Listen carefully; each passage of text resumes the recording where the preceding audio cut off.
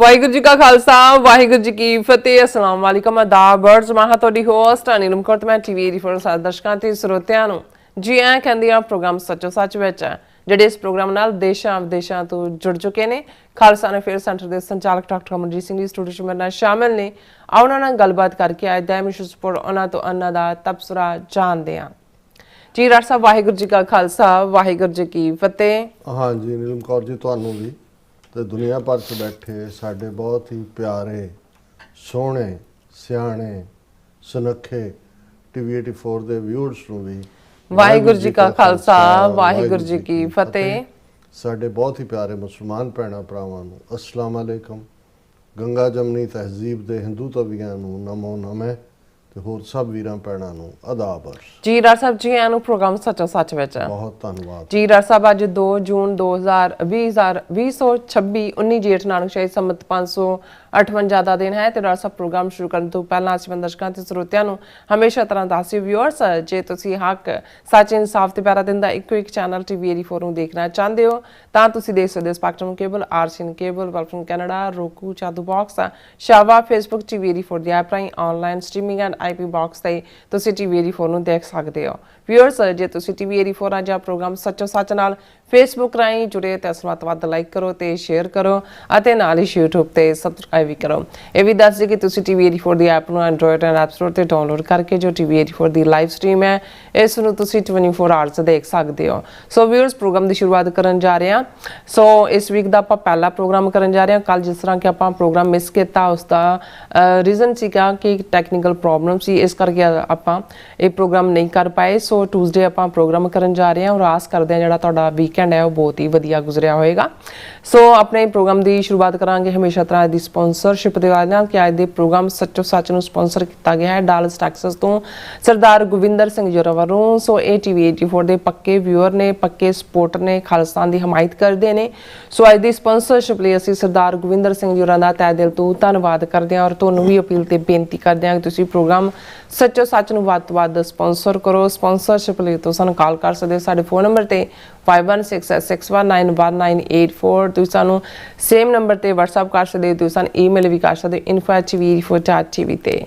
ਸੋ viewers, ਪਹਿਲੇ segment ਦੇ ਵਿੱਚ ਆਪਾਂ ਗੱਲਬਾਤ ਕਰਨ ਜਾ ਰਹੇ ਹਾਂ ਲਾਹੌਰ ਦੇ ਪਰਿੰਦਿਆਂ ਇਹ ਸੋਗ ਕਿਉਂ ਪਾਏ ਨੇ ਧੀਏ ਫੌਜੀ ਦਿੱਲੀ ਦੇ ਅੰਬਰਸਰ ਚੜ ਆਏ ਨੇ।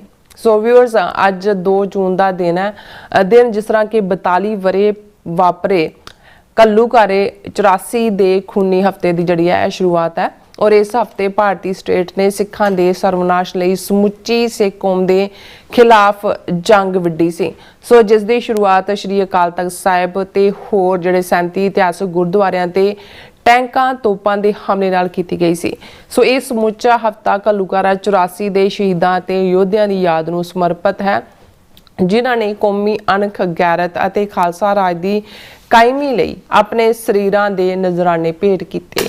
ਸੋ ਅੱਜ ਦਾ ਪ੍ਰੋਗਰਾਮ ਆਪਾਂ ਇਹਨਾਂ ਸ਼ਹੀਦਾਂ ਦੀ ਯਾਦ ਨੂੰ ਸਮਰਪਿਤ ਕਰਨ ਜਾ ਰਹੇ ਹਾਂ। ਸੋ ਇਸ ਤੇ ਬਾਬਤ ਹੀ ਆਪਾਂ ਵਿਚਾਰਾਂ ਕਰਾਂਗੇ। ਸੋ ਅਸੀਂ ਚਾਹਾਂਗੇ ਕਿ ਤੁਸੀਂ ਸਾਨੂੰ ਇਸੇ ਤਰ੍ਹਾਂ ਬਣੇ ਰਹਿਣਾ। ਦੇਖਣ ਸੁਣ ਲਈ ਤੁਹਾਡਾ ਸਭ ਦਾ ਬਹੁਤ ਬਹੁਤ ਧੰਨਵਾਦ। ਜੀ ਡਾਕਟਰ ਸਾਹਿਬ, ਕੀ ਵਿਚਾਰਾਂ ਨੇ? ਸਭ ਤੋਂ ਪਹਿਲਾਂ ਤਾਂ ਅੱਜ ਦੇ ਪ੍ਰੋਗਰਾਮ ਨੂੰ ਸਪਾਂਸਰ ਕਰਨ ਲਈ ਅਸੀਂ ਵੀਰ ਗੋਵਿੰਦਰ ਸਿੰਘ ਡਾਲਸ ਟੈਕਸਾਸ ਨਿਵਾਸੀ ਜਿਹੜੇ ਲੰਬਾ ਵਕਤ ਨਿਊਯਾਰਕ ਰਹੇ, ਡਾਕਟਰ ਰਣਜੀਤ ਸਿੰਘ ਹੋਰਾਂ ਦੇ ਹਮਰਾਹ ਮਿੱਤਰ ਸਾਥੀ ਤੇ ਅੱਜ ਉਹਨਾਂ ਦੀ ਲੈਗੇਸੀ ਨੂੰ ਅੱਗੇ ਤੋਰਨ ਦੇ ਲਈ ਝੰਡਾ ਬਰਦਾਰ ਉਹਨਾਂ ਵੱਲੋਂ ਕੀਤਾ ਗਿਆ। ਔਰ ਅਸੀਂ ਇਹ ਵੀ ਦੱਸ ਦਈਏ ਕਿ 7 ਜੂਨ ਤੋਂ ਬਾਅਦ ਜਿਹੜਾ ਨੈਕਸਟ ਸੰਡੇ ਹੈ 14 ਜੂਨ ਡਾਕਟਰ ਰਣਜੀਤ ਸਿੰਘ ਹੋਰਾਂ ਦੀ ਯਾਦ 'ਚ ਭਾਈ ਗੋਵਿੰਦਰ ਸਿੰਘ ਹੋਰੀ ਸਾਲਾਨਾ ਉਸ ਯਾਦ ਨੂੰ ਜਿਹਦੇ 'ਚ ਕਿ ਟੀਵੀ 84 ਦੀ ਕੰਟਰੀਬਿਊਸ਼ਨ ਵੀ ਐਕਨੋਲਜ ਹੁੰਦੀ ਹੈ, ਉਹ ਡਾਲਸ ਟੈਕਸਾਸ 'ਚ ਅਖੰਡ ਪਾਠ ਸਾਹਿਬ ਦਾ ਪ੍ਰਾਰੰਭ ਕਰਕੇ ਸ਼ੁਰੂਆਤ ਕਰਦੇ ਨੇ ਜਿਹੜਾ ਕਿ 12 ਜੂਨ ਨੂੰ ਅਖੰਡ ਪਾਠ ਸਾਹਿਬ ਆਰੰਭ ਹੋਏਗਾ, 14 ਜੂਨ ਨੂੰ ਸਮਾਪਤੀ ਹੋਏਗੀ ਔਰ ਉਹਨਾਂ ਦੀ ਮਿੱਠੀ ਯਾਦ ਨੂੰ ਔਰ ਟੀਵੀ 84 ਨੂੰ ਸਮਰਪਿਤ ਇਹ ਸਮਾਗਮ ਹੁੰਦਾ ਹੈ। ਸੋ ਜਿਸ ਦੇ ਵਿੱਚ ਡਾਕਟਰ ਸਾਹਿਬ ਨੂੰ ਪਿਆਰ ਕਰਨ ਵਾਲੇ ਦੂਰ ਦਰਾਡਿਆਂ ਵੀ ਪਹੁੰਚਦੇ ਨੇ। ਸੋ ਅਸੀਂ ਟੈਕਸਾਸ ਨਿਵਾਸੀ ਖਾਸ ਤੌਰ ਤੇ ਹਿਊਸਟਨ, ਡੈਲਸ ਔਰ ਸਰਾਊਂਡਿੰਗ ਜਿਹੜੇ ਸਾਡੇ ਵੀਰ ਭੈਣਾਂ ਨੇ ਉਹਨਾਂ ਨੂੰ ਇਹ ਗੁਜ਼ਾਰਿਸ਼ ਵੀ ਕਰਾਂਗੇ ਕਿ ਤੁਸੀਂ 14 ਤਰੀਕ ਦੇ ਦੀਵਾਨ ਦੇ ਵਿੱਚ ਜਿਹੜਾ ਕਿ ਮੇਨ ਡਾਲਸ ਗੁਰਦੁਆਰਾ ਸਾਹਿਬ ਜਿੱਥੇ ਸਮਾਗਮ ਹੁੰਦਾ ਹੈ ਰਿਚਰਡਸਨ ਦੇ ਵਿੱਚ ਉਸ ਦੇ ਵਿੱਚ ਸ਼ਮੂਲੀਅਤ ਵੀ ਕਰੋ ਔਰ ਵੀਰ ਗੋਵਿੰਦਰ ਸਿੰਘ ਔਰ ਸਮੁੱਚੇ ਪਰਿਵਾਰ ਦਾ ਅਸੀਂ ਸ਼ੁਕਰੀਆ ਅਦਾ ਕਰਦੇ ਹਾਂ। ਜੀ ਪ੍ਰੀ ਮੈਡੀਕਲ ਦੇ ਫਿਜ਼ਿਕਸ ਦੇ ਵਿੱਚ ਸਬਜੈਕਟ ਇੱਕ ਚੈਪਟਰ ਹੁੰਦਾ ਸੀ ਜਿਸ ਦੇ ਵਿੱਚ ਇਹ ਸੀ ਕਿ ਕਈ ਵਾਰ ਜਦੋਂ ਜਹਾਜ਼ ਦਾ ਐਕਸੀਡੈਂਟ ਹੋ ਜਾਂਦਾ ਤਾਂ ਉਹਦਾ ਕੋਈ ਕਾਰਨ ਨਹੀਂ ਸੀ ਲੱਭਦਾ ਤੇ ਉਸ ਦੇ ਲਈ ਉਹ ਟਰਮ ਇੱਕ ਯੂਜ਼ ਕਰਦੇ ਸੀ ਮੈਟਲ ਫਟੀਗ। ਹੁਣ ਵੈਸੇ ਅਸੀਂ ਫਟੀਗ ਆਮ ਹਿਊਮਨ ਬਾਡੀ ਜਾਣਦੇ ਹਾਂ ਕਿ ਥਕਾਵਟ ਨੂੰ ਕਹਿੰਦੇ ਨੇ। ਸੋ ਉਹਦੇ 'ਚ ਹੁੰਦਾ ਸੀ ਕਿ ਵੀ ਇਹਦਾ ਕੋਈ ਰੀਜ਼ਨ ਨਹੀਂ ਹੈ, ਭਾਵੇਂ ਉਦੋਂ ਅਜੇ ਉਹਦਾ ਜਿਹੜੀ ਹੈ ਉਹ ਟਰਮ ਨਾ ਵੀ ਮੁੱਕੀ ਹੋਏ ਜਿਸ ਮੈਟਲ ਨੂੰ ਕਿੰਨੀ ਦੇਰ ਕਰਨਾ ਵੀ ਮੈਟਲ ਵੀ ਥੱਕਦੀ ਹੈ, ਮੈਟਲ ਫਟੀਗ, ਔਰ ਉਹ ਸਡਨ ਕਲੈਪਸ ਕਰਦੀ ਹੈ। ਹੁਣ ਪਤਾ ਨਹੀਂ ਇਹਨਾਂ 30-40 ਸਾਲਾਂ 'ਚ ਉਹਦੀ ਥਾਂ ਕੋਈ ਨਵੀਂ ਟਰਮ ਆਈ ਹੋਏ ਕਿ ਨਹੀਂ, ਪਰ ਉਹ ਮੈਟਲ ਫਟੀਗ ਉਹਨੂੰ ਕਹਿੰਦੇ ਨੇ। ਸੋ ਕੱਲ ਵੀ ਸਾਡੇ ਨਾਲ ਮੈਟਲ ਫਟੀਗ ਹੋਇਆ, ਅਸੀਂ ਬਿਲਕੁਲ ਰੈਡੀ ਸੀ ਪ੍ਰੋਗਰਾਮ ਸੱਜ ਕਰਨ ਧੱਜ ਕੇ ਬੈਠ ਗਏ ਪ੍ਰੋਗਰਾਮ ਦੇ ਲਈ। ਔਰ ਜਿਹੜਾ ਜਿਸ ਨੂੰ ਟ੍ਰਾਈਕਾਸਟਰ ਵੀ ਕਹਿੰਦੇ ਨੇ, ਮਿਕਸਰ ਵੀ ਕਹਿੰਦੇ ਨੇ, ਜਿਹਦੇ 'ਚ ਆਡੀਓ ਔਰ ਵੀਡੀਓ ਉਹ ਆਪਣੇ ਆਪ ਦੇ ਵਿੱਚ ਰਿਕਾਰਡ ਹੁੰਦੇ ਨੇ ਔਰ ਉੱਥੋਂ ਜਿੱਥੇ ਸਾਡਾ ਸਾਊਂਡ ਵਿਊ ਸਟੂਡੀਓ ਹੈ ਉੱਥੋਂ ਬੀਮ ਹੁੰਦੇ ਨੇ। ਸੋ ਜਿਉਂ ਹੀ ਪ੍ਰੋਗਰਾਮ ਦੀ ਸ਼ੁਰੂਆਤ ਕਾਊਂਟਡਾਊਨ ਹੋਇਆ ਤੇ ਸਾਡੀ ਟੈਕਨੀਕਲ ਟੀਮ ਨੇ ਆ ਕੇ ਕਿਹਾ ਕਿ ਜੀ ਕਲੈਪਸ ਐਵਰੀਥਿੰਗ। ਸੋ ਉਹ ਅਗਲਾ ਅੱਧਾ ਘੰਟਾ ਕੋਸ਼ਿਸ਼ ਰਹੀ ਵੀ ਕਿਸੇ ਨਾ ਕਿਸੇ ਵੀ ਇੱਕ ਫਿਊਜ਼ ਦੂਜਾ, ਪਰ ਵਰਕਆਊਟ ਨਹੀਂ ਹੋਇਆ।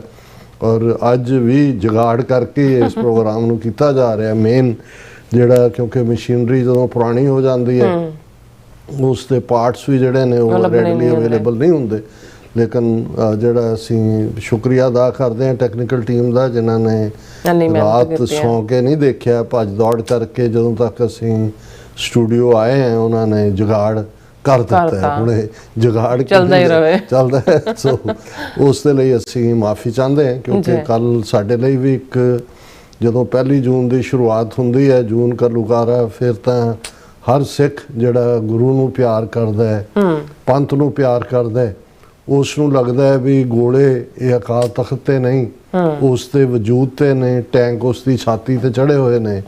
ਔਰ ਉਹ ਗੈਰਤ ਔਰ ਅਣਖ ਦੇ ਪੁਤਲੇ ਜਿਨ੍ਹਾਂ ਨੇ ਕੌਮੀ ਘਰ ਦੇ ਲਈ, ਅਕਾਲ ਤਖਤ ਦੀ ਆਨ ਸ਼ਾਨ ਦੇ ਲਈ ਆਪਣਾ ਆਪਾ ਕੁਰਬਾਨ ਕੀਤਾ, ਉਹ ਸਾਰੀਆਂ ਕੁਰਬਾਨੀਆਂ ਸਾਡੀਆਂ ਯਾਦਾਂ 'ਚ ਆ ਜਾਂਦੀਆਂ ਨੇ। ਕਿਉਂਕਿ ਆਲਮੋਸਟ 31 ਮਈ ਤੱਕ ਫੌਜ ਪੰਜਾਬ ਦੇ ਵਿੱਚ ਜਿਹੜੀ ਉਹਦੀ ਗਿਣਤੀ ਹੈ ਉਹ 1 ਲੱਖ ਤੋਂ 2 ਲੱਖ ਤੱਕ ਦੱਸੀ ਜਾਂਦੇ। 1 ਲੱਖ ਐਕਟਿਵ ਆਰਮੀ ਦੀ ਮੋਬਿਲਾਈਜੇਸ਼ਨ ਪੰਜਾਬ ਦੇ ਵਿੱਚ ਹੋਈ, ਜਿਹੜੀ ਆਲਮੋਸਟ 31 ਮਈ ਤੱਕ ਮੁਕੰਮਲ ਹੋ ਗਈ ਸੀ। ਔਰ ਉਹ ਸਾਰੇ ਦੇ ਚੱਲਦੇ ਆ ਵੈਸੇ ਹੀ ਜਿਹੜੀ ਭਾਰਤੀ ਫੌਜ 2-2.5 ਲੱਖ ਤਾਂ ਪੰਜਾਬ 'ਚ ਪਰਮਾਨੈਂਟ ਹੀ, ਕਿਉਂਕਿ ਬਹੁਤ ਵੱਡੇ ਵੱਡੇ ਇਹਨਾਂ ਨੇ ਫੌਜੀ ਕੰਟੋਨਮੈਂਟ ਬੇਸ, ਤੁਸੀਂ ਅੰਮ੍ਰਿਤਸਰ ਕੰਟੋਨਮੈਂਟ ਤੋਂ ਲੈ ਕੇ ਜਲੰਧਰ, ਸੂਰਾਨਸੀ, ਜਲੰਧਰ, ਕੈਂਟ, ਹੁਣ ਤਾਂ ਬਠਿੰਡਾ ਦੇ ਵਿੱਚ ਕਈ 100 ਏਕੜ ਦੇ ਵਿੱਚ ਉਹਨਾਂ ਨੇ ਵੈਸਟਰਨ, ਕਿਉਂਕਿ ਇਹ ਕਹਿ ਕੇ ਕਿ ਜੀ ਇਹ ਵੈਸਟਰਨ ਕਮਾਂਡ ਔਰ ਪਾਕਿਸਤਾਨ ਨਾਲ ਬਾਰਡਰ ਲੱਗਦਾ ਹੈ ਤੇ ਫਲਾਣਾ ਢਿਮਕਾ, ਪਰ ਪੰਜਾਬ ਨੂੰ ਹੈਵੀਲੀ ਮਿਲਟਰਾਈਜ਼ ਕੀਤਾ ਹੋਇਆ ਤਾਂ ਕਿ ਕਿਸੇ ਵੇਲੇ ਵੀ ਜਦੋਂ ਉਹਨਾਂ ਨੂੰ ਇਹ ਲੱਗੇ ਕਿ ਵੀ ਪੰਜਾਬ ਦੇ ਵਿੱਚ ਕੁਝ ਹੋਣ ਲੱਗਿਆ ਤੇ ਫੌਜ ਕਿਤੋਂ ਲਿਆਉਣੀ ਨਾ ਪਏ।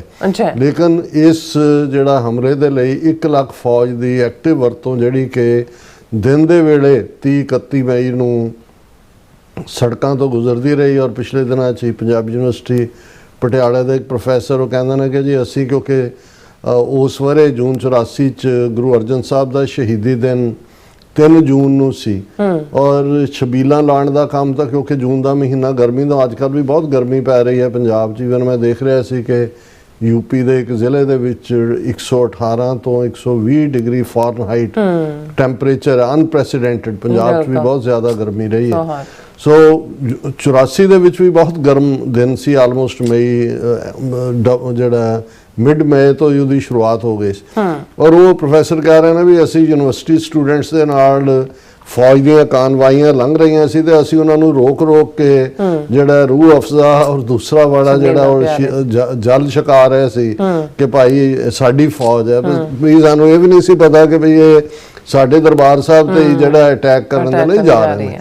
ਸੋ ਕਹਿਣ ਦਾ ਮਤਲਬ ਇਹ ਹੈ ਕਿ ਵੀ ਇਹ ਸਾਰੇ ਪਾਰਟ ਨੂੰ ਜਦੋਂ ਅਸੀਂ ਦੇਖਦੇ ਹਾਂ ਤੇ ਇਹ ਆਪਣੇ ਆਪ ਦੇ ਵਿੱਚ ਇਸ ਦੀ ਪੀੜ ਤਾਂ ਮਈ ਦੇ ਲਾਸਟ ਹਫਤੇ 'ਚ ਸ਼ੁਰੂ ਹੋ ਜਾਂਦੀ ਹੈ। 1 ਜੂਨ ਦਾ ਦਿਨ, ਜਿਸ ਦਿਨ ਜਿਹੜੇ ਇਸ ਦਿਨ ਦੇ ਸ਼ਹੀਦ ਭਾਈ ਮਹਿੰਗਾ ਸਿੰਘ ਜਿਹੜੇ ਦਰਬਾਰ ਸਾਹਿਬ ਦੇ ਅੰਦਰ ਸ਼ਹੀਦ ਹੋਏ, ਉਹਨਾਂ ਦੀ ਯਾਦ ਨੂੰ ਵੀ ਇਹ ਸਮਰਪਿਤ ਹੁੰਦਾ 1 ਜੂਨ।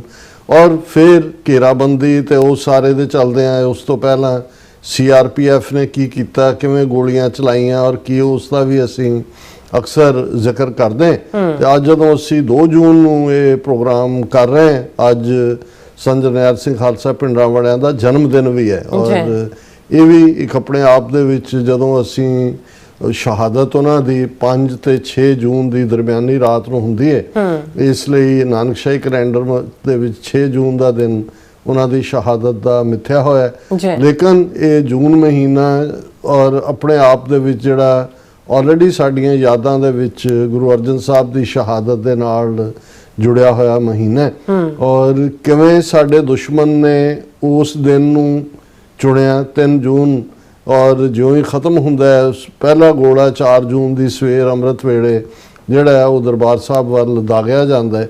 ਉਹ ਹੁਣ ਤਾਂ ਇੱਕ ਸਟੇਜ ਦੇ ਉੱਤੇ ਮਿੰਟ ਬਾਈ ਮਿੰਟ ਬ੍ਰੇਕਡਾਊਨ ਮਾਰਕ ਟਲੀ ਔਰ ਸਤੀਸ਼ ਜੈਕਬ ਉਹਨਾਂ ਨੇ ਦਿੱਤਾ ਸੀ ਆਪਣੀ ਕਿਤਾਬ ਅੰਮ੍ਰਿਤਸਰ ਮਿਸਿਸ ਗਾਂਧੀਜ਼ ਲਾਸਟ ਬੈਟਲ।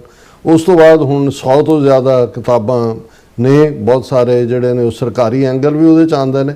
ਲੇਕਿਨ 2-3 ਚੀਜ਼ਾਂ ਜਿਹੜੀਆਂ ਇਹਨਾਂ 42 ਸਾਲਾਂ ਦੇ ਵਿੱਚ ਬੜੀਆਂ ਸਪਸ਼ਟ ਹੋ ਕੇ ਸਾਹਮਣੇ ਆ ਗਈਆਂ ਉਹਨਾਂ ਦੇ ਵਿੱਚ ਕਿ ਵੀ ਇਹ ਪ੍ਰੀ ਪਲੈਨਡ ਸੀ, ਪਲੈਨਿੰਗ ਵੀ। ਔਰ ਮੈਂ ਲੈਫਟੀਨੈਂਟ ਜਨਰਲ ਜਿਹੜੇ ਵੈਸਟਰਨ ਕਮਾਂਡ ਦੇ ਸੀ ਮਿਸਟਰ SK ਸਿਨਹਾ, ਉਹਨਾਂ ਨੇ ਇਸ ਦੇ ਉੱਤੇ ਕਿਤਾਬ ਵੀ ਲਿਖੀ।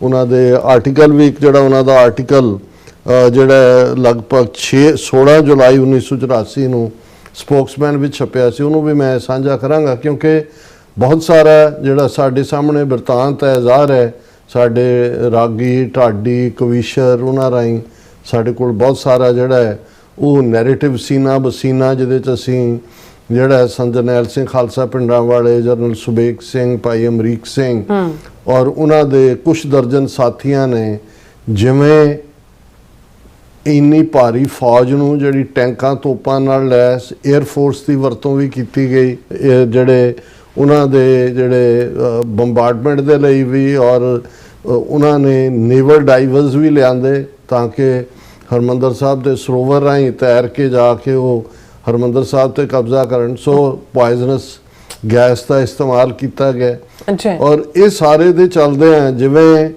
ਕੁਛ ਦਰਜਨ ਸਿੰਘਾਂ ਨੇ ਲਗਭਗ 72 ਘੰਟੇ, ਕਿਉਂਕਿ ਜਿਹੜੀ ਇੰਟੈਂਸ ਬੈਟਲ ਹੈ ਉਹ 4 ਜੂਨ ਦੀ ਸਵੇਰ ਨੂੰ ਸ਼ੁਰੂ ਹੁੰਦੀ ਹੈ ਔਰ 72 ਘੰਟੇ ਆਲਮੋਸਟ 6 ਜੂਨ ਦੀ ਸਵੇਰ ਨੂੰ ਜਦੋਂ ਟੈਂਕ ਅੰਦਰ ਲਿਆਂਦੇ ਜਾਂਦੇ ਨੇ ਔਰ ਸੰਤ ਜਰਨੈਲ ਸਿੰਘ ਭਿੰਡਰਾਂਵਾਲੇ ਔਰ ਭਾਈ ਅਮਰੀਕ ਸਿੰਘ ਦੀ ਜਿਹਦੀ ਸ਼ਹਾਦਤ ਹੁੰਦੀ ਹੈ, ਉਸ ਤੋਂ ਪਹਿਲਾਂ ਜਨਰਲ ਸੁਬੇਗ ਸਿੰਘ ਹੋਰਾਂ ਦੀ ਸ਼ਹਾਦਤ ਹੋਈ ਤੇ 6 ਜੂਨ ਨੂੰ ਜਿਹੜਾ ਹੈ ਉਹ ਸਵੇਰ ਤੱਕ ਪਹੁੰਚਦੇ ਆ।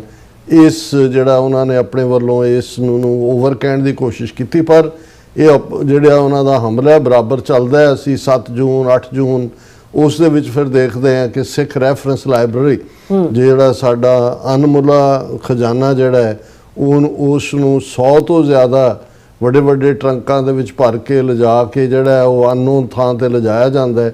42 ਸਾਲਾਂ ਬਾਅਦ ਵੀ ਅਜੇ ਵੀ ਇਹ ਡਿਬੇਟ ਹੋ ਰਹੀ ਹੈ ਕਿ ਜੀ ਕੀ ਉਹਨਾਂ ਨੇ ਵਾਪਸ ਕੀਤਾ ਕੀ ਨਹੀਂ ਕੀਤਾ, ਖੜਿਆ ਵੀ ਕਿ ਨਹੀਂ ਖੜਿਆ।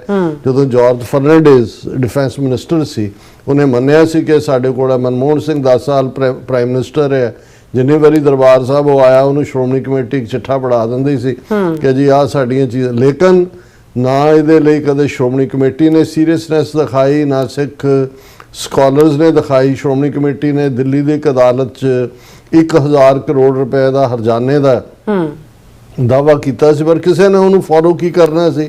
ਇਹ ਵੀ ਹੈ ਕਿ ਵੀ ਜਿਹੜੀਆਂ ਕੁਝ ਚੀਜ਼ਾਂ ਮੋੜੀਆਂ ਗਈਆਂ, ਕਿਵੇਂ ਸ਼੍ਰੋਮਣੀ ਕਮੇਟੀ ਦੇ ਕਰਪਟ ਮੁਲਾਜ਼ਮਾਂ ਦੀ ਮਿਲੀ ਭੁਗਤ ਦੇ ਨਾਲ ਉਹ ਬਾਹਰ ਜਿਹੜੇ ਲੋਕ ਹਿਸਟੋਰੀਕਲ ਚੀਜ਼ਾਂ ਖਰੀਦਦੇ ਨੇ ਉਹਨਾਂ ਨੂੰ ਲੱਖਾਂ ਡਾਲਰਾਂ ਦੇ ਵਿੱਚ ਵੇਚੀਆਂ ਗਈਆਂ। ਉਹਨਾਂ 'ਚ ਹੱਥ ਲਿਖਤ ਬੀੜਾਂ ਵੀ ਸ਼ਾਮਲ ਨੇ ਜਾਂ ਹੁਕਮਨਾਮੇ ਵੀ ਸ਼ਾਮਲ ਨੇ ਗੁਰੂ ਤੇਗ ਬਹਾਦਰ ਸਾਹਿਬ, ਮਾਤਾ ਸੁੰਦਰੀ ਜੀ ਦਾ।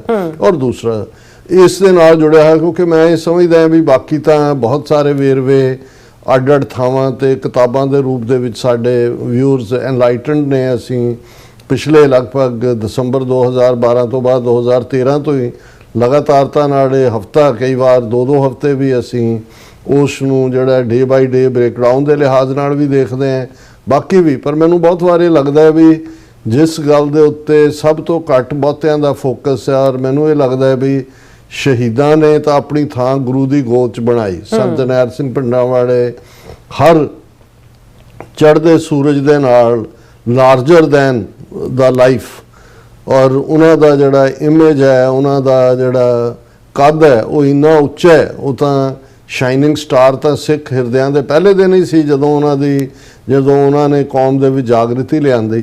ਪਰ ਜਿਹੜੇ ਲੋਕ ਹਕੂਮਤੀ ਅਦਾਰਿਆਂ ਦੇ ਗੁੰਮਰਾਹਕੁਨ ਪ੍ਰਚਾਰ ਦਾ ਸ਼ਿਕਾਰ ਸਨ, ਉਹ ਵੀ ਹੌਲੀ ਚੱਲਦੇ ਆ। ਅੱਜ ਜਦੋਂ ਅਸੀਂ 42 ਵਰਿਆਂ ਬਾਅਦ ਇਹ ਗੱਲ ਕਰ ਰਹੇ ਹਾਂ, 2 ਜਨਰੇਸ਼ਨਾਂ ਹੋਰ ਉਸ ਤੋਂ ਬਾਅਦ ਦੀਆਂ ਸਾਹਮਣੇ ਆ ਚੁੱਕੀਆਂ ਨੇ। ਅੱਜ ਸੰਤ ਭਿੰਡਰਾਂਵਾਲਿਆਂ ਦੀ ਜਿਹੜੀ ਤਸਵੀਰ ਹੈ ਉਹ ਇੱਕ ਆਈਕੋਨਿਕ ਹੈ। ਉਹਨਾਂ ਦਾ ਨਿਸ਼ਾਨਾ, ਉਹਨਾਂ ਦੀ ਦ੍ਰਿੜਤਾ, ਉਹਨਾਂ ਵੱਲੋਂ ਸ਼ਹਾਦਤ ਦੇ ਕੇ ਕੌਮੀ ਕਰ ਖਾਲਿਸਤਾਨ ਦੀ ਰੱਖੀ ਨਹੀਂ ਜਿਹੜੀ ਹੈ, ਉਸ ਨੇ ਅੱਜ ਇਸ ਨੂੰ ਉਸ ਮਹਿਲ ਤੱਕ ਪਹੁੰਚਾ ਦਿੱਤਾ ਜਿਸ ਦਾ ਲੈਂਟਰ ਪੈਣ ਵਾਲਾ ਹੈ। ਇਹ ਇਮਾਰਤ ਜਿਹੜੀ ਹੈ ਉਹਦੇ ਲਈ 1.5 ਲੱਖ ਤੋਂ ਜ਼ਿਆਦਾ ਇਹਨਾਂ 4 ਦਹਾਕਿਆਂ ਦੇ ਵਿੱਚ ਜਿਹੜਾ ਗੁਰੂ ਕਲਗੀਧਰ ਦੇ ਸਪੁੱਤਰ ਸਪੁੱਤਰੀਆਂ ਨੇ ਆਪਣੇ ਸਰੀਰਾਂ ਦੇ ਠੀਕਰੇ ਦਿੱਲੀ ਸਾਮਰਾਜ ਦੇ ਸਿਰ ਤੇ ਭੰਨੇ ਨੇ, ਤਾਂ ਕਿ ਕੌਮ ਦਾ ਆਉਣ ਵਾਲਾ ਕੱਲ ਮਾਨਮਤਾ ਹੋਏ, ਸ਼ਾਨਮਤਾ ਹੋਏ। ਔਰ ਇਸ 'ਚ ਕੋਈ ਸ਼ੱਕ ਨਹੀਂ ਹੈ ਕਿ ਘੱਲੂਘਾਰਾ 84 ਸਿੱਖ ਹਿਰਦਿਆਂ ਦੇ ਅੰਦਰ, ਸਿੱਖ ਰੂਹਾਂ ਦੇ ਅੰਦਰ, ਸਿੱਖ ਜ਼ਿਹਨ ਦੇ ਅੰਦਰ ਇਸ ਕਦਰ ਜਿਹੜਾ ਹੈ ਉਹ ਸਮਾ ਗਿਆ ਕਿ ਹੁਣ ਕਿਸੇ ਨੂੰ ਕੋਈ ਉਹ ਕਹਿਣ ਦੀ ਲੋੜ ਨਹੀਂ ਹੁੰਦੀ। ਇੱਕ ਪੀਰੀਅਡ ਸੀ, ਅਸੀਂ ਦੇਖਦੇ ਸੀ ਕਿ ਜਦੋਂ ਦਸੰਬਰ ਦਾ ਜਿਹੜਾ ਲਾਸਟ ਹਫਤਾ ਜਾਂ ਕਈ ਵਾਰ ਉਸ ਤੋਂ ਅਰਲੀਅਰ ਛੋਟੇ ਸਾਹਿਬਜ਼ਾਦਿਆਂ, ਵੱਡੇ ਸਾਹਿਬਜ਼ਾਦਿਆਂ ਦੇ ਸ਼ਹੀਦੀ ਦਿਨ, ਮਾਤਾ ਗੁਜਰੀ ਜੀ ਦਾ ਸ਼ਹੀਦੀ ਦਿਨ ਹੁੰਦਾ ਸੀ, ਤੇ ਕੋਈ ਸਿੱਖ ਆਪਣਾ ਜਿਹੜਾ ਕੋਈ ਖੁਸ਼ੀ ਦਾ ਸਮਾਗਮ ਨਹੀਂ ਸੀ ਰੱਖਦਾ, ਕੋਈ ਵਿਆਹ ਦਾ ਜਾਂ ਦੂਜਾ। ਇਹ ਸ਼ਹੀਦੀ ਹਫਤਾ ਹੈ ਭਾਈ, ਇਹ ਅਸੀਂ ਯਾਦ ਕਰਨਾ। ਔਰ ਮੈਂ ਸਮਝਦਾ ਵੀ 40 ਸਾਲਾਂ 42 ਸਾਲਾਂ 'ਚ ਜੂਨ ਦਾ ਇਹ ਪਹਿਲਾ ਹਫਤਾ ਘੱਲੂਘਾਰੇ ਦੇ ਤੌਰ ਤੇ ਇਸ ਕਦਰ ਉਸ ਅਹਿਮੀਅਤ ਦੇ ਵਾਂਗ ਇਹ ਸਿੱਖ ਦੇਖਦੇ ਨੇ ਕਿ ਈਵਨ ਜਿਹੜੇ ਜਿਨ੍ਹਾਂ ਨੇ ਕੋਈ ਕਦੇ ਗਲਤੀ ਕਰ ਵੀ ਲਈ ਸੀ ਪਹਿਲੇ ਪੀਰੀਅਡ 'ਚ, ਮੁੱਢਲੇ ਵਰਿਆਂ 'ਚ, ਉਹ ਹੁਣ ਇਸ ਗੱਲ ਦਾ ਧਿਆਨ ਰੱਖਦੇ ਨੇ ਕਿ ਵੀ ਜੂਨ ਦੇ ਇਸ ਹਫਤੇ 'ਚ ਜਦੋਂ ਘੱਲੂਘਾਰੇ ਦੇ ਦਿਨ ਚੱਲ ਰਹੇ ਨੇ, ਕੋਈ ਇਸ ਕਿਸਮ ਦਾ ਜਿਹੜਾ ਉਹ ਸਮਾਗਮ ਖੁਸ਼ੀ ਦਾ ਜਾਂ ਦੂਸਰਾ ਜਿਹੜਾ ਸੈਲੀਬ੍ਰੇਸ਼ਨ ਵਾਲਾ ਨਾ ਹੋਏ। ਔਰ ਮੇਰਾ ਨਹੀਂ ਖਿਆਲ ਵੀ ਦੁਨੀਆ 'ਚ ਕਿਤੇ ਵੀ ਜਿੱਥੇ ਗੁਰੂ ਨਾਨਕ ਨਾਮ ਲੇਵਾ ਸਿੱਖ ਸੰਗਤ ਹੈ, ਗੁਰਦੁਆਰੇ ਬਣੇ ਹੋਏ ਨੇ, ਉਹਨਾਂ ਦੇ ਕੈਲੰਡਰ ਦੇ ਵਿੱਚ ਘੱਲੂਘਾਰੇ ਦੀ ਯਾਦ 'ਚ ਅਖੰਡ ਪਾਠ ਸਾਹਿਬ ਰੱਖਣਾ, ਭੋਗ ਪਾਉਣਾ, ਸ਼ਹੀਦਾਂ ਦੀ ਯਾਦ 'ਚ ਅਰਦਾਸ ਨਾ ਹੁੰਦੀ। ਇਹ ਹੈ ਕਿ ਵੀ ਇੱਕ ਪਾਸੇ ਜਿਸ ਨੂੰ ਭਾਰਤੀ ਹਕੂਮਤ ਨੇ ਆਤੰਕਵਾਦ, ਅਲਗਾਵਵਾਦ, ਉਗਰਵਾਦ ਦੇ ਨਾਲ ਜੋੜ ਕੇ ਸੰਤ ਭਿੰਡਰਾਂਵਾਲੇ ਔਰ ਉਹਨਾਂ ਬਹਾਦਰ ਸਿੰਘਾਂ ਦੀ ਕਿਰਦਾਰਕੁਸ਼ੀ ਕੀਤੀ, ਲੇਕਿਨ ਅੱਜ ਉਸੇ ਸਿਸਟਮ ਦੇ ਵਿੱਚ ਹੁੰਦਿਆਂ ਉਸੇ ਧਰਤੀ ਦੇ ਉੱਤੇ ਅਕਾਲ ਤਖਤ ਸਾਹਿਬ ਦੇ ਉੱਤੇ ਵੀ 6 ਜੂਨ ਦੇ ਸ਼ਹੀਦਾਂ ਦੀ ਯਾਦ, ਸੰਤ ਭਿੰਡਰਾਂਵਾਲਿਆਂ ਦੀ, ਜਨਰਲ ਸਬੇਗ ਸਿੰਘ, ਭਾਈ ਅਮਰੀਕ ਸਿੰਘ ਵੱਡੇ ਸਮਾਗਮ ਹੁੰਦੇ ਨੇ ਹਰ ਸਾਲ। ਔਰ ਦੁਨੀਆ ਭਰ ਦੇ ਵਿੱਚ ਜਿਹੜਾ ਹੈ ਉਹ ਸਮਾਗਮ ਕੀਤੇ ਜਾਂਦੇ ਨੇ। ਔਰ ਹੁਣ ਤਾਂ ਇਵੇਂ ਹੈ ਕਿ ਵੀ ਆਲਮੋਸਟ ਜਿਵੇਂ ਖਾਲਸਾ ਸਾਜਨਾ ਦਿਵਸ ਬੇਸ਼ੱਕ ਪਹਿਲੀ ਵਿਸਾਖ 14 ਅਪ੍ਰੈਲ ਨਾਲ ਜੁੜਿਆ ਹੋਇਆ ਸੀ, ਪਰ ਅਪ੍ਰੈਲ ਦਾ ਲਗਭਗ ਸਾਰਾ ਮਹੀਨਾ ਹੀ ਜਿਹੜਾ ਹੈ ਉਹ ਸਿੱਖ ਡੇ, ਪੈਰੇਡਸ ਜਾਂ ਨਗਰ ਕੀਰਤਨ ਜਾਂ ਸਮਾਗਮ ਹੁੰਦੇ ਨੇ। ਇਵੇਂ ਹੀ ਮੈਂ ਦੇਖਦਾ ਕਿ ਵੀ ਜੂਨ ਦਾ ਇਹ ਸਾਰੇ ਦਾ ਸਾਰਾ ਮਹੀਨਾ ਹੀ ਆਲਮੋਸਟ ਜਿਹੜਾ ਹੈ ਉਹ ਇਸ ਘੱਲੂਘਾਰੇ ਨਾਲ ਸੰਬੰਧਿਤ ਸਮਾਗਮ, ਕਿਉਂਕਿ ਜੂਨ ਦੇ ਵਿੱਚ ਬਾਬਾ ਬੰਦਾ ਸਿੰਘ ਬਹਾਦਰ ਦਾ ਸ਼ਹੀਦੀ ਦਿਨ ਵੀ ਹੈ। ਜੂਨ ਦੇ ਮਹੀਨੇ ਗੁਰੂ ਅਰਜਨ ਸਾਹਿਬ ਦਾ ਸ਼ਹੀਦੀ ਦਿਨ, ਕਿਉਂਕਿ ਉਦੋਂ ਬਿਕਰਮੀ ਕੈਲੰਡਰ ਮੁਤਾਬਕ 3 ਜੂਨ ਸੀ, ਹੁਣ ਇਹ ਵੇਰੀ ਕਰਦਾ ਹੈ। ਨਾਨਕਸ਼ਾਹੀ ਕੈਲੰਡਰ ਮੁਤਾਬਕ 16 ਜੂਨ ਦਾ ਦਿਨ ਮੂਲ ਨਾਨਕਸ਼ਾਹੀ ਕੈਲੰਡਰ ਮੁਤਾਬਕ ਫਿਕਸ ਕੀਤਾ ਹੋਇਆ। ਤੇ ਜਦੋਂ ਵੀ ਗੁਰੂ ਅਰਜਨ ਸਾਹਿਬ ਦਾ ਸ਼ਹੀਦੀ ਦਿਨ ਨੂੰ ਯਾਦ ਕਰਦੇ ਆ, ਫਿਰ ਘੱਲੂਘਾਰਾ 84 ਦੀ ਯਾਦ ਹੁੰਦੀ ਹੈ ਜੀ। ਫਿਰ ਮਹਾਰਾਜਾ ਰਣਜੀਤ ਸਿੰਘ ਦੀ ਬਰਸੀ ਜੂਨ ਦੇ ਐਂਡ 'ਚ ਜਾ ਕੇ 27 ਜੂਨ ਨਾਲ ਜੁੜੀ ਹੋਈ ਹੈ। ਸੋ ਜਦੋਂ ਅਸੀਂ ਕਦੇ ਕ੍ਰਿਸਚੀਅਨਿਟੀ ਦੇ ਕਨਸੈਪਟ ਨਾਲ ਪੜ੍ਹਦੇ ਹੁੰਦੇ ਸੀ ਕਿ ਫਰੋਮ ਕ੍ਰਾਸ ਟੂ ਕਰਾਊਨ, ਕਿ ਜਦੋਂ ਜੀਸਸ ਦੀ ਗੱਲ ਕਰਦੇ ਨੇ ਕਿ ਜੀਸਸ ਸਲੀਬ ਤੇ ਚੜ੍ਹਿਆ ਔਰ ਕਿੰਗਡਮ ਆਫ ਹੈਵਨ ਦਾ ਉਹ ਬਾਦਸ਼ਾਹ ਹੈ, ਔਰ ਈਸਾਈਆਂ ਦੀ ਜਿਹੜੀ ਚਾਹਨਾ ਹੈ ਉਹ ਕਿੰਗਡਮ ਆਫ ਹੈਵਨ ਨੂੰ ਕਰਨ ਦੀ ਹੈ। ਮਕਸਦ ਤਾਂ ਇਹ ਸੀ ਕਿ ਤਖਤ ਲੈਣ ਦੇ ਲਈ ਤਖਤੇ ਤੇ ਚੜ੍ਹਨਾ ਪੈਂਦਾ, ਔਰ ਇਹ ਉਹਨਾਂ ਦਾ ਤਾਂ ਚਲੋ ਇੱਕ ਫੇਥ ਹੈ ਜਿਹੜਾ ਉਹਨਾਂ ਨੇ ਆਪਣੇ ਜਿਹੜਾ ਜੀਸਸ ਦੇ ਨਾਲ ਜੋੜਿਆ।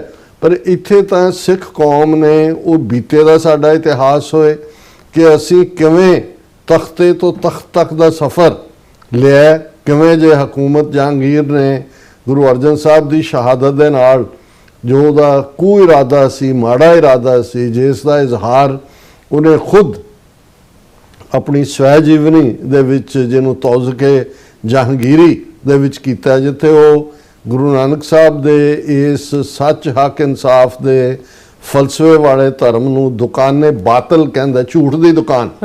ਔਰ ਜਹਾਂਗੀਰ ਕਹਿੰਦਾ ਵੀ ਮੇਰੀ ਇਹ ਚਿਰਾਂ ਤੋਂ ਇੱਛਾ ਸੀ ਕਿ ਜਾਂ ਗੁਰੂ ਅਰਜਨ ਨੂੰ ਇਸਲਾਮ ਦੇ ਘੇਰੇ ਵਿੱਚ ਲੈ ਆਵਾਂ ਤੇ ਜਾਂ ਇਸ ਦੁਕਾਨੇ ਬਾਤਲ ਨੂੰ ਸਦਾ ਲਈ ਬੰਦ ਕਰ ਦਿਆਂ। ਸੋ ਇਹ ਜਿਹੜਾ ਉਦੋਂ ਵੀ ਕੋਈ ਇਰਾਦਾ ਹੀ ਸੀ, ਲੇਕਿਨ ਉਸ ਦਾ ਜਵਾਬ ਜਿਹੜਾ ਗੁਰੂ ਅਰਜਨ ਸਾਹਿਬ ਨੂੰ ਸ਼ਹੀਦ ਕੀਤਾ, ਤਤੀ ਤਵੀ ਸਿਰ ਤੇ ਰੇਤ ਦੇਗ ਵਿੱਚ ਉਬਾਲ ਕੇ, ਫਿਰ ਉਹਨਾਂ ਦੇ ਪਵਿੱਤਰ ਸਰੀਰ ਨੂੰ ਰਾਵੀ ਦੇ ਵਿੱਚ ਸੁੱਟ ਕੇ, ਜਿਹਨੂੰ ਸਾਡਾ ਇਤਿਹਾਸਕਾਰ ਪਹਿਲਾ ਭਾਈ ਰਤਨ ਸਿੰਘ ਭੰਗੂ ਪ੍ਰਾਚੀਨ ਪੰਥ ਪ੍ਰਕਾਸ਼ ਜਦੋਂ ਕਹਿੰਦੇ ਨੇ, ਕਿਆ ਗੁਰੂ ਅਰਜਨ ਦਰਿਆਏ ਨਹੀਂ ਬੋੜਿਓ। ਹਾਲਾਂ ਸਾਡੇ ਢਾਡੀਆਂ ਨੇ ਜਾਂ ਦੂਜੇ ਜੀ ਗੁਰੂ ਸਾਹਿਬ ਨੇ ਇਸ਼ਨਾਨ ਕਰਨ ਦੀ ਇੱਛਾ ਜ਼ਾਹਰ ਕੀਤੀ, ਉਹਨਾਂ ਨੇ ਕਿਹਾ ਜੀ ਛਾਲੇ ਨੇ ਪਾਣੀ 'ਚ ਜਾਣ। ਇਹ ਇਸ ਕਿਸਮ ਦੀਆਂ ਕਿਉਂ ਦੰਦ ਕਥਾਵਾਂ ਜਿਹੜੀਆਂ ਨੇ, ਜਦੋਂ ਕਿ ਹਿਸਟੋਰੀਕਲ ਬੜਾ ਕਲੀਅਰ ਹੈ ਕਿ ਉਹਨਾਂ ਨੇ ਉਹ ਗੁਰੂ ਸਾਹਿਬ ਨੂੰ ਜਿਹੜਾ ਉਹ ਟਾਰਚਰ ਕਰਕੇ ਤੇ ਅਲਟੀਮੇਟਲੀ ਰਾਵੀ ਦਰਿਆ ਦੇ ਵਿੱਚ। ਔਰ ਉਹ ਕਹਾਣੀ ਅੱਜ ਵੀ ਜਦੋਂ ਅਸੀਂ ਪੰਜਾਬ ਦੇ ਵਿੱਚ ਜਿਹੜਾ ਖੂਨੀ ਦੌਰ, ਕਿਉਂਕਿ ਇਹ ਜੂਨ 84 ਦਾ ਪਹਿਲਾ ਹਫਤਾ ਮਹਿਜ਼ ਅਕਾਲ ਤਖਤ ਸਾਹਿਬ ਜਾਂ ਦਰਬਾਰ ਸਾਹਿਬ ਤੇ ਹਮਲੇ ਤੱਕ ਮਹਿਦੂਦ ਨਹੀਂ ਹੈ, 37 ਇਤਿਹਾਸਕ ਗੁਰਦੁਆਰਿਆਂ ਤੱਕ ਮਹਿਦੂਦ ਨਹੀਂ ਹੈ। ਜਦੋਂ ਅਸੀਂ ਟੈਂਕਾਂ ਦੀ ਗੱਲ ਕਰਦੇ ਹਾਂ, ਸਿਰਫ ਹਰਮੰਦਰ ਸਾਹਿਬ ਦੀਆਂ ਪਰਿਕਰਮਾ 'ਚ ਹੀ ਟੈਂਕ ਨਹੀਂ ਲਿਆਂਦੇ ਗਏ, ਗੁਰਦੁਆਰਾ ਤਰਨਤਾਰਨ ਸਾਹਿਬ, ਗੁਰਦੁਆਰਾ ਮੁਕਤਸਰ ਸਾਹਿਬ, ਗੁਰਦੁਆਰਾ ਦੁੱਖ ਨਿਵਾਰਨ ਸਾਹਿਬ ਤੱਕ ਹੀ ਮਹਿਦੂਦ ਨਹੀਂ ਹੈ। ਸਾਡੇ ਹਿਸਟੋਰੀਕਲ ਖਜ਼ਾਨੇ ਟ੍ਰੇਜਰ ਨੂੰ ਡਿਸਟਰੋਏ ਕਰਨ ਤੱਕ ਹੀ ਮਹਿਦੂਦ ਨਹੀਂ ਹੈ। ਇਹ ਸਿੱਖਾਂ ਦੇ ਖਿਲਾਫ ਟੋਟਲ ਵਾਰ ਅਨਡਿਕਲੇਅਰਡ, ਜਦੋਂ ਡਿਕਲੇਅਰਡ ਜਦੋਂ ਦੋ ਮੁਲਕ ਇੱਕ ਦੂਸਰੇ ਦੇ ਖਿਲਾਫ ਜੰਗ ਦੇ ਵਿੱਚ ਜਾਂਦੇ ਨੇ, ਉਹ ਡਿਕਲੇਅਰ ਕਰਦੇ ਨੇ ਕਿ ਜੀ ਵਾਰ ਸਾਡੇ ਤੇ ਹਮਲਾ ਹੋਇਆ, ਵੀ ਆ ਡਿਕਲੇਅਰਿੰਗ ਵਾਰ। ਇਹਨਾਂ ਨੇ ਬਿਨਾਂ ਡਿਕਲੇਅਰ ਕੀਤਿਆਂ ਅਨਡਿਕਲੇਅਰਡ ਟੋਟਲ ਵਾਰ ਸਿੱਖਾਂ ਦੇ ਖਿਲਾਫ। ਜਦੋਂ ਅਸੀਂ ਟੋਟਲ ਵਾਰ ਕਹਿੰਦੇ ਹਾਂ, ਟੋਟਲ ਵਾਰ ਦਾ ਮਤਲਬ ਸਰਵਨਾਸ਼, ਨੇਸਤੋ ਨਾਬੂਦ, ਬੀਜ ਨਾਸ। ਜੈਨੋਸਾਈਡ ਲਫ਼ਜ਼ ਤਾਂ ਹੁਣ ਆਇਆ, ਹੁਣ ਜੀਨ ਬੀਜ ਨੂੰ ਹੀ ਕਹਿੰਦੇ ਨੇ। ਇਹ ਸੀ ਜਿਵੇਂ ਮੁਗਲਾਂ ਨੇ ਜਾਂ ਅਫਗਾਨਾਂ ਨੇ ਜਦੋਂ 18ਵੀਂ ਸਦੀ 'ਚ ਸਿੱਖ ਕੌਮ ਨੂੰ ਨਿਸ਼ਾਨੇ ਤੇ ਲਿਆ, ਉਹ ਤਾਂ ਬੀਜਨਾਸ ਸੀ। ਘੱਲੂਘਾਰਿਆਂ ਦੇ ਵਿੱਚ ਕੀ ਵਾਪਰਿਆ, ਵੱਡੇ ਘੱਲੂਘਾਰੇ 'ਚ ਕੀ ਵਾਪਰਿਆ, ਇੱਕ ਦਿਨ ਦੇ ਵਿੱਚ 40 ਤੋਂ 50 ਹਜ਼ਾਰ ਸੂਰਜ ਚੜ੍ਹਨ ਤੋਂ ਸੂਰਜ ਡੁੱਬਣ ਤੱਕ ਅਬਦਾਲੀ ਦੀਆਂ ਫੌਜਾਂ ਨੇ ਮਾਰ, ਜਿਨ੍ਹਾਂ 'ਚ ਮੈਜੋਰਿਟੀ ਔਰਤਾਂ, ਬਜ਼ੁਰਗ ਔਰ ਬੱਚੇ ਸੀ। ਕਿਉਂਕਿ ਸਿੱਖ ਜਥੇ ਜਿਹੜੇ ਨੇ ਦਰਬਾਰ ਸਾਹਿਬ ਇਕੱਠੇ ਹੋ ਕੇ ਜਿਹੜਾ ਉਹ ਸੈਲੀਬ੍ਰੇਸ਼ਨ ਲਈ ਆਏ ਸੀ, ਔਰ ਉੱਥੋਂ ਕਾਬਲ ਤੋਂ ਅਬਦਾਲੀ ਚੜ੍ਹ ਪਏ। ਸੋ ਜਦੋਂ ਅਸੀਂ ਵੱਡਾ ਘੱਲੂਘਾਰਾ ਕਹਿੰਦੇ ਹਾਂ ਵੀ ਉਸ ਪੀਰੀਅਡ 'ਚ ਜਿਹੜੇ ਜਿੰਨੀ ਸਿੱਖ ਕੌਮ ਸੀ ਉਹਦਾ ਲਗਭਗ ਅੱਧਾ ਜਿਹੜਾ ਸੀ ਉਹ ਇੱਕ ਦਿਨ ਦੇ ਵਿੱਚ ਮਾਰ ਦਿੱਤਾ ਉਹਨਾਂ ਨੇ। ਔਰ ਜਿਹੜੇ ਬਚੇ ਉਹਨਾਂ 'ਚੋਂ ਵੀ ਕੋਈ ਐਸਾ ਨਹੀਂ ਸੀ ਜਿਹਦੇ ਸਰੀਰ ਤੇ ਜ਼ਖਮ ਨਾ ਹੋਏ। ਉਹਨਾਂ ਦੇ ਚੋਲੇ ਜਿਹੜੇ ਨੇ ਉਹ ਖੂਨ ਨਾਲ ਲੱਥਪੱਥ ਸਨ। ਜਿਹੜੇ ਦਲ ਖਾਲਸਾ ਦੇ ਆਗੂ ਸੀ ਸਰ ਜੱਸਾ ਸਿੰਘ ਆਹਲੂਵਾਲੀਆ, ਉਹਨਾਂ ਦੇ ਸਰੀਰ ਦੇ ਉੱਤੇ 22 ਫੱਟ ਸਨ। ਔਰ ਸਿੱਖਾਂ, ਜਦੋਂ ਤੁਸੀਂ ਸਿੱਖ ਕੌਮ ਦੀ ਰੈਜ਼ੀਲੀਅੰਸ ਜਾਂ ਤਖਤੇ ਤੋਂ ਤਖਤ ਤੱਕ ਦਾ ਸਫ਼ਰ ਦੇਖਦੇ ਹੋ, ਤੇ ਇਹ ਇਤਿਹਾਸ ਹੀ ਜਿਹਨੂੰ ਅਸੀਂ ਦੋ ਵੇਲੇ ਦੀ ਅਰਦਾਸ, ਪ੍ਰੇਅਰ, ਰਿਕਵੈਸਟ, ਗੁਜ਼ਾਰਿਸ਼, ਬੇਨਤੀ, ਇਹ ਲਫ਼ਜ਼ ਨੇ ਸਾਰੇ ਦੇ। ਪਰ ਅਸੀਂ ਅਰਦਾਸ ਅਕਾਲ ਪੁਰਖ ਤੋਂ ਜਿੱਥੇ ਕਨਕਲੂਡ ਅਸੀਂ ਸਰਬੱਤ ਦੇ ਭਲੇ ਨਾਲ ਹੀ ਕਰਦੇ ਹਾਂ, ਜਿਹੜਾ ਸਿੱਖ ਕੌਮ ਦਾ ਮਿਸ਼ਨ ਹੈ, ਨਾਨਕ ਨਾਮ ਚੜ੍ਹਦੀ ਕਲਾ ਤੇਰੇ ਪਾਣੇ ਸਰਬੱਤ ਦਾ ਭਲਾ।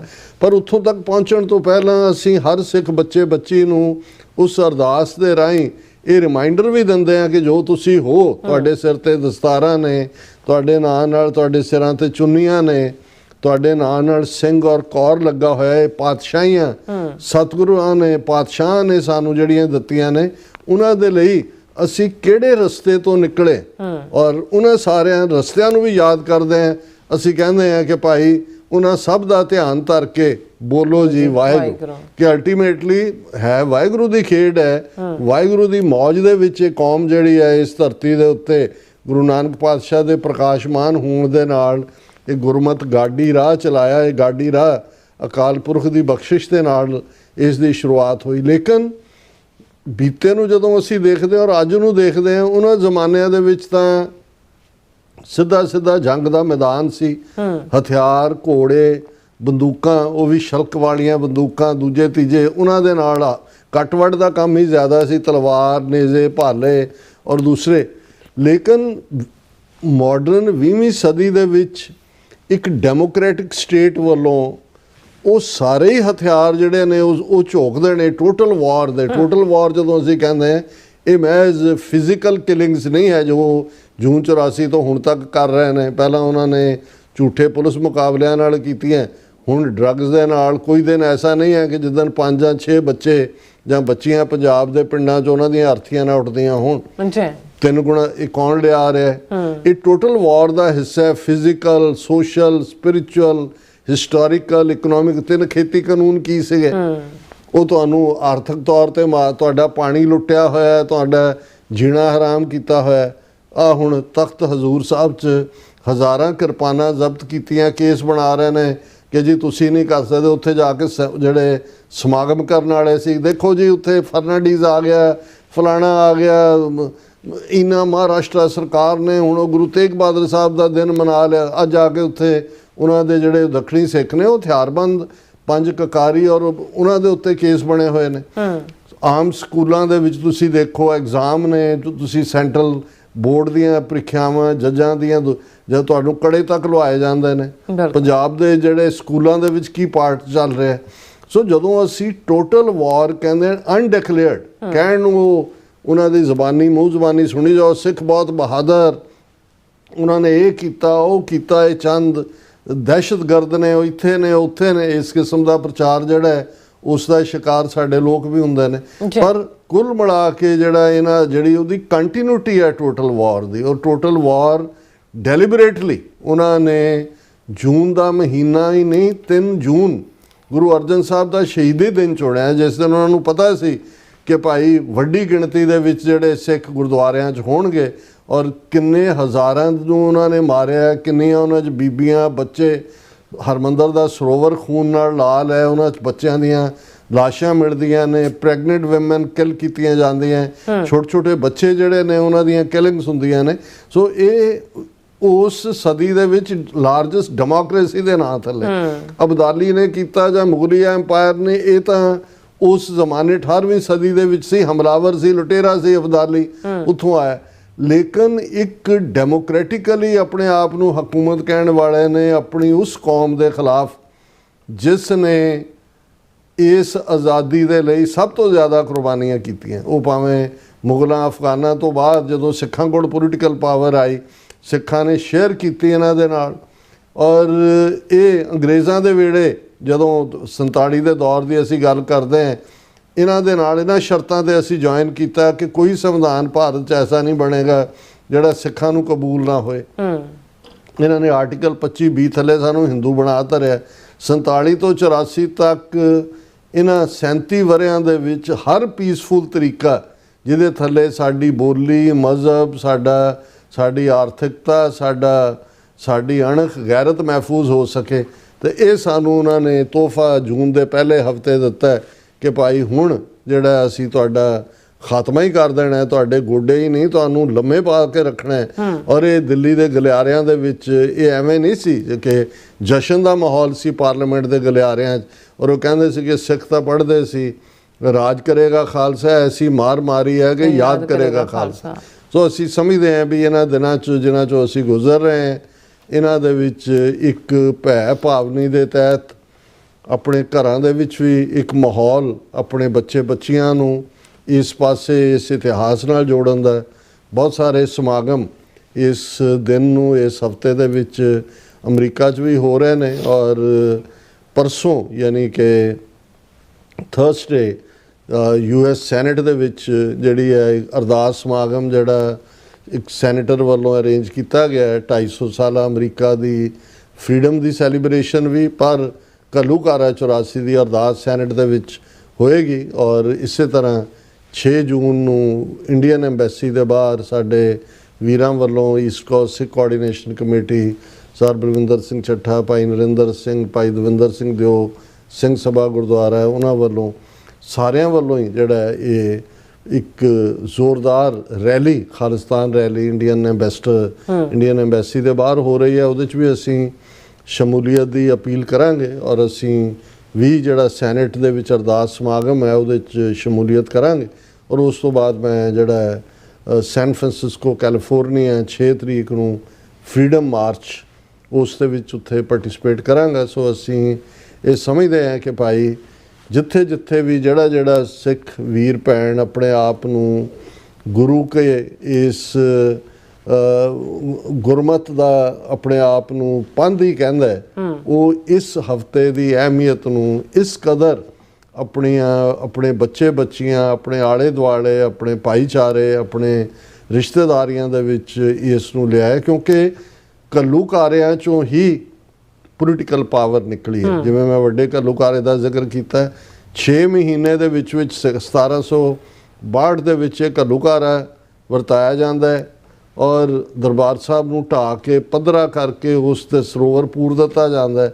ਵਿਦਿਨ 6 ਮੰਥਸ ਸਿੱਖ ਡਿਫੀਟ ਕਰਦੇ ਨੇ ਔਰ 1764 ਦੇ ਵਿੱਚ ਫਿਰ ਲਾਹੌਰ ਦੇ ਉੱਤੇ ਖਾਲਸਾਈ ਪਰਚਮ ਝੂਲਦਾ ਹੈ। ਸਰ ਜੱਸਾ ਸਿੰਘ ਆਹਲੂਵਾਲੀਆ ਜਿਨ੍ਹਾਂ ਨੇ ਵੱਡੇ ਘੱਲੂਘਾਰੇ ਵੇਲੇ ਲੀਡ ਕੀਤਾ ਸੀ ਪੰਥ ਨੂੰ ਇੰਨੀਆਂ ਕੁਰਬਾਨੀਆਂ ਨਾਲ, ਉਹਨਾਂ ਨੂੰ ਕੌਮ ਸੁਲਤਾਨੁਲ ਕੌਮ ਦਾ ਖਿਤਾਬ ਦਿੰਦੀ ਹੈ। ਲਾਹੌਰ ਦੇ ਸ਼ਾਹੀ ਕਿਲੇ 'ਤੇ ਖਾਲਸਾਈ ਪਰਚਮ ਝੂਲਦਾ ਹੈ ਔਰ 1764 ਤੋਂ ਬਾਅਦ ਤੁਸੀਂ ਵਿਦਿਨ ਈਅਰਸ ਤੁਸੀਂ ਦੇਖੋਗੇ ਕਿ 19 ਸਾਲਾਂ ਬਾਅਦ 1783 ਦੇ ਵਿੱਚ 30,000 ਖਾਲਸੇ ਦੀ ਫੌਜ ਫਿਰ ਦਿੱਲੀ ਦੇ 30,000 ਮੁਕਾਮ 'ਤੇ ਉੱਤੇ ਪੜਾ ਕਰਕੇ ਲਾਹੌਰ ਦਿੱਲੀ ਦੇ ਲਾਲ ਕਿਲੇ ਦੇ ਉੱਤੇ ਆਪਣਾ ਖਾਲਸਾਈ ਪਰਚਮ ਲਹਿਰਾਉਂਦੀ ਹੈ। ਦਿੱਲੀ ਫਤਿਹ। ਔਰ ਇਸ ਕਦਰ ਸਿੱਖਾਂ ਦੇ ਵਿੱਚ ਭਰੋਸਾ ਹੁੰਦਾ ਹੈ ਕਿ ਜਦੋਂ ਮਰਜ਼ੀ ਦਿੱਲੀ ਨੂੰ ਫਤਿਹ ਕਰਕੇ ਵਾਪਸ ਮੁੜ ਆਉਂਦਾ ਸੀ। ਕਹਿੰਦੇ ਦਿੱਲੀ ਤੇ ਬਿੱਲੀ ਦਾ ਕੀ ਮਾਰਨਾ ਹੈ, ਜਦੋਂ ਮਰਜ਼ੀ ਮਾਰ ਲਈ।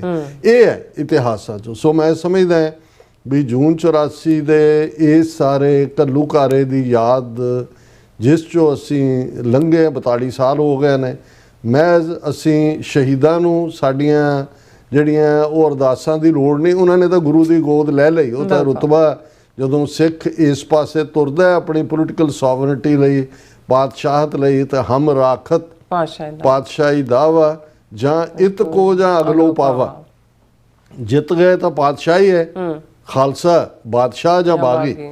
ਸੋ ਪਹਿਲੀ ਗੱਲ ਉਸ ਦੀ ਬਾਦਸ਼ਾਹ ਦੀ ਸਟਰਗਲ ਹੈ, ਫਿਰ ਬਗਾਵਤ ਹੈ, ਤੇ ਜਿਹੜਾ ਬਾਗੀ ਹੈ ਉਹਦੇ ਲਈ ਸ਼ਹਾਦਤ ਜੇ ਉਹਨੂੰ ਮਿਲਦੀ ਹੈ ਤਾਂ ਇਹ ਵੀ ਗੁਰੂ ਦੀ ਗੋਦ ਹੈ। ਸੋ ਮੈਂ ਸਮਝਦਾ ਹਾਂ ਵੀ ਜਿਹੜੀ ਗੱਲ 20ਵੀਂ ਸਦੀ ਦੇ ਮਹਾਨ ਸਿੱਖ ਸ਼ਹੀਦ ਸੰਤ ਜਰਨੈਲ ਸਿੰਘ ਖਾਲਸਾ ਭਿੰਡਰਾਂਵਾਲਿਆਂ ਨੇ ਸਾਨੂੰ ਦ੍ਰਿੜ ਕਰਵਾਈ ਸੀ ਕਿ ਖਾਲਸਾ ਜੀ ਸ਼ਹੀਦਾਂ ਦੇ ਖੂਨ ਦਾ ਹੱਕ ਲੈਣੇ ਤੇ ਸ਼ਹੀਦਾਂ ਦੇ ਖੂਨ ਦਾ ਹੱਕ ਖਾਲਿਸਤਾਨ ਦੀ ਪ੍ਰਾਪਤੀ ਨਾਲ ਜੁੜਿਆ ਹੋਇਆ ਹੈ। ਸੋ ਅਸੀਂ ਇਹ ਸਮੁੱਚਾ ਹਫਤਾ ਸ਼ਹੀਦਾਂ ਦੀ ਯਾਦ ਨੂੰ ਸਮਰਪਿਤ ਕਰਦੇ ਹਾਂ ਔਰ ਇਹ ਰਿਜ਼ੋਲਵ ਜਿਹੜਾ ਅਸੀਂ ਉਸ ਪੀਰੀਅਡ ਨੂੰ ਦੇਖਿਆ, ਅਗਲੀਆਂ ਜਨਰੇਸ਼ਨਾਂ ਜਿਹੜੀ ਤੀਸਰੀ ਜਨਰੇਸ਼ਨ ਹੈ ਉਹ ਸੁਣਦੇ ਨੇ, ਉਹ ਪੜ੍ਹਦੇ ਨੇ, ਉਹ ਇਮੇਜਰੀ 'ਚ ਦੇਖਦੇ ਨੇ ਤੇ ਸਾਡੇ ਸਾਹਮਣੇ ਇਹੀ ਹੈ ਕਿ ਕੌਮੀ ਘਰ ਖਾਲਿਸਤਾਨ ਦੇ ਲਈ ਆਪਣਾ ਯੋਗਦਾਨ ਪਾਈਏ। ਮੈਂ ਜਿਹੜਾ ਲੈਫਟੀਨੈਂਟ ਜਨਰਲ ਸਿਨਹਾ ਦੀ ਗੱਲਬਾਤ ਕੱਲ੍ਹ ਦੇ ਪ੍ਰੋਗਰਾਮ 'ਚ ਕਰਾਂਗਾ ਕਿਉਂਕਿ ਮੈਂ ਘੜੀ ਦੇਖ ਰਿਹਾ ਕਿ ਆਲਰੇਡੀ ਅਸੀਂ ਜਿਹੜਾ ਕਾਫੀ ਪਹਿਲਾ ਸੈਗਮੈਂਟ ਕਰ ਲਿਆ ਜੀ। ਰਾਸਾ ਤੁਹਾਡਾ ਬਹੁਤ ਬਹੁਤ ਸ਼ੁਕਰੀਆ। ਸੋ ਥਲੇ ਨੇ ਬ੍ਰੇਕ ਤੇ ਜਾਣ ਤੋਂ ਪਹਿਲਾਂ ਅਸੀਂ ਦਰਸ਼ਕਾਂ ਤੇ ਸਰੋਤਿਆਂ ਨੂੰ ਅਪੀਲ ਦੇ ਬੇਨਤੀ ਕਰਦੀ ਹੈ ਵੀਅਰਸ, ਜਿਸ ਤਰ੍ਹਾਂ ਤੁਸੀਂ ਜਾਣਦੇ ਹੋ ਕਿ TV 84 ਇੱਕ ਪੰਥਕ ਚੈਨਲ ਹੈ। TV 84 ਦੀ ਚੜ੍ਹਦੀ ਕਲਾ ਲਈ ਵੱਧ ਤੋਂ ਵੱਧ ਡੋਨੇਟ ਕਰੋ। ਡੋਨੇਟ ਕਰਨ ਲਈ ਸਾਡੀ ਵੈਬਸਾਈਟ TV84.tv ਤੇ ਜਾ ਕੇ ਪੇਪਾਲ ਦੀ ਵਰਤੋਂ ਕਰਕੇ ਵਨ ਟਾਈਮ ਡੋਨੇਟ ਕਰ ਸਕਦੇ ਹੋ, ਮੰਥਲੀ ਡੋਨੇਟ ਵੀ ਕਰ ਸਕਦੇ ਹੋ। ਤੁਸੀਂ TV 84 ਦੇ ਨਾਮ ਤੇ ਚੈੱਕ ਬਣਾ ਕੇ ਸਾਨੂੰ ਮੇਲ ਵੀ ਕਰ ਸਕਦੇ ਸਾਡੇ ਇਸ ਪਤੇ ਤੇ 36-01 37th Avenue, Long Island City, New York 11101 USA, ਜਾਂ ਫਿਰ ਸਾਨੂੰ ਫੋਨ ਰਾਹੀਂ ਵੀ ਸੰਪਰਕ ਕਰ ਸਕਦੇ ਹੋ 5166191984। ਤੁਸੀਂ ਸਾਨੂੰ ਈਮੇਲ ਵੀ ਕਰ ਸਕਦੇ ਹੋ info@tv84.tv ਤੇ ਅਸੀਂ ਤੁਹਾਡੇ ਤਹਿ ਦਿਲ ਤੋਂ ਸ਼ੁਕਰਗੁਜ਼ਾਰ ਹੋਵਾਂਗੇ। ਸੋ ਇੱਥੇ ਲੈਣੇ ਬ੍ਰੇਕ ਵੀਅਰਸ, ਤੋਂ ਸਾਨੂੰ ਇਸੇ ਤਰ੍ਹਾਂ ਬਣੇ ਰਹਿਣਾ। ਮਿਲਦੇ ਆਫਟਰ ਦਿਸ ਸ਼ਾਰਟ ਬ੍ਰੇਕ।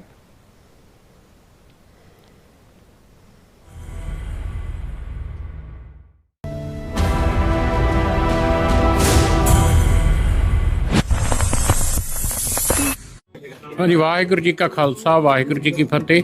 ਸ਼ਹੀਦਾਂ ਦੇ ਸਰਤਾਜ ਗੁਰੂ ਅਰਜਨ ਪਾਤਸ਼ਾਹ ਜੀ ਮਹਾਰਾਜ ਅਤੇ 1984 ਦੇ ਸਮੂਹ ਸ਼ਹੀਦਾਂ ਦੀ ਯਾਦ ਦੇ ਵਿੱਚ ਨਗਰ ਕੀਰਤਨ 7 ਜੂਨ ਨੂੰ ਬਰੈਂਪਟਨ ਵਿਖੇ ਹੋਣ ਜਾ ਰਹੇ ਨੇ। ਹਰ ਸਾਲ ਦੀ ਤਰ੍ਹਾਂ ਆਪ ਸੰਗਤਾਂ ਨੇ ਹਮਾ ਕੇ ਪਹੁੰਚਣਾ। 11:30 ਵਜੇ ਗੁਰਦੁਆਰਾ ਗੁਰੂ ਨਾਨਕ ਮਿਸ਼ਨ ਸੈਂਟਰ ਤੋਂ ਨਗਰ ਕੀਰਤਨ ਰਵਾਨਾ ਹੋਣਗੇ ਅਤੇ ਸ਼ਾਮੀ 6 ਵਜੇ ਦੇ ਕਰੀਬ ਜੋਤ ਪ੍ਰਕਾਸ਼ ਗੁਰਦੁਆਰਾ ਸਾਹਿਬ ਵਿਖੇ ਪਹੁੰਚਣਗੇ। ਇਸ ਦੇ ਨਾਲ ਸੈਂਟਰ ਦੇ ਵਿੱਚ ਸੈਂਡਲਵੁੱਡ ਐਂਟੋਰਬਰਮ ਤੇ ਇੱਕ ਵੱਡੀ ਸਟੇਜ ਲੱਗੂਗੀ ਜਿੱਥੇ ਪੰਥਕ ਬੁਲਾਰੇ ਅਤੇ ਢਾਡੀ ਕੋਈ ਸ਼ਰਾਬ ਸੰਗਤਾਂ ਨੂੰ ਇਤਿਹਾਸ ਦੇ ਨਾਲ ਜੋੜਨਗੇ। ਇਸ ਦੇ ਨਾਲ 5 ਜੂਨ ਨੂੰ ਢਾਡੀ ਦਰਬਾਰ ਗੁਰਦੁਆਰਾ ਗੁਰੂ ਨਾਨਕ ਮਿਸ਼ਨ ਸੈਂਟਰ ਵਿਖੇ ਅਤੇ 6 ਜੂਨ ਨੂੰ ਦੋਨਾਂ ਹੀ ਗੁਰਦੁਆਰਾ ਸਾਹਿਬ ਵਿੱਚ ਸਮਾਗਮ ਹੋਣਗੇ ਕੀਰਤਨ ਦਰਬਾਰ। 6 ਜੂਨ ਨੂੰ ਹੀ ਆਪ ਜਿਨ੍ਹਾਂ ਵੀ ਗੁਰਸਿੱਖਾਂ ਨੇ ਗੁਰੂ ਕੇ ਜਹਾਜ਼ੇ ਚੜ੍ਹਨਾ ਅੰਮ੍ਰਿਤ ਸੰਚਾਰ ਜਿਹੜੇ ਉਹ ਗੁਰਦੁਆਰਾ ਜੋਤ ਪ੍ਰਕਾਸ਼ ਵਿਖੇ ਦੁਪਹਿਰ 1 ਵਜੇ ਹੋਣ ਜਾ ਰਹੇ ਨੇ। ਉਹਦੇ ਵਿੱਚ ਵੀ ਤੁਸੀਂ ਗੁਰਦੁਆਰਾ ਜੋਤ ਪ੍ਰਕਾਸ਼ ਸਾਹਿਬ ਵਿਖੇ ਆਪਣੇ ਨਾਮ ਜਿਹੜੇ ਉਹ ਲਿਖਵਾ ਸਕਦੇ ਹੋ। ਹੋਰ ਜਾਣਕਾਰੀ ਲਈ ਤੁਸੀਂ ਦੋਨਾਂ ਹੀ ਗੁਰਦੁਆਰਾ ਸਾਹਿਬ ਨੂੰ ਫੋਨ ਕਰ ਸਕਦੇ ਹੋ। ਵਾਹਿਗੁਰੂ ਜੀ ਕਾ ਖਾਲਸਾ, ਵਾਹਿਗੁਰੂ ਜੀ ਕੀ ਫਤਿਹ। 6 ਜੂਨ ਨੂੰ ਸੈਨ ਫਰਾਂਸਿਸਕੋ ਵਿੱਚ ਹੋਣ ਜਾ ਰਹੀ ਹੈ ਫਰੀडम ਮਾਰਚ ਅਤੇ ਸੋਵਰੇਨਿਟੀ ਰੈਲੀ। ਸਾਹਿਬ ਸ੍ਰੀ ਗੁਰੂ ਅਰਜਨ ਦੇਵ ਜੀ ਦੀ ਸ਼ਹੀਦੀ ਅਤੇ ਜੂਨ 1984 ਦੇ ਸ਼ਹੀਦਾਂ ਨੂੰ ਸਮਰਪਿਤ ਇਸ ਮਾਰਚ ਵਿੱਚ ਵੱਡੀ ਗਿਣਤੀ ਵਿੱਚ ਸੰਗਤਾਂ ਨੂੰ ਪਹੁੰਚਣ ਦੀ ਬੇਨਤੀ ਕੀਤੀ ਜਾਂਦੀ ਹੈ। ਇਹ ਫਰੀडम ਮਾਰਚ ਸਵੇਰੇ 10 ਵਜੇ 88 ਸੈਕਿੰਡ ਸਟਰੀਟ ਤੋਂ ਸ਼ੁਰੂ ਹੋ ਕੇ ਸਿਵਿਕ ਸੈਂਟਰ ਪਲਾਜ਼ਾ ਤੱਕ ਪਹੁੰਚੇਗਾ। ਆਓ ਸ਼ਹੀਦਾਂ ਨੂੰ ਸਤਿਕਾਰ ਭੇਟ ਕਰੀਏ ਅਤੇ ਕੌਮੀ ਏਕਤਾ ਦਾ ਸੰਦੇਸ਼ ਦੁਨੀਆ ਤੱਕ ਪਹੁੰਚਾਈਏ। ਵਧੇਰੇ ਜਾਣਕਾਰੀ ਲਈ ਸਕਰੀਨ ਤੇ ਦਿੱਤੇ ਨੰਬਰਾਂ ਤੇ ਸੰਪਰਕ ਕਰੋ ਜੀ।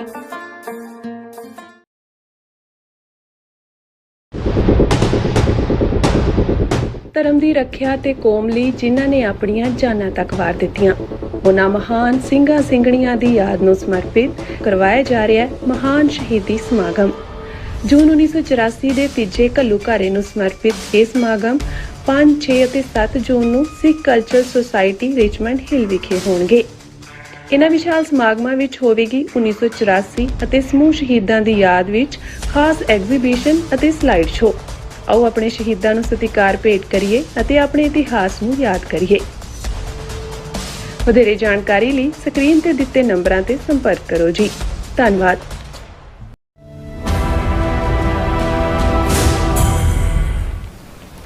Viewers welcome back on programme. So viewers ਗੱਲਬਾਤ ਕਰਨ ਜਾ ਰਹੇ ਹਾਂ ਅਮਰੀਕਾ ਤੇ ਈਰਾਨ ਦੇ ਹਵਾਲੇ ਨਾਲ ਕਿ ਅਮਰੀਕਾ ਈਰਾਨ ਕ੍ਰਾਈਸਿਸ ਵਿੱਚ ਇੱਕ ਨਵਾਂ ਮੋੜ ਆਇਆ ਹੈ। ਮੀਡੀਆ ਰਿਪੋਰਟਾਂ ਅਨੁਸਾਰ ਅਮਰੀਕਾ ਦੇ ਪ੍ਰੈਜ਼ੀਡੈਂਟ ਟਰੰਪ ਇਜ਼ਰਾਈਲ ਦੇ ਪ੍ਰਧਾਨ ਮੰਤਰੀ ਨੇਤਨਯਾਹੂ ਤੇ ਬੁਰੀ ਤਰ੍ਹਾਂ ਵਰੇ ਨੇ। ਨੇਤਨਯਾਹੂ ਨਾਲ ਲਿਬਨਾਨ ਦੇ ਮੁੱਦੇ ਤੇ ਮਨਮਰਜ਼ੀ ਕਰਨ ਤੋਂ ਗੁੱਸਾਏ ਟਰੰਪ ਨੇ ਨੇਤਨਯਾਹੂ ਨਾਲ ਭਾਰੀ ਗਾਲੀ ਗਲੋਚ ਕੀਤਾ। ਉਸ ਨੂੰ ਸਪਸ਼ਟ ਲਫ਼ਜ਼ਾਂ ਵਿੱਚ ਕਿਹਾ ਕਿ ਤੇਰੀਆਂ ਨੀਤੀਆਂ ਦੀ ਵਜ੍ਹਾ ਕਰਕੇ ਤੈਨੂੰ ਹਰ ਕੋਈ ਨਫ਼ਰਤ ਕਰਦਾ ਹੈ ਅਤੇ ਹੁਣ ਇਜ਼ਰਾਈਲ ਕੋਈ ਪ੍ਰਤੀ ਵੀ ਜਿਹੜੀ ਹੈ ਦੁਨੀਆ ਭਰ ਵਿੱਚ ਨਫ਼ਰਤ ਹੈ। ਸੋ ਕੀ ਇਹ ਵਰਤਾਰਾ ਸੱਚਮੁੱਚ ਦਾ ਹੈ ਜਾਂ ਇੱਕ ਇਹ ਨੁਕਟੰਕੀ ਹੈ? ਸੋ ਇਹ ਤਾਂ ਆਉਣ ਵਾਲਾ ਹੀ ਸਮਾਂ ਦੱਸੇਗਾ। ਸੋ ਇਸ ਬਾਰੇ ਆਪਾਂ ਗੱਲਬਾਤ ਕਰਨ ਜਾ ਰਹੇ ਹਾਂ। ਸੋ ਅਸੀਂ ਚਾਹਾਂਗੇ ਕਿ ਤੁਸੀਂ ਇਸੇ ਤਰ੍ਹਾਂ ਬਣੇ ਰਹਿਣਾ। ਦੇਖਣ ਸੁਣ ਲਿਆ ਲਿਖਣ ਲਈ ਤੁਹਾਡਾ ਸਭ ਦਾ ਬਹੁਤ ਬਹੁਤ ਧੰਨਵਾਦ ਜੀ। ਡਾਕਟਰ ਸਾਹਿਬ ਕੀ ਵਿਚਾਰਾਂ ਨੇ? ਦੇਖੋ, ਈਰਾਨ ਅਮਰੀਕਾ ਇਜ਼ਰਾਈਲ ਵਾਰ ਜਿਹਨੂੰ ਵੈਸਟ ਏਸ਼ੀਆ ਕ੍ਰਾਈਸਿਸ ਵੀ ਕਿਹਾ ਜਾਂਦਾ ਹੈ, ਅਸੀਂ ਈਰਾਨ ਕ੍ਰਾਈਸਿਸ ਕਹਿੰਦੇ, ਉਸ ਨੂੰ ਲਗਭਗ 3 ਮਹੀਨੇ 3 ਦਿਨ ਹੋ ਗਏ ਨੇ। 28 ਫਰਵਰੀ ਨੂੰ ਜਿਹੜੀ ਹੈ ਉਹ ਫੁੱਲ ਫਲੈਜਡ ਅਟੈਕ ਉਹਨਾਂ ਦੇ ਖਮੀਨਾਈ ਔਰ ਉਹਨਾਂ ਦੀ ਟੀਮ ਦੇ ਉੱਤੇ ਕੀਤਾ ਗਿਆ ਔਰ ਮਾਰਚ, ਅਪ੍ਰੈਲ, ਮਈ, ਅੱਜ ਅਸੀਂ 2 ਜੂਨ ਨੂੰ ਗੱਲ ਕਰ ਰਹੇ ਹਾਂ, 3 ਦਿਨ ਉੱਪਰ ਹੋਏ ਨੇ।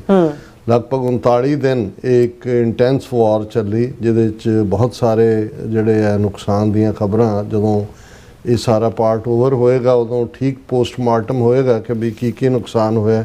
ਪਿਛਲੇ ਦਿਨਾਂ 'ਚ BBC ਨੇ ਆਪਣੀ ਸੈਟੇਲਾਈਟ ਇਮੇਜਿੰਗ ਦੇ ਸਹਾਰੇ ਨਾਲ ਜਿਹੜਾ ਇਹ ਉਸ ਨੇ ਇਹ ਡਿਪਿਕਟ ਕੀਤਾ ਸੀ ਆਪਣੀ ਸਟੋਰੀ ਦੇ ਵਿੱਚ ਕਿ 20 ਤੋਂ ਜ਼ਿਆਦਾ ਅਮਰੀਕੀ ਬੇਸ ਜਿਹੜੇ ਨੇ ਉਹ ਨੁਕਸਾਨੇ ਗਏ ਅੱਡ-ਅੱਡ 7-8 ਮੁਲਕਾਂ ਦੇ ਵਿੱਚ, ਕਿਉਂਕਿ ਜਿਹੜਾ ਈਰਾਨ ਨੇ ਤਾਬੜਤੋੜ ਅਮਰੀਕਨ ਬੇਸਿਸ ਤੇ ਹਮਲੇ ਕੀਤੇ। ਔਰ ਇਹਦੇ 'ਚ ਕੋਈ ਸ਼ੱਕ ਨਹੀਂ ਹੈ ਕਿ ਅਮਰੀਕਨ ਜਿਹੜੀਆਂ ਕੈਜੂਅਲਟੀਜ਼ ਨੇ ਜਿਹੜੀਆਂ ਉਹ ਜ਼ਿਆਦਾ ਨਹੀਂ ਨੇ। 13 ਦੇ ਨਾਂ ਪਹਿਲਾਂ ਆਏ, ਕੁਝ ਜ਼ਖਮੀ ਹੋਣਗੇ।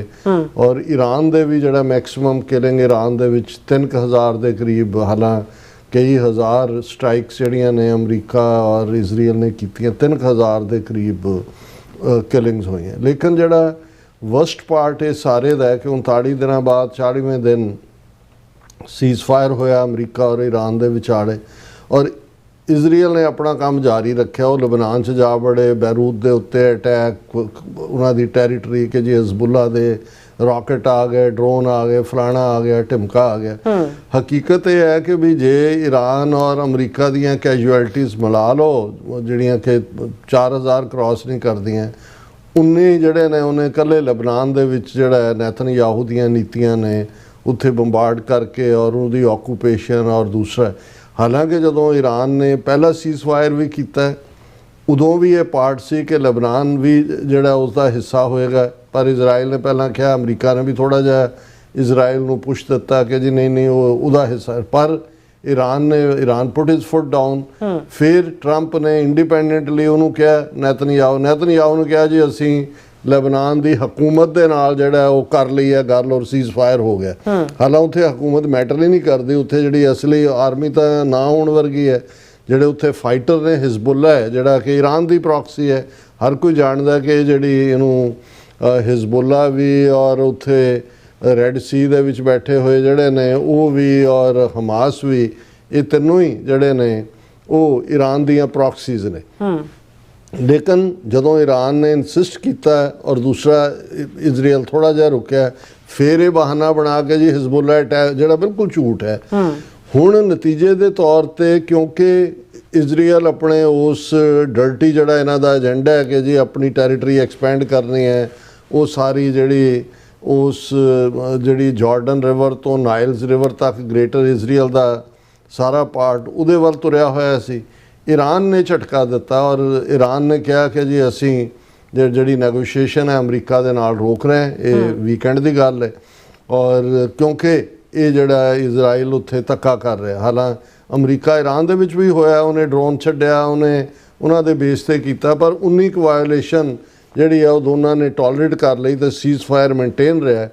ਪਰ ਜਿਹੜੀ ਨੈਗੋਸ਼ੀਏਸ਼ਨ ਜਦੋਂ ਕਿ ਟਰੰਪ ਇਹ ਕਹਿ ਚੁੱਕੇ ਨੇ ਕਿ ਆਲਮੋਸਟ ਸ਼ਰਤਾਂ ਤੈਅ ਨੇ, ਕਿਸੇ ਵੇਲੇ ਵੀ ਇਹ ਡੀਲ ਸਾਈਨ ਹੋ ਸਕਦੀ ਹੈ, ਜਦੋਂ ਈਰਾਨ ਨੇ ਆਪਣੇ ਵੱਲੋਂ ਕਿਹਾ ਜੀ ਹੁਣ ਅਸੀਂ ਕੋਈ ਗੱਲਬਾਤ ਨਹੀਂ ਕਰਨੀ ਜਦੋਂ ਤੱਕ ਇਹ ਨਹੀਂ ਹੁੰਦਾ, ਫਿਰ ਟਰੰਪ ਨੂੰ ਲੱਗਾ ਕਿ ਭਾਈ ਜਿਹੜੀ ਸਾਡੀ 3-4 ਮਹੀਨੇ ਦੀ ਮਿਹਨਤ, ਪਹਿਲਾਂ ਤਾਂ ਕਸ਼ਮਕਸ਼ ਉਸ 'ਚੋਂ ਨਿਕਲੀ ਮਿਹਨਤ ਦੇ ਨਾਲ ਜੋ ਅਸੀਂ ਜਿਹੜਾ ਉਹ ਹਾਸਲ ਕਰਨ ਜਾ ਰਹੇ ਸੀ, ਇਹ ਤਾਂ ਵੱਡੀ ਰੁਕਾਵਟ ਬਣ ਗਿਆ।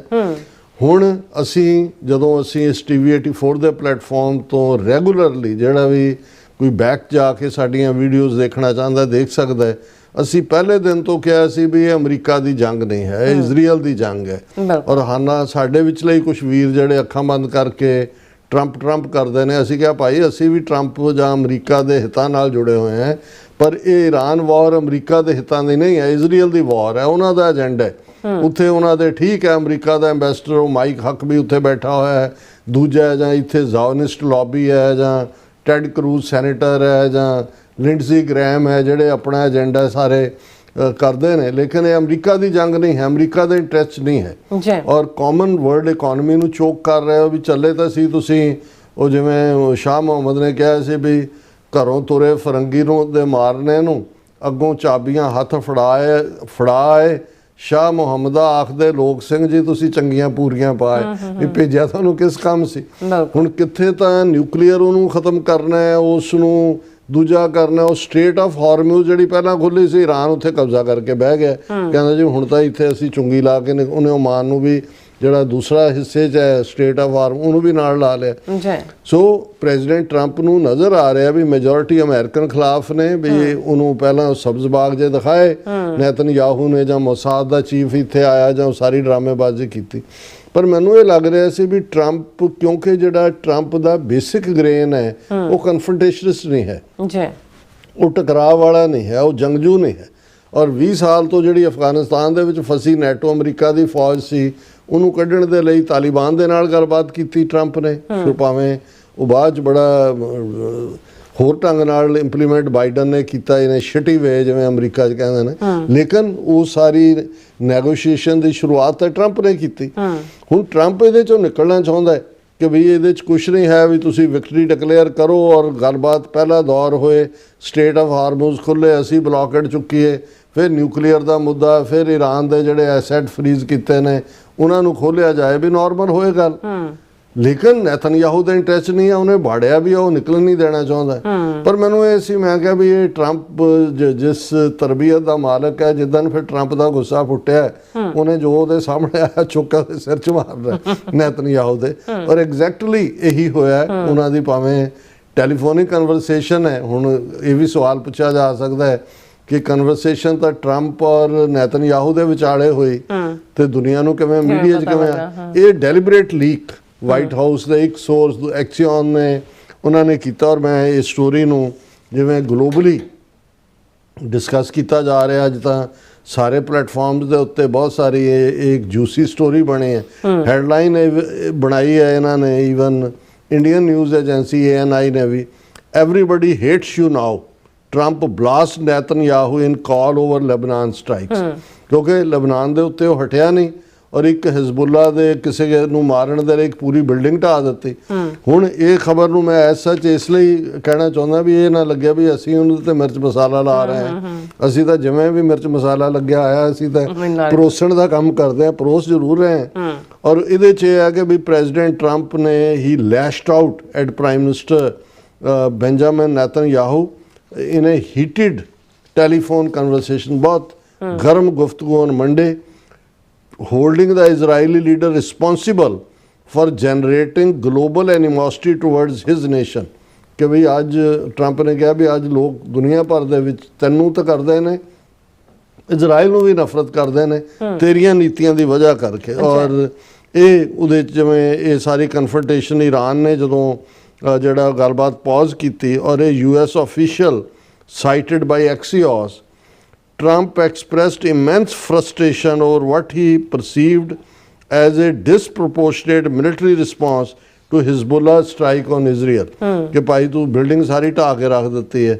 और ਇਹਦੇ 'ਚ ਉਹਨਾਂ ਨੇ ਫਿਰ ਇੱਕ ਹੋਰ ਸੋਰਸ ਨੂੰ ਉਹਨਾਂ ਨੇ ਕੋਟ ਕੀਤਾ ਹੈ। ਉਹਨਾਂ ਨੇ ਕਿਹਾ ਵੀ Trump's comments as everybody hates you now, everybody hates Israel because of this, ਇਹ ਐਕਸਿਸ ਨੇ ਰਿਪੋਰਟ ਕੀਤੇ ਨੇ। ਔਰ ਇਹ ਜਿਹੜੀ ਵੋਲੇਟਾਈਲ ਐਕਸਚੇਂਜ ਹੋਈ ਉਸ ਦੇ ਵਿੱਚ ਈਵਨ 4 ਲੈਟਰਡ ਵਰਡ ਜਿਹਨੂੰ F ਦੇ ਨਾਲ ਸ਼ੁਰੂ ਹੁੰਦਾ ਹੈ, ਉਹ ਵੀ ਟਰੰਪ ਨੇ ਨੈਤਨਯਾਹੂ ਦੇ ਉੱਤੇ ਵਰਤਿਆ। ਉਹ ਮੈਂ ਇਸ ਪਲੇਟਫਾਰਮ ਤੋਂ ਉਹ ਡਾਇਲੌਗ ਨਹੀਂ ਦੇ ਸਕਦਾ।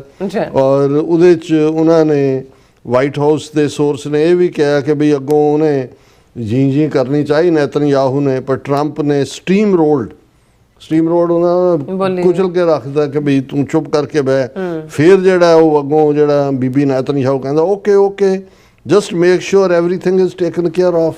ਇਹ ਸਾਰਿਆਂ ਨੂੰ ਔਰ ਇਹ ਸਾਰੇ 'ਚ ਜਿਹੜਾ ਉਹਨਾਂ ਨੇ ਕਿਹਾ ਕਿ ਭਾਈ ਇਹ ਅੱਜ ਤੱਕ ਦੀ ਟਰੰਪ ਦੀ ਵਰਸਟ ਕਾਲ ਹੈ ਨੈਤਨਯਾਹੂ ਦੇ ਨਾਲ ਜਦੋਂ ਤੋਂ ਉਹਨਾਂ ਦੀ ਸੈਕੰਡ ਟਰਮ ਸ਼ੁਰੂ ਹੋਈ ਹੈ। ਇਹ ਜਿਹੜਾ ਡਿਪਲੋਮੈਟਿਕ ਸ਼ੋਡਾਊਨ ਵੀ ਹੈ। ਔਰ ਇਹ ਜਿਹੜਾ ਇਸ ਫਾਰ ਆਊਟ ਤੋਂ ਬਾਅਦ ਟਰੰਪ ਨੇ ਸੋਸ਼ਲ ਮੀਡੀਆ ਦੇ ਉੱਤੇ ਟਰੂਥ ਸੋਸ਼ਲ ਤੇ ਪ੍ਰੈਜ਼ੀਡੈਂਟ ਨੇ ਅਨਾਊਂਸ ਕੀਤਾ Netanyahu had turned his troops around. He explicitly asked the Israeli leader not to go into a major raid of Beirut। ਕਿ ਵੀ ਉਹਨੇ ਫੌਜਾਂ ਵਾਪਸ ਕੱਢ ਲਈਆਂ ਨੇ, ਉਹਨੂੰ ਕਿਹਾ ਕਿ ਵੀ ਬੈਰੂਤ ਵੱਲ ਜਿਹੜਾ ਨਹੀਂ ਜਾਣਾ। ਔਰ ਇਸ ਸਾਰੇ ਦੇ ਨਾਲ ਅਸੀਂ ਸਮਝਦੇ ਹਾਂ ਕਿ ਇੱਕ ਪਾਰਟ ਜ਼ਰੂਰ ਅਮਰੀਕਨਾਂ ਦੇ ਸਾਹਮਣੇ ਆ ਗਿਆ। ਹੁਣ ਆਉਣ ਵਾਲੇ ਪੀਰੀਅਡ 'ਚ ਅਸੀਂ ਦੇਖਾਂਗੇ ਕਿ ਜੇ ਟਰੰਪ ਨੇ ਇਸ ਕਨਵਰਸੇਸ਼ਨ ਦੇ ਨਾਲ ਉਹਨੂੰ ਐਕਸਪੋਜ਼ ਕੀਤਾ ਤੇ ਜਿਹੜਾ ਪ੍ਰੈਜ਼ੀਡੈਂਟ ਟਰੰਪ ਦਾ make America great again base ਹੈ, ਮਾਗਾ ਬੇਸ, ਉਹਦੇ 'ਚੋਂ ਵੀ ਆਵਾਜ਼ਾਂ ਨਿਕਲਣਗੀਆਂ। ਕਿਉਂਕਿ ਹੁਣ ਤੱਕ ਤਾਂ ਇਜ਼ਰਾਈਲ ਜਾਂ ਨੈਤਨਯਾਹੂ ਹੋਲੀ ਕਾਉਸ ਸੀ ਨਾ, ਜਿਵੇਂ ਹਿੰਦੂ ਜਿਹੜੇ ਨੇ ਉਹ ਭਾਵੇਂ ਜੋ ਮਰਜ਼ੀ ਕਰਨ, ਗਾਂ ਮਾਤਾ ਹੈ ਜੀ, ਗਾਂ ਵਰਗਾ ਜੀ। ਉਹ ਇਜ਼ਰਾਈਲ ਦੇ ਖਿਲਾਫ ਕੋਈ ਤੁਸੀਂ ਮੂੰਹੋਂ ਆਵਾਜ਼ ਕੱਢੀ ਨਹੀਂ ਤੇ ਐਂਟੀ ਸੈਮਾਈਟ ਤੁਹਾਨੂੰ ਬਣਾਇਆ ਨੇ ਉਹਨਾਂ ਨੇ, ਕਾਨੂੰਨ ਵੀ ਇਸ ਕਿਸਮ ਦੇ ਬਣਾਏ ਹੋਏ ਨੇ। ਪਰ ਜਦੋਂ ਹੁਣ ਪ੍ਰੈਜ਼ੀਡੈਂਟ ਟਰੰਪ ਨੇ ਕਿਹਾ ਵੀ ਤੂੰ ਇਜ਼ਰਾਈਲ ਦੇ ਖਿਲਾਫ ਨਫ਼ਰਤ ਖੜੀ ਕਰਤੀ, ਤੂੰ ਤਾਂ ਜੋ ਹਾਂ ਉਹਦੇ 'ਚ ਇਸ ਸਟੋਰੀ 'ਚ ਨਹੀਂ ਹੈ, ਓਰੀਜਨਲ 'ਚ ਇਹ ਵੀ ਹੈ ਕਿ ਵੀ ਤੂੰ ਬੜਾ ਆਸਾਨ ਫਰਾਮੋਸ਼ ਆਦਮੀ ਹੈ, ਤੂੰ ਭੁੱਲ ਗਿਆ ਮੈਂ ਤੈਨੂੰ ਜੇਲ੍ਹ ਜਾਣ ਤੋਂ ਰੋਕਿਆ, ਤੂੰ ਜਿਹੜੀਆਂ ਤੇਰੀਆਂ ਕਰਤੂਤਾਂ ਸੀ ਤੂੰ ਤਾਂ ਹੁਣ ਅੰਦਰ ਬੈਠਾ ਹੁੰਦਾ। ਸੋ ਇਹ ਇੱਕ ਪੋਜ਼ੀਟਿਵ ਸਾਈਨ ਹੈ। ਅਸੀਂ ਸਮਝਦੇ ਹਾਂ ਵੀ ਭਾਵੇਂ ਕਈਆਂ ਨੂੰ ਲੱਗ ਰਿਹਾ ਹੋਏ ਕਿ ਵੀ ਪ੍ਰੈਜ਼ੀਡੈਂਟ ਟਰੰਪ ਦੀ ਫਰਸਟ੍ਰੇਸ਼ਨ ਹੈ, ਕੁਛ ਦਾ ਇਹ ਵੀ ਕਹਿਣਾ ਵੀ ਇਹ ਨੌਟੰਕੀ ਹੈ ਆਪਣਾ ਇੱਕ ਜਿਹੜਾ ਉਹ ਦੂਸਰਿਆਂ ਨੂੰ। ਪਰ ਮੈਨੂੰ ਇਹ ਲੱਗਦਾ ਕਿ ਵੀ ਜਦੋਂ ਡੈਲੀਬਰੇਟਲੀ ਇਸ ਲੈਵਲ ਦੀ ਲੀਕ ਹੁੰਦੀ ਹੈ, ਪ੍ਰੈਜ਼ੀਡੈਂਟ ਟਰੰਪ ਈਰਾਨ ਨੂੰ ਵੀ ਇਹ ਮੈਸੇਜ ਦੇ ਰਿਹਾ ਕਿ ਦੇਖੋ ਭਾਈ ਮੈਂ ਤਾਂ ਉਹਨੂੰ ਵੀ ਜਿਹੜਾ ਹੈ ਉਹ ਝਾੜ ਕੇ ਸੁੱਟ ਦਿੱਤਾ ਹੈ। Let we hope for the best. ਲੇਕਿਨ ਇਹ ਮੈਨੂੰ ਲੱਗਦਾ ਵੀ ਇਹਨੂੰ ਲਗਭਗ 3 ਮਹੀਨੇ ਲੱਗ ਗਏ ਇਸ ਤੱਕ ਤੇ ਆਉਂਦੇ ਆ। ਟਰੰਪ ਦੀ ਨੇਚਰ ਨੂੰ ਬਹੁਤ ਸਬਰ ਕੀਤਾ ਟਰੰਪ ਨੇ, ਪਤਾ ਨਹੀਂ ਪੁਦੀਨੇ ਦੀ ਚਟਣੀ ਖਾਂਦਾ ਰਿਹਾ ਇੰਨੇ ਦਿਨ, ਇੰਨਾ ਠੰਡਾ ਨਹੀਂ ਤਾਂ ਇਹ ਤਾਂ ਦੂਸਰੇ ਤੀਸਰੇ ਹਫਤੇ ਜੋ ਜਾਣਾ ਚਾਹੀਦਾ ਸੀ। ਬਿਲਕੁਲ ਡਾਕਟਰ ਸਾਹਿਬ, ਤੁਹਾਡਾ ਬਹੁਤ ਸ਼ੁਕਰੀਆ। ਸਾਥ ਲੈਣ ਬ੍ਰੇਕ ਵਿਊਅਰਸ ਤੁਸੀਂ ਤਾਂ ਇਸੇ ਤਰ੍ਹਾਂ ਬਣੇ ਰਹਿਣਾ। ਮਿਲਦੇ ਹਾਂ ਛੋਟੇ ਬ੍ਰੇਕ ਤੋਂ ਬਾਅਦ।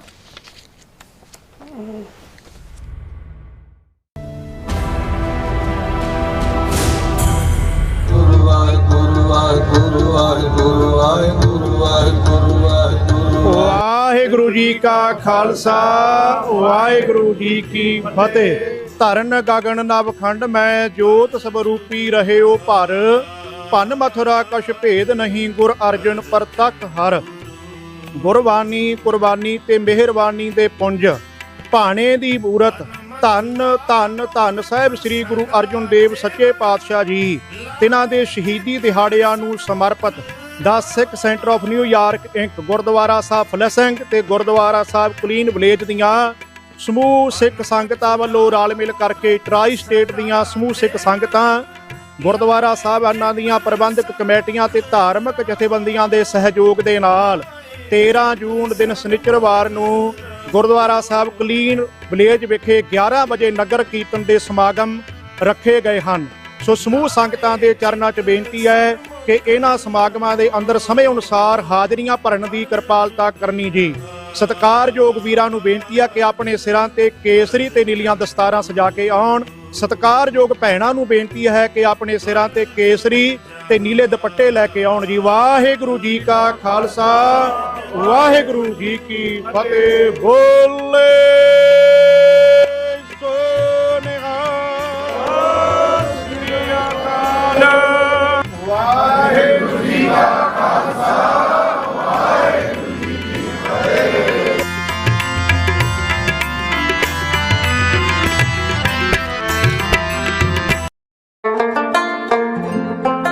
6 ਜੂਨ ਨੂੰ ਸੈਨ ਫਰਾਂਸਿਸਕੋ ਵਿੱਚ ਹੋਣ ਜਾ ਰਹੀ ਹੈ ਫਰੀडम ਮਾਰਚ ਅਤੇ ਸੋਵਰੇਨਿਟੀ ਰੈਲੀ। ਸਾਹਿਬ ਸ੍ਰੀ ਗੁਰੂ ਅਰਜਨ ਦੇਵ ਜੀ ਦੀ ਸ਼ਹੀਦੀ ਅਤੇ ਜੂਨ 1984 ਦੇ ਸ਼ਹੀਦਾਂ ਨੂੰ ਸਮਰਪਿਤ ਇਸ ਮਾਰਚ ਵਿੱਚ ਵੱਡੀ ਗਿਣਤੀ ਵਿੱਚ ਸੰਗਤਾਂ ਨੂੰ ਪਹੁੰਚਣ ਦੀ ਬੇਨਤੀ ਕੀਤੀ ਜਾਂਦੀ ਹੈ। ਇਹ ਫਰੀडम ਮਾਰਚ ਸਵੇਰੇ 10 ਵਜੇ 88 ਸੈਕਿੰਡ ਸਟਰੀਟ ਤੋਂ ਸ਼ੁਰੂ ਹੋ ਕੇ ਸਿਵਿਕ ਸੈਂਟਰ ਪਲਾਜ਼ਾ ਤੱਕ ਪਹੁੰਚੇਗਾ।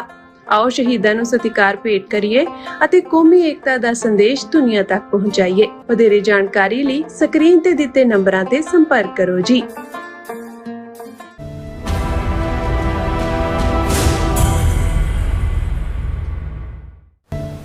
Viewers welcome back to programme. So viewers ਗੱਲਬਾਤ ਕਰਨ ਜਾ ਰਹੇ ਹਾਂ ਕਿ ਅਮਰੀਕਾ ਦੇ secretary of defence Pete Hegseth ਨੇ ਪਾਕਿਸਤਾਨ ਦੀ ਸਿਵਿਲੀਅਨ ਅਤੇ ਫੌਜੀ ਲੀਡਰਸ਼ਿਪ ਦੀ ਭਰਪੂਰ ਤਾਰੀਫ ਕੀਤੀ ਹੈ। ਮੇਰਾ ਖਿਆਲ ਹੈ ਤੁਸੀਂ ਗਲਤ ਟੌਪਿਕ ਚੁਣ ਰਹੇ ਹੋ।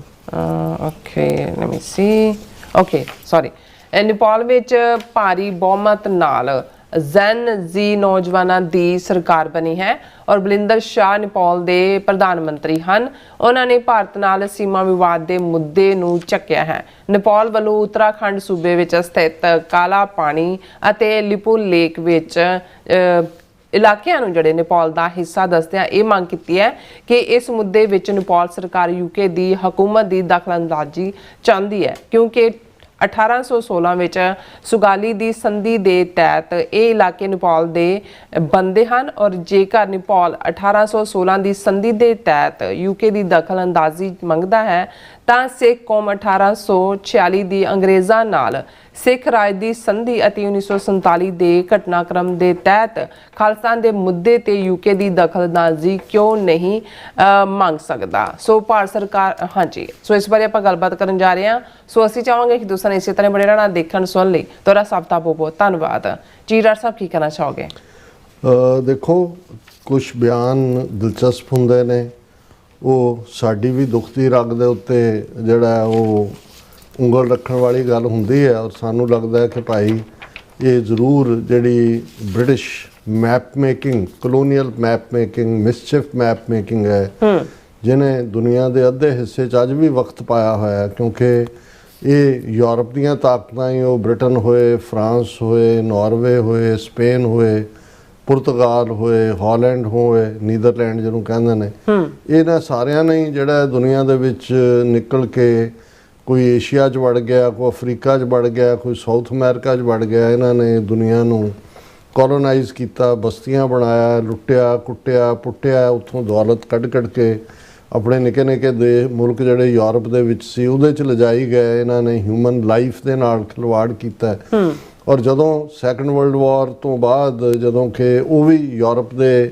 ਜਿਹੜਾ ਧਿਰਾਂ ਵੱਲੋਂ ਹੀ ਸ਼ੁਰੂ ਕੀਤੀਆਂ ਗਈਆਂ, ਦੋਨੋਂ ਸੰਸਾਰ ਜੰਗਾਂ ਇਹਨਾਂ ਨੇ ਸ਼ੁਰੂ ਕੀਤੀਆਂ ਯੂਰਪ ਨੇ ਜੀ। ਔਰ ਜਦੋਂ ਇੰਨੇ ਕੁ ਅੰਗਰੇਜ਼ ਕਰਜ਼ਾਈ ਹੋ ਗਏ, ਦੂਸਰੇ ਵੀ ਥੱਕ ਟੁੱਟ ਗਏ, ਫਿਰ ਇਹਨਾਂ ਦੀ ਮਜਬੂਰੀ ਬਣ ਗਿਆ ਕਿ ਭਾਈ ਜਿਹੜਾ ਉੱਥੋਂ ਨਿਕਲੋ। ਉਹਨੂੰ ਵੀ ਫਿਰ ਇਹਨਾਂ ਨੇ ਕੋਈ ਕਿਸੇ ਵਿਉਂਤ ਜਾਂ ਕਿਸੇ ਬਣਤਰ ਦੇ ਨਾਲ ਜਾਂ ਕਿਸੇ ਪਲੈਨਿੰਗ ਦੇ ਤਹਿਤ ਸਿਰਫ ਉਹਨਾਂ ਨੇ ਆਪਣਾ ਇੰਟਰਸਟ ਦੇਖਿਆ ਕਿ ਆਪਣੇ ਬੰਦੇ ਸੇਫਲੀ ਕੱਢ ਲਓ ਜਿੰਨੀ ਦੌਲਤ ਚੁੱਕੀ ਜਾਂਦੀ ਹੈ, ਤੇ ਜਿਹੜੇ ਗਦਾਰੀਆਂ ਕਰਨ ਵਾਲੇ ਜਾਂ ਜਿਨ੍ਹਾਂ ਨੂੰ ਅੱਗੇ ਵਰਤ ਕੇ ਜੋ ਜ਼ੁਲਮ ਕਰਾ ਉਹਨਾਂ ਦਾ ਰਿਕਾਰਡ ਸਾਰਾ ਡਿਸਟਰੋਏ ਕਰ ਦਿਓ। ਅੱਗ ਲਾਈ ਗਏ ਸ਼ਿਮਲਾ ਔਰ ਜਿਹੜਾ ਦਿੱਲੀ ਕੈਪੀਟਲ ਦੇ ਵਿੱਚ 47 ਦੇ ਦੌਰ 'ਚ ਕਿੰਨੇ ਦਿਨ ਜਿਹੜੀਆਂ ਵੱਡੀਆਂ ਭੱਠੀਆਂ ਦੇ ਵਿੱਚ ਉਹ ਸਾਰੀਆਂ ਫਾਈਲਾਂ ਸਾੜਦੇ ਰਹੇ, ਜਿਹੜੀਆਂ ਰਾਜਿਆਂ ਮਹਾਰਾਜਿਆਂ ਦੀਆਂ ਔਰ ਜਿਹੜੀਆਂ ਗਦਾਰਾਂ ਦੀਆਂ, ਔਰ ਇਹ ਸਾਰੇ ਜਿਹੜੇ ਵੱਡੇ ਵੱਡੇ ਜ਼ੈਲਦਾਰ ਔਰ ਦੂਸਰੇ ਤੀਸਰੇ ਲੋਕ ਕੌਣ ਕੀ ਰਿਪੋਰਟ ਉਹਨਾਂ ਨੇ ਡਿਸਟਰੋਇਡ ਐਵਰੀਥਿੰਗ, ਤਾਂ ਕਿ ਉਹਨਾਂ ਦਾ ਜਿਹੜਾ ਕਾਲਾ ਰਿਕਾਰਡ ਹੈ ਉਹ ਦੁਨੀਆ ਨੂੰ, ਉਹ ਦੁਨੀਆ ਦੇ ਸਾਹਮਣੇ ਤੁਸੀਂ ਸਿਵਲਾਈਜੇਸ਼ਨ ਦੇਣ ਵਾਲੇ ਔਰ ਮੈਗਨਾ ਕਾਰਟਾ ਦੇਣ ਵਾਲੇ ਔਰ ਫਲਾਣਾ। ਔਰ ਇਹਦੇ 'ਚ ਕੋਈ ਸ਼ੱਕ ਨਹੀਂ ਹੈ ਕਿ ਵੀ ਭਾਰਤ ਜਿਨ੍ਹਾਂ ਨੂੰ ਜਿਹੜਾ ਇਨਫੈਕਟ ਇਹ ਸਬ ਕੰਟੀਨੈਂਟ ਸੀ ਜਿਸ ਨੂੰ ਅੰਗਰੇਜ਼ਾਂ ਨੇ ਅੱਡ-ਅੱਡ ਸਮੇਂ ਦੇ ਵਿੱਚ ਅੱਡ-ਅੱਡ ਰਿਆਸਤਾਂ ਨੂੰ ਫਤਹ ਕੀਤਾ, ਜਿਵੇਂ ਪਲਾਸੀ ਦੀ ਲੜਾਈ ਔਰ ਬਾਕਸਰ ਦੀ ਲੜਾਈ ਤੋਂ ਬਾਅਦ ਜਿਹੜਾ ਲਗਭਗ 100 ਸਾਲ ਪਹਿਲਾਂ ਉਹ ਬਹਿ ਗਏ ਆ ਕੇ ਰੈਸਟ ਆਫ ਇੰਡੀਆ 'ਚ, ਪੰਜਾਬ ਨੂੰ 1849 ਦੇ ਵਿੱਚ ਇਹਨਾਂ ਨੇ ਐਨੈਕਸ ਕੀਤਾ ਲਗਭਗ 100 ਸਾਲ ਬਾਅਦ। ਸੋ ਪੰਜਾਬ ਇੱਕ ਐਸਾ ਦੇਸ਼ ਮੁਲਕ ਹੈ ਜਿਹੜਾ 98 ਸਾਲ ਅੰਗਰੇਜ਼ਾਂ ਦੀ ਗੁਲਾਮੀ ਦੇ ਵਿੱਚ ਰਿਹਾ, ਉਹ ਵੀ ਉਹਨਾਂ ਨੇ ਲੜਾਈ ਦਿੱਤੀ ਬਰਾਬਰ, ਲੇਕਿਨ ਰੈਸਟ ਆਫ ਦਾ ਇੰਡੀਆ 200 ਸਾਲ ਰਿਹਾ। ਇਸੇ ਤਰ੍ਹਾਂ ਜਿਹੜੇ ਉਸ ਸਬ ਕੰਟੀਨੈਂਟ ਦਾ ਹਿੱਸਾ ਸੀ ਜਿਨ੍ਹਾਂ ਦੇ ਵਿੱਚ ਨੇਪਾਲ ਹੈ, ਸ੍ਰੀਲੰਕਾ ਹੈ, ਜਿਸ ਦਾ ਜਿਹੜਾ ਸ੍ਰੀਲੰਕਾ ਨਾਂ ਤੇ ਇਹਨਾਂ ਨੇ ਬਾਅਦ 'ਚ ਰੱਖਿਆ, ਅੰਗਰੇਜ਼ਾਂ ਨੇ ਸਿਲੋਨ ਰੱਖਿਆ ਸੀ, ਬਰਮਾ ਜਿਸ ਨੂੰ ਹੁਣ ਮਿਆਂਮਾਰ ਕਹਿੰਦੇ ਨੇ, ਇਹ ਸਾਰੇ ਖਿੱਤੇ ਵੀ ਜਿਹੜੇ ਨੇ ਅੰਗਰੇਜ਼ਾਂ ਨੇ ਅੱਡ-ਅੱਡ ਸਮੇਂ ਦੇ ਵਿੱਚ ਜਿਹੜੇ ਨੇ ਫਤਹ ਕੀਤੇ। ਹੁਣ ਜ਼ਾਹਰ ਹੈ ਕਿ ਨੇਪਾਲ ਜਿਹੜਾ ਗੋਰਖਿਆਂ ਦਾ ਮੁਲਕ ਹੈ, ਵੱਡੀ ਗਿਣਤੀ ਦੇ ਵਿੱਚ ਉਹਨਾਂ ਦੀ ਜਿਹੜੀ ਰੇਸ ਹੈ ਗੋਰਖੇ, ਉਹ ਜ਼ਿਆਦਾ ਮੰਗਲੋਇਡ ਦੇ ਨੇੜੇ ਨੇ, ਲੇਕਿਨ ਉਹਨਾਂ ਦਾ ਆਪਣੀ ਤਹਿਜ਼ੀਬ ਹੈ, ਆਪਣੀ ਉਹਨਾਂ ਦੀ ਬੋਲੀ ਹੈ ਜੀ।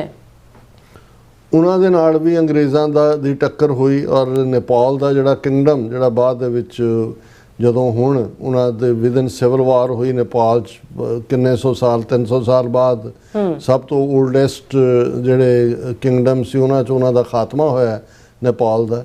ਲੇਕਿਨ ਅੰਗਰੇਜ਼ਾਂ ਦੇ ਵੇਲੇ ਜਿਹੜਾ ਨੇਪਾਲ ਦਾ ਕਿੰਗ ਜਾਂ ਦੂਜਾ ਉਹਨਾਂ 'ਚ ਅੱਜ ਦਾ ਜਿਹੜਾ ਭਾਰਤ ਦਾ ਉੱਤਰਾਖੰਡ ਹੈ, ਇਸ ਦਰਿਆ ਦੇ ਉਰਲੇ ਪਾਸੇ ਦਾ ਜਿਹੜਾ ਨੇਪਾਲ ਨਾਲੋਂ ਡਿਵਾਈਡ ਕਰਦਾ ਹੈ, ਇਹ ਵੀ ਨੇਪਾਲ ਦੀ ਮਲਕੀਅਤ ਸੀ। ਨੇਪਾਲ ਦਾ ਅਮਰ ਸਿੰਘ ਥਾਪਾ ਨਾਂ ਦਾ ਜਨਰਲ ਜਿਹਨੇ ਸ਼ਿਮਲਾ ਵੀ ਕਿਸੇ ਵੇਲੇ ਨੇਪਾਲ ਦੀ ਮਲਕੀਅਤ ਸੀ, ਬਿਲਾਸਪੁਰ ਸਤਲੁਜ ਕ੍ਰਾਸ ਕਰਕੇ ਈਵਨ ਕਾਂਗੜਾ ਜ਼ਿਲ੍ਹਾ ਜਿਹੜਾ ਬਾਅਦ ਦੇ ਵਿੱਚ ਮਹਾਰਾਜਾ ਰਣਜੀਤ ਸਿੰਘ ਨੇ ਸਿੱਖ ਰਾਜ ਦਾ ਹਿੱਸਾ ਬਣਾਇਆ, ਉਸ ਦੇ ਵਿੱਚ ਵੀ ਗੋਰਖਿਆਂ ਨੇ ਆ ਕੇ ਜਿਹੜਾ ਉਹਨਾਂ ਦਾ ਨਕਸ਼ਦਮ ਕੀਤਾ ਹੋਇਆ ਸੀ। ਬਿਲਾਸਪੁਰ ਤੋਂ ਲੈ ਕੇ ਕਾਂਗੜੇ ਤੱਕ ਇਹ ਸਾਰਾ ਇਲਾਕਾ ਉਹਨਾਂ ਦੇ ਗੋਰਖਿਆਂ ਦੇ ਅੰਡਰ ਸੀ। ਕਿਲ੍ਹਾ ਵੀ ਉਹ ਫਤਹ ਕਰਨ ਵਾਲੇ ਸੀ, ਜਦੋਂ ਕਿ ਸੰਸਾਰ ਚੰਦ ਕਟੋਚ ਜਿਹੜਾ ਕਿ ਨਗਰ ਕੋਟ ਕਿਲ੍ਹਾ ਵੀ ਉਹਨੂੰ ਕਾਂਗੜੇ ਦੇ ਕਿਲ੍ਹੇ ਨੂੰ ਕਹਿੰਦੇ ਨੇ, ਔਰ ਉਹ ਸੰਸਾਰ ਚੰਦ ਕਟੋਚ ਜਿਹੜਾ ਕਾਂਗੜੇ ਦਾ ਰਾਜਾ ਸੀ, ਇਹ ਸਾਰੀਆਂ 22 ਧਾਰ ਦੀਆਂ ਪਹਾੜੀ ਰਿਆਸਤਾਂ 'ਚੋਂ ਇੱਕ ਇਹ ਵੀ ਸੀ। ਉਹਨੇ ਮਹਾਰਾਜਾ ਰਣਜੀਤ ਸਿੰਘ ਨੂੰ ਅਪਰੋਚ ਕੀਤੀ ਕਿ ਜੀ ਗੋਰਖਿਆਂ ਨੇ ਮੇਰਾ ਨਕਸ਼ਦਮ ਕੀਤਾ, ਜੇ ਤੁਸੀਂ ਜਿਹੜਾ ਹੈ ਉਹ ਫੌਜ ਭੇਜੋ ਔਰ ਸਾਨੂੰ ਇਹਨਾਂ ਤੋਂ ਬਚਾਓ ਤੇ ਅਸੀਂ ਇਹ ਕਿਲ੍ਹਾ ਤੁਹਾਡੇ ਹਵਾਲੇ ਕਰਾਂਗੇ।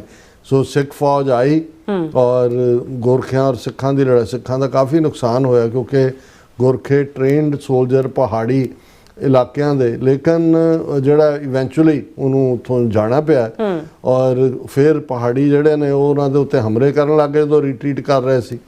ਸੋ ਸਿੱਖਾਂ ਨੇ ਉਹਨਾਂ ਨੂੰ, ਮਹਾਰਾਜਾ ਰਣਜੀਤ ਸਿੰਘ ਨੇ ਕਿਹਾ ਵੀ ਨਹੀਂ, ਜਿਹੜਾ ਜੰਗ ਦੇ ਮੈਦਾਨ 'ਚੋਂ ਨਿਕਲ ਗਿਆ ਭੱਜ ਰਿਹਾ ਉਹਦੇ ਤੇ ਵਾਰ ਨਹੀਂ ਕਰਨਾ, ਉਹਨਾਂ ਨੂੰ ਮਹਿਫੂਜ਼ ਜਿਹੜਾ ਉਹ ਪਹੁੰਚਾਇਆ ਵੀ। ਔਰ ਲੇਕਿਨ ਮਹਾਰਾਜਾ ਰਣਜੀਤ ਸਿੰਘ ਬਹੁਤ ਪ੍ਰਭਾਵਿਤ ਵੀ ਹੋਏ ਗੋਰਖਿਆਂ ਦੀ ਬਹਾਦਰੀ ਤੋਂ। ਜਦੋਂ ਅਸੀਂ ਸਿੱਖ ਫੌਜ ਦਾ ਜ਼ਿਕਰ ਕਰਦੇ ਹਾਂ, ਬਹੁਤ ਵਾਰ ਅਸੀਂ ਸਿੱਖ ਫੌਜ ਦੇ ਵਿੱਚ ਸਿੱਖ ਹੀ ਲਫ਼ਜ਼ ਜ਼ਿਆਦਾ ਇਸਤੇਮਾਲ ਹੁੰਦਾ, ਪਰ ਮਹਾਰਾਜਾ ਰਣਜੀਤ ਸਿੰਘ ਨੇ ਪੂਰੀ ਗੋਰਖਾ ਭਰਤੀ ਵੀ ਜਿਹੜੀ ਹੈ ਫੌਜ ਦੇ ਵਿੱਚ ਕੀਤੀ, ਜਿਹੜੇ ਪੈਦਲ ਸੀ, ਇਨਫੈਂਟਰੀ ਸੀ, ਔਰ ਗੋਰਖਿਆਂ ਦੇ ਉਹਨਾਂ ਯੂਨਿਟਸ ਨੇ ਜਿਹੜੀਆਂ ਬਾਅਦ ਦੇ ਵਿੱਚ ਕੰਕਰਿੰਗ, ਜਿਵੇਂ 1809 ਤੋਂ ਲੈ ਕੇ ਫਿਰ ਬਾਅਦ ਦੀ ਗੱਲ ਕਰ ਰਹੇ ਹਾਂ। ਔਰ ਇਹੀ ਨਹੀਂ, ਨੇਪਾਲ ਦੇ ਰਾਜੇ ਦੇ ਨਾਲ ਉਹਨਾਂ ਦੇ ਸੁਖਾਵੇਂ ਸੰਬੰਧ ਵੀ ਰਹੇ। ਜਿੰਨੀਆਂ ਸੈਲੀਬ੍ਰੇਸ਼ਨਸ ਸਿੱਖ ਦਰਬਾਰ ਦੀਆਂ, ਲਾਹੌਰ ਦਰਬਾਰ ਦੀਆਂ, ਜਿਵੇਂ ਬਸੰਤ ਪੰਚਮੀ ਦੇ ਮੌਕੇ ਇੱਕ ਹਫ਼ਤਾ ਪੂਰਾ ਫੈਸਟੀਵਿਟੀਜ਼ ਹੁੰਦੀਆਂ ਸੀ, ਉਹਦੇ 'ਚ ਨੇਪਾਲ ਦੇ ਬਾਦਸ਼ਾਹ ਦੀ ਨੁਮਾਇੰਦਗੀ ਵੀ ਹੁੰਦੀ ਸੀ। ਔਰ ਗੋਰਖੇ ਜਿਹੜੇ ਨੇ ਸਿੱਖ ਰਾਜ ਦੇ ਵਿੱਚ ਲਾਇਲ ਸੋਲਜਰਸ ਦੇ ਤੌਰ ਦੇ ਉੱਤੇ ਲੜੇ। ਔਰ ਇਹ ਵੀ ਇੱਕ ਕਾਰਨ ਹੈ ਕਿ ਜੇ ਮਹਾਰਾਣੀ ਜਿੰਦਾ ਉੱਥੋਂ ਬਣਾ ਕਿਲੇ ਚੋਂ ਜਿਹੜਾ ਹੈ ਉਹ ਯੂਪੀ ਦੇ ਫਤਿਹਪੁਰ ਕੇ ਕੀ ਉੱਥੋਂ ਨਿਕਲ ਕੇ ਜਾਂਦੀ ਹੈ ਵਣਜਾਰਨ ਦੇ ਭੇਸ ਦੇ ਵਿੱਚ ਜਾਂ ਦੂਜੇ, ਤੇ ਉਹਨੂੰ ਪਨਾਹ ਨੇਪਾਲ ਦਾ ਮਹਾਰਾਜਾ ਹੀ ਦਿੰਦਾ ਹੈ। ਇਹ ਉਹੀ ਸਬੰਧ ਸੀ ਜੁੜੇ ਹੋਏ। ਮੈਂ ਇਹ ਵੇਰਵਾ ਇਸ ਲਈ ਦਿੱਤਾ ਹੈ ਕਿ ਇਸੇ ਤਰ੍ਹਾਂ ਅੰਗਰੇਜ਼ਾਂ ਦੇ ਨਾਲ ਗੋਰਖਿਆਂ ਦੀ ਜੰਗ 1815 ਦੇ ਨੇੜੇ ਤੇੜੇ ਹੋਈ। ਗੋਰਖੇ ਬਹਾਦਰੀ ਨਾਲ ਲੜੇ। ਅੰਗਰੇਜ਼ਾਂ ਨੂੰ ਵੀ ਲੱਗਿਆ ਕਿ ਵੀ ਇਹ ਤਾਂ ਬੜੇ ਇਹਨਾਂ ਨੂੰ ਤਾਂ ਲਾਇਲ ਸੋਲਜਰ ਬਣਾਇਆ ਜਾ ਸਕਦਾ ਹੈ ਇਹਨਾਂ। ਸੋ 1816 ਦੇ ਵਿੱਚ ਇੱਕ ਟਰੀਟੀ ਹੋਈ ਜਿਹਨੂੰ ਸੌਗਾਲੀ ਦੀ ਟਰੀਟੀ ਕਿਹਾ ਜਾਂਦਾ, ਜਿਹਦੇ ਥੱਲੇ ਬ੍ਰਿਟਿਸ਼ ਰਾਜ ਨੇ ਨੇਪਾਲ ਦੇ ਜਿਹੜਾ ਕਿੰਗਡਮ ਸੀ ਉਹਦੇ ਨਾਲ ਆਪਣੀ ਬਾਉਂਡਰੀ ਤੈਅ ਕੀਤੀ। ਉਸ ਦੇ ਥੱਲੇ ਹੀ ਜਿਹੜਾ ਕੁਛ ਇਲਾਕਾ ਜਿਹੜਾ ਅੱਜ ਉੱਤਰਾਖੰਡ ਭਾਰਤ ਦਾ ਹਿੱਸਾ ਬਣਿਆ ਉਹ ਉਹਨਾਂ ਨੂੰ ਛੱਡਣਾ ਪਿਆ ਨੇਪਾਲ ਨੂੰ। ਉਹ ਲੜਾਈਆਂ ਦੇ ਵਿੱਚ ਅੰਗਰੇਜ਼ਾਂ ਦਾ ਵੀ ਨੁਕਸਾਨ ਹੋਇਆ ਸੀ, ਲੇਕਿਨ ਉਹਨਾਂ ਨੇ ਫਿਰ ਨੇਪਾਲ ਦੇ ਵਿੱਚ ਇੰਟਰਫੇਰੈਂਸ ਨਹੀਂ ਕੀਤੀ। ਹੁਣ ਜਦੋਂ ਅੰਗਰੇਜ਼ ਉੱਥੋਂ ਨਿਕਲੇ ਔਰ ਇਸੇ ਤਰ੍ਹਾਂ ਜਿਹੜੇ ਕੁਛ ਨੇ ਉਹਨਾਂ ਨੇ ਮਿਆਂਮਾਰ ਨੂੰ ਅੱਡ ਟਾਈਮ ਤੇ ਆਜ਼ਾਦ ਕੀਤਾ। ਸ੍ਰੀਲੰਕਾ ਜਿਹਨੂੰ ਉਹਦਾ ਪੁਰਾਣਾ ਨਾਂ ਸੰਗਲਾਦੀਪ ਸੀ, ਗੁਰੂ ਨਾਨਕ ਪਾਤਸ਼ਾਹ ਵੀ ਗਏ ਹੋਏ ਨੇ, ਬਾਅਦ 'ਚ ਉਹਨੂੰ ਇਹਨਾਂ ਨੇ ਸਿਲੋਨ ਨਾਂ ਦਿੱਤਾ ਹੈ ਸੰਗਲਾਦੀਪ ਨੂੰ, ਹੁਣ ਇਹਨਾਂ ਨੇ ਸ੍ਰੀਲੰਕਾ ਰੱਖਿਆ। ਸੋ ਉਹ ਸਾਰੇ ਵੀ ਗਏ। ਸੋ ਜਦੋਂ ਬ੍ਰਿਟਿਸ਼ ਨਿਕਲੇ 47 'ਚ ਉਹਨਾਂ ਨੇ ਭਾਰਤ ਪਾਕਿਸਤਾਨ ਵੰਡੇ। ਸੋ ਜਿਹੜੀ ਟੈਰੀਟਰੀ ਭਾਰਤ ਦੀ ਸੀ ਉਹ ਭਾਵੇਂ ਨੇਪਾਲ ਦੀ ਸੰਗੌਲੀ ਦੀ ਟਰੀਟੀ, ਕਿਉਂਕਿ ਬਹੁਤ ਵਾਰੀ ਦਰਿਆਵਾਂ ਨੂੰ ਹੀ ਜਿਹੜਾ ਉਹ ਇੱਕ ਬਾਉਂਡਰੀ ਦੇ ਤੌਰ ਤੇ ਦੇਖਿਆ ਜਾਂਦਾ ਸੀ ਰਫਲੀ, ਤੇ ਦਰਿਆ ਆਪਣਾ ਵਹਿਣ ਬਦਲਦੇ ਰਹਿੰਦੇ ਨੇ। ਜੇ ਦਰਿਆ 5 ਮੀਲ ਇੱਧਰ ਚਲਾ ਗਿਆ, ਉਧਰਲਾ ਇਲਾਕਾ ਇੱਧਰ ਆ ਗਿਆ, ਜਿਵੇਂ ਅਸੀਂ ਡੇਰਾ ਬਾਬਾ ਨਾਨਕ ਔਰ ਦੂਸਰੇ ਦੇ ਵਿਚਾਲੇ ਦੇਖਦੇ ਹਾਂ ਰਾਵੀ ਦਾ ਕੋਰਸ। ਹੁਣ ਕਦੇ ਜਦੋਂ ਅਸੀਂ ਦੇਖਦੇ ਹਾਂ ਵੀ ਜਿਹੜਾ ਲਾਹੌਰ ਕਿਲ੍ਹਾ ਹੈ ਉਹਦੇ ਨਾਲ ਰਾਵੀ ਖਹਿ ਕੇ ਲੰਘਦੇ ਸੀ, ਕਿਲ੍ਹਾ ਹੈ ਹੀ ਰਾਵੀ ਦੇ ਕੰਢੇ ਸੀ। ਅੱਜ ਤੁਸੀਂ ਕਿੰਨੀ ਦੂਰ ਦੇਖਦੇ ਹੋ, ਕਿਉਂਕਿ ਦਰਿਆ ਜਿਹੜੇ ਨੇ ਆਪਣਾ ਵਹਿਣ ਬਦਲਦੇ ਰਹਿੰਦੇ ਨੇ। ਸੋ ਉਹਦੇ ਥੱਲੇ ਨੇਪਾਲ ਦਾ ਇਹ ਕਹਿਣਾ ਹੈ ਕਿ ਵੀ ਜਿਹੜੀ ਸਾਡੀ ਟੈਰੀਟਰੀ ਖਾਸ ਤੌਰ ਤੇ 3 ਥਾਵਾਂ ਤੇ ਕਾਲਾ ਪਾਣੀ, ਲਿਪੂਲੇਖ ਤੇ ਲਿਮਪਿਆਦੁਰਾ, ਇਹ ਉੱਤਰਾਖੰਡ ਦੇ ਵਿੱਚ ਹੀ ਨੇ, ਵੀ ਇਹ ਸਾਡੀਆਂ ਥਾਵਾਂ। ਹੁਣ ਇਹਦਾ ਝਗੜਾ ਵੈਸੇ 2020 'ਚ ਸ਼ੁਰੂ ਹੋ ਗਿਆ ਸੀ ਜਦੋਂ ਚੀਨ ਦੇ ਨਾਲ ਇੰਡੀਆ ਨੇ ਡੀਲ ਕੀਤੀ ਕਿ ਜੇ ਅਸੀਂ ਮਾਨਸਰੋਵਰ ਝੀਲ ਜਿਹੜੀ ਤਿੱਬਤ ਦੇ ਵਿੱਚ ਹੈ, ਜਿਹਨੂੰ ਇਹਨਾਂ ਨੇ ਬੜਾ ਧਾਰਮਿਕ ਤੌਰ ਦੇ ਉੱਤੇ ਆਪਣੇ ਦੇਵੀ ਦੇਵਤਿਆਂ ਦੇ ਨਾਲ ਜੋੜਿਆ ਹੋਇਆ, ਸ਼ਿਵ ਜੀ ਕੈਲਾਸ਼ ਪਰਬਤ 'ਤੇ ਨੇ ਮਾਨਸਰੋਵਰ ਦੇ ਵਿੱਚ, ਔਰ ਉਹਦੀ ਯਾਤਰਾ ਖੁਲਾਉਣ ਦੇ ਲਈ ਕਿ ਹਿੰਦੂ ਮਾਨਸਰੋਵਰ ਜਾ ਸਕਣ, ਉਹ ਰਸਤਾ ਇੱਥੋਂ ਹੀ ਲੰਘਦਾ ਸੀ। ਔਰ ਨੇਪਾਲ ਨੇ ਚੀਨ ਦੇ ਕੋਲ ਵੀ ਇਤਰਾਜ਼ ਕੀਤਾ ਸੀ ਕਿ ਇਹ ਸਾਡਾ ਏਰੀਆ ਜਿਹੜਾ ਭਾਰਤ ਦੇ ਕੋਲ ਹੈ ਔਰ ਤੁਸੀਂ ਇਹਨੂੰ ਕਿਵੇਂ ਸਾਡੇ ਨਾਲ ਗੱਲ ਕੀਤੇ ਬਿਨਾਂ ਕਿਵੇਂ ਖੋਲ੍ਹ ਦਿੱਤਾ।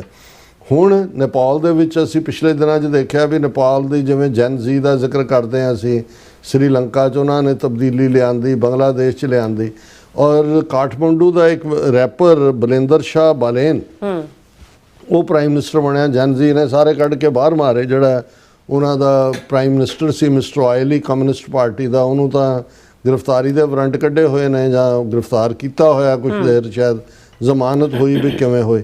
ਹੁਣ ਪਾਰਲੀਮੈਂਟ 'ਚ ਬੋਲਦੇ ਆ ਜਿਹੜਾ ਮਿਸਟਰ ਬਲਿੰਦਰ ਸ਼ਾਹ ਬਾਲੇਨ ਨੇ ਇਹ ਕਿਹਾ ਕਿ ਭਾਈ ਇਹ ਜਿਹੜੀ ਇਹ ਕਾਲਾ ਪਾਣੀ, ਲਿਪੂ ਲੇਖ ਤੇ ਲਿਮਪਿਆਦੂ ਇਹ ਸਾਡੇ ਇਲਾਕੇ ਨੇ ਔਰ ਇਹ ਭਾਰਤ ਜਿਹੜਾ ਇਸ ਕਰੇ। ਉਹਨੇ ਇਹ ਵੀ ਕਹਿ ਦਿੱਤਾ ਨਾਲ ਕਿ ਜੀ ਕੁਛ ਹੋ ਸਕਦਾ ਹੈ ਭਾਰਤ ਦੇ ਇਲਾਕੇ ਵੀ ਸਾਡੇ ਕਬਜ਼ੇ 'ਚ ਹੋਣ, ਕਿਉਂਕਿ ਦਰਿਆ ਦੇ ਦੂਜੇ ਤੀਜੇ ਇਹ ਸੈਟਲ ਹੋਣਾ ਚਾਹੀਦਾ। ਅੱਛਾ। ਔਰ ਉਹਦੇ 'ਚ ਚਲੋ ਇਹ ਤਾਂ ਕਿਉਂਕਿ ਝਗੜਾ ਚੱਲਦਾ ਸੀ, ਬਿਆਨ ਦੇ ਦਿੱਤਾ ਸੈਟਲ ਹੋਣ ਦਾ ਜਾਂ ਦੂਜਾ, ਲੇਕਿਨ ਜਿਹੜੀ ਇਹਦੇ 'ਚ ਇੱਕ ਨੁਕਤਾ ਸੀ ਜਿਹਨੇ ਮੈਨੂੰ ਇਸ ਸੈਗਮੈਂਟ ਸ਼ਾਮਲ ਕਰਨ ਦੇ ਲਈ ਉਤਸ਼ਾਹਿਤ ਕੀਤਾ। ਉਹਨੇ ਕਿਹਾ ਕਿ ਵੀ ਦੇਖੋ ਇਹ ਜਿਹੜਾ ਇਲਾਕਾ, ਜਿਹੜੇ 3 ਇਲਾਕੇ ਮੈਂ ਵਾਰ-ਵਾਰ ਗਿਣਾ ਰਿਹਾ, ਕਾਲਾ ਪਾਣੀ, ਲਿਪੂ ਲੇਖ ਔਰ ਲਿਮਪਿਆਦੁਰਾ, ਇਹ 1816 ਦੀ ਜਿਹੜੀ ਸੌਗਾਲੀ ਦੀ ਸੰਧੀ ਹੈ ਉਹਦੇ ਤਹਿਤ ਨੇਪਾਲ ਦਾ ਹਿੱਸਾ ਸੀ, ਜਿਹੜੇ ਕਿ ਹੁਣ ਇੰਡੀਆ ਨੇ। ਸੋ ਉਹਨੇ ਕਿਹਾ ਵੀ ਕਿਉਂਕਿ ਇਹ ਟਰੀਟੀ ਬ੍ਰਿਟਿਸ਼ ਨੇ ਸਾਡੇ ਨਾਲ ਕੀਤੀ ਸੀ ਤੇ ਹੁਣ ਕਿਉਂਕਿ ਇੰਡੀਆ ਕਾਬਜ਼ ਹੈ ਔਰ ਇਹ ਯੂਕੇ ਜਿਹੜਾ ਇੰਟਰਵੀਨ ਕਰੇ ਔਰ ਇਹ ਸਾਡੇ ਇਲਾਕੇ ਦਵਾਏ, ਔਰ ਇਸ ਦੇ ਉੱਤੇ ਉਹਨਾਂ ਨੇ ਜਿਹੜਾ ਇਹ ਕਿਹਾ ਕਿ 1816 'ਚ ਵੀ ਜਿਹੜੀ ਹੈ ਬਾਉਂਡਰੀ ਦੇ ਥੱਲੇ ਇਹ ਸਾਡੇ ਹਿੱਸੇ ਆਇਆ ਸੀ ਔਰ ਹੁਣ ਭਾਰਤ ਦੇ 'ਤੇ ਕਬਜ਼ਾ ਕਰਕੇ ਬੈਠੇ। ਔਰ ਉਹਦੇ 'ਚ ਉਹਨਾਂ ਨੇ ਕੁਝ ਕਿਤਾਬਾਂ ਦਾ ਹਵਾਲਾ ਵੀ ਦਿੱਤਾ। ਦੂਜਾ ਜਿਹੜੀ ਸਿੱਧੀ ਗੱਲ ਸੀ, ਉਹਨਾਂ ਨੇ ਇਹ ਕਿਹਾ ਕਿ ਭਾਈ ਬ੍ਰਿਟਿਸ਼ ਜਿਹੜਾ ਹੈ ਬ੍ਰਿਟਨ ਇੰਟਰਵੀਨ ਕਰੇ ਇਸ ਬਾਰਡਰ ਡਿਸਪਿਊਟ ਨੂੰ ਰਿਜ਼ੋਲਵ ਕਰਾਉਣ ਲਈ, ਕਿਉਂਕਿ ਬ੍ਰਿਟਨ ਆਪਣੀ ਜਿਹੜੀ 1816 ਦੀ ਸੰਗੌਲੀ ਦੀ ਟਰੀਟੀ ਆ ਉਹਦੇ ਥੱਲੇ ਉਹਦੀ ਵਚਨਬੱਧਤਾ ਹੈ। ਵੈਸੇ 1751 ਕਿਲੋਮੀਟਰ ਬਾਰਡਰ ਭਾਰਤ ਦਾ ਨੇਪਾਲ ਦੇ ਨਾਲ ਲੱਗਦਾ ਹੈ। ਔਰ ਭਾਰਤ ਨੇ ਅੱਗੋਂ ਇਹ ਕਿਹਾ ਕਿ ਜੀ ਦੇਖੋ 98% ਬਾਰਡਰ ਡਿਸਾਈਡ ਹੈ, 2% ਨਹੀਂ ਹੈ। ਪਰ no place for third parties in border issues, ministry of external affairs in response to Nepal PM while hosting country's ruling party chief. ਉਹਨੇ ਇੰਡੀਆ ਨੇ ਤਾਂ ਨਾਲ ਦੀ ਨਾਲ ਫੋਰਨ ਮਿਨਿਸਟਰੀ ਨੇ ਕਿਹਾ ਜੀ ਵੀ ਬਿਲਕੁਲ ਅਸੀਂ ਕੋਈ ਤੀਸਰੀ ਧਿਰ ਦੀ ਕੋਈ ਇੰਟਰਵੈਂਸ਼ਨ ਨਹੀਂ ਚਾਹੁੰਦੇ। ਅਸੀਂ ਸਮਝਦੇ ਹਾਂ ਕਿ ਬ੍ਰਿਟਨ ਉਹ ਕਰਦਾ ਇੰਟਰਵੈਂਸ਼ਨ। ਉਹ ਨੇਪਾਲ ਦੇ ਮੁੱਦੇ ਤੇ ਹੋਏ, ਇਹਨਾਂ ਦਾ ਤਾਂ ਚਲੋ ਥੋੜੇ ਬਹੁਤੇ ਸਿੱਖ ਕੌਮ ਹੁਣ ਜੇ 1816 ਦੀ ਸੰਗੌਲੀ ਦੀ ਟੀਟੀ ਨੂੰ ਨੇਪਾਲ ਉਹਦੇ ਤੇ ਬੇਸ ਗੱਲ ਕਰ ਰਿਹਾ ਤੇ ਇਧਰ ਤਾਂ 1846 ਦੀ ਟੀਟੀ ਸੀ ਜਿਹਨੂੰ ਅੰਮ੍ਰਿਤਸਰ ਦੀ ਸੰਧੀ ਜਾਂ ਭਾਰੋਵਾਲ ਦੀ ਸੰਧੀ ਕਰਕੇ ਬਾਅਦ 'ਚ ਕਿਹਾ ਗਿਆ। ਉਹਦੇ 'ਚ ਦਲੀਪ ਸਿੰਘ ਮਾਈਨਰ ਸੀ, ਅੰਗਰੇਜ਼ ਉਹਦੇ ਗਾਰਡੀਅਨ ਬਣ ਕੇ ਬੈਠੇ, ਉਹਦੇ ਮੇਜਰ ਹੋਣ ਤੇ ਰਾਜ ਉਹਨੂੰ ਦੇਣਾ ਸੀ। ਫਿਰ 1947 ਦੇ ਵਿੱਚ ਟ੍ਰਾਂਸਫਰ ਆਫ ਪਾਵਰ ਦੇ ਵੇਲੇ ਅੰਗਰੇਜ਼ ਜਿਹੜੇ ਨੇ ਉਹ as a third party claim ਸਿੱਖਾਂ ਦਾ ਸੀ। ਸੋ ਅਸੀਂ ਇਹ ਸਮਝਦੇ ਹਾਂ ਵੀ ਇਸ ਵੇਲੇ ਸਭ ਤੋਂ ਜ਼ਿਆਦਾ ਜਿਹੜਾ ਇੰਡੀਆ ਦੀ ਚਾਟੂਕਾਰੀ ਲਫ਼ਜ਼ ਇਹੀ ਜ਼ਿਆਦਾ ਵਰਤਦੇ ਨੇ ਇਹਨਾਂ ਦੇ ਮੀਡੀਆ ਵਾਲੇ। ਮੈਂ ਇੱਕ ਦਿਨ ਮਤਲਬ ਦੇਖ ਰਿਹਾ ਸੀ, ਚਾਟੂਕਾਰ ਦਾ ਹੁੰਦਾ ਇੱਕ ਹੁੰਦਾ ਕਿਸੇ ਦੀ ਤਾਰੀਫ ਕੁਛ ਕਹਿਣਾ, ਇੱਕ ਹੁੰਦਾ ਹੱਥ ਫੜਨਾ, ਇੱਕ ਹੁੰਦਾ ਚੱਟਣਾ ਕਿਸੇ ਨੂੰ। ਉਹ ਜਿਹੜੇ ਚਾਟੂਕਾਰ ਕਿਸਮ ਦੇ ਲੋਕ ਨੇ ਉਹ ਬ੍ਰਿਟਨ ਤਾਂ ਇਹਨਾਂ ਦਾ ਚਾਟੂਕਾਰ ਬਣਿਆ ਹੋਇਆ। ਇਕੱਲਾ ਬ੍ਰਿਟਨ ਹੀ ਨਹੀਂ, ਹੁਣ ਅੱਜ ਕੱਲ੍ਹ ਅਸੀਂ ਦੇਖ ਰਹੇ ਹਾਂ ਕਿ ਵੀ ਮੋਦੀ ਦਾ ਆਸਟ੍ਰੇਲੀਆ ਦੌਰਾ ਤੈਅ ਹੋ ਰਿਹਾ, ਉਹਨੇ ਇੱਥੇ ਆਉਣਾ ਉੱਥੇ ਆਉਣਾ। ਐਲਬਨੀ ਆਸਟ੍ਰੇਲੀਆ ਦਾ ਪ੍ਰਾਈਮ ਮਿਨਿਸਟਰ ਇਵੇਂ ਵਿਛਿਆ ਹੋਇਆ ਮੋਦੀ ਦੇ ਸਾਹਮਣੇ, ਜਾਂ ਦੂਜੇ ਜਿਵੇਂ ਲੱਗਦਾ ਕਿ ਭਾਈ ਇਹਦਾ ਅਸਲੀ ਪਿਓ ਇਹੀ ਹੋਏ। ਸੋ ਅਸੀਂ ਇਹ ਸਮਝਦੇ ਹਾਂ ਕਿ ਵੀ ਇਹ ਕਿਉਂਕਿ ਹੁਣ ਜੇ 1 ਮਿਲੀਅਨ ਤੋਂ 2 ਮਿਲੀਅਨ ਲੋਕ ਮਾਰੇ ਜਾਂਦੇ ਨੇ 47 ਦੇ ਵਿੱਚ ਦੋਨੋਂ ਪਾਸੇ, ਹਿੰਦੂ ਸਿੱਖ ਮੁਸਲਮਾਨ, ਜਿਨ੍ਹਾਂ ਚੋਂ ਲਗਭਗ 3 ਤੋਂ 5 ਲੱਖ ਸਿੱਖ ਨੇ, 40% ਸਿੱਖ ਬੇਘਰ ਹੁੰਦੇ ਨੇ। ਉਹਨਾਂ ਕਿਲਿੰਗਸ ਦੇ ਲਈ ਉਹ ਮੁਸਲਮਾਨ ਕੌਣ ਜ਼ਿੰਮੇਵਾਰ ਹੈ? ਬਿਲਕੁਲ ਅੰਗਰੇਜ਼ਾਂ ਨੇ ਉਸ ਨੂੰ ਉਹਨਾਂ ਦੀ ਜ਼ਿੰਮੇਵਾਰੀ ਸੀ ਕਿ ਜੇ ਤੁਸੀਂ ਡਿਵੀਜ਼ਨ ਵੀ ਕੀਤੀ ਹੈ, ਡਿਵਾਈਡ ਵੀ ਕਰ ਦਿੱਤਾ ਹੈ, ਤੁਸੀਂ ਪੀਸਫੁਲ ਟ੍ਰਾਂਸਫਰ ਆਫ ਪਾਪੂਲੇਸ਼ਨ ਵੀ ਕਰਾਓ। ਫਿਰ ਸਤੰਬਰ 48 ਦੇ ਵਿੱਚ ਉਹਨਾਂ ਨੇ ਜਾਣਾ ਸੀ, ਪਹਿਲਾਂ ਹੀ ਮਾਊਂਟਬੈਟਨ ਨੇ ਕਿਹਾ 15 ਅਗਸਤ ਦੇ ਵਿੱਚ ਭੱਜ ਗਏ। ਉਸ ਭੱਜੋਂ ਬਾਅਦ ਦੇ ਵਿੱਚ ਵੀ ਤਾਂ ਸੈਟਲਮੈਂਟ ਹੋਈ ਹੈ, ਇੱਧਰਲੀਆਂ ਦੇ ਜਿਹੜੇ ਕਲੇਮ ਸੀ ਉੱਧਰ ਸੈਟਲ ਹੋਏ, ਉੱਧਰਲਿਆਂ ਦੇ ਇੱਧਰ ਹੋਏ।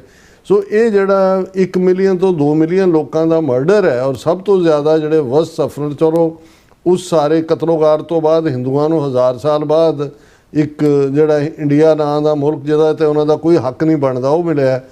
ਮੁਸਲਮਾਨਾਂ ਦੇ ਵੱਡੇ ਹਿੱਸੇ ਦੇ ਲਈ ਪਾਕਿਸਤਾਨ ਸਿੱਖਾਂ ਨੇ ਕੀ ਖੱਟਿਆ? ਬਿਲਕੁਲ ਅਸੀਂ ਮਰਨ ਜੋਗੇ ਹੀ ਰਹੇ ਆ ਹੁਣ ਵੀ। ਸੋ ਅਸੀਂ ਇਹ ਸਮਝਦੇ ਹਾਂ ਕਿ ਵੀ ਇਹ ਹੁਣ ਵੀ ਜਿਹੜੀਆਂ ਬ੍ਰਿਟਨ ਦੀਆਂ ਨੀਤੀਆਂ ਨੇ, ਜਿਸ ਲੈਵਲ ਦੇ ਉੱਤੇ ਅਸੀਂ ਜ਼ਿਕਰ ਵੀ ਕਰਾਂਗੇ, ਕਿਰਪਾਨ ਦਾ ਮੁੱਦਾ ਬਣਾ ਦਿੱਤਾ ਇੱਕ ਉਸ ਮਰਡਰ ਨੂੰ ਜਿਹਦੇ 'ਚ ਜਿਹੜਾ ਹਥਿਆਰ ਵਰਤਿਆ ਗਿਆ ਉਹ ਕਿਰਪਾਨ ਵੀ ਨਹੀਂ ਸੀ, ਉਹ ਪਰਸ਼ੀਅਨ ਇੱਕ ਨਾਈਫ ਸੀ ਜਿਹਦੇ 'ਤੇ ਕੋਈ ਵੀ ਕ੍ਰਾਈਮ ਕਰ ਸਕਦਾ।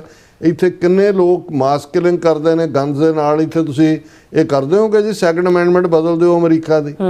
ਜੇ ਉੱਥੇ ਕੋਈ ਸਿੱਖ ਬੱਚਾ ਜਿਹੜਾ ਹੈ ਉਹ ਕੋਈ ਕ੍ਰਾਈਮ ਕਰਦਾ ਵਾਰ, ਉਹਨੂੰ ਕਾਨੂੰਨ ਦੇ ਮੁਤਾਬਕ ਜੋ ਕਿਸੇ ਵੀ ਕ੍ਰਿਮੀਨਲ ਲਈ ਆ ਉਹਨੂੰ ਸਜ਼ਾ ਉਹਨਾਂ ਦੇ 21 ਸਾਲ।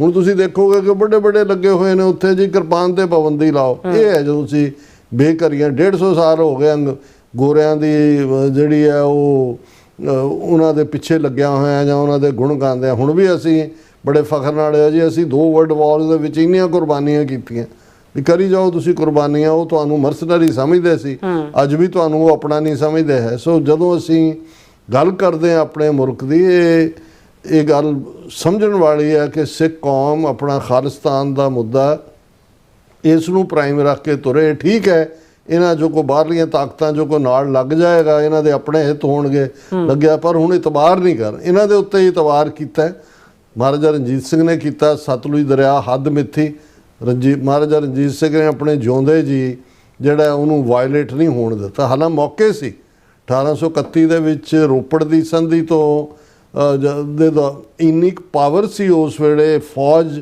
ਕਿਸੇ ਕੋਲ 80-90 ਹਜ਼ਾਰ ਟ੍ਰੇਨਡ ਫੌਜ ਵਿਦ ਦਾ ਫਰੈਂਚ, ਇਟਾਲੀਅਨ ਔਰ ਦੂਜੇ। ਜੇ ਸ਼ਾਹ ਮੁਹੰਮਦ ਰਣਜੀਤ ਸਿੰਘ ਦੇ ਮੌਤ ਤੋਂ 10 ਸਾਲ ਬਾਅਦ ਉਹ ਜੰਗਾਂ ਦੇ ਵਿੱਚ ਇਹਦੇ 'ਚੋਂ ਕਹਿੰਦਾ ਸ਼ਾਹ ਮੁਹੰਮਦ ਇੱਕ ਸਰਕਾਰ ਬਾਝੋਂ ਫੌਜਾਂ ਜਿੱਤ ਕੇ ਅੰਤ ਨੂੰ ਹਾਰੀਆਂ ਨੇ। ਜੇ ਰਣਜੀਤ ਸਿੰਘ ਆਪਣੇ ਜਿਉਂਦੇ ਜੀ ਅਖੀਰਲੇ ਸਾਲਾਂ 'ਚ ਟੱਕਰ ਲਈ ਹੁੰਦੀ, ਪਰ ਉਹ ਵਾਇਲੇਟ ਉਹਨੇ ਸੀ ਕਿ ਜੇ ਅਸੀਂ ਦੋਸਤੀ ਦਾ ਹੱਥ ਵਧਾਇਆ ਤੇ ਅਸੀਂ ਦੋਸਤ ਵਾਂਗ ਹੀ ਰਹਿਣਾ।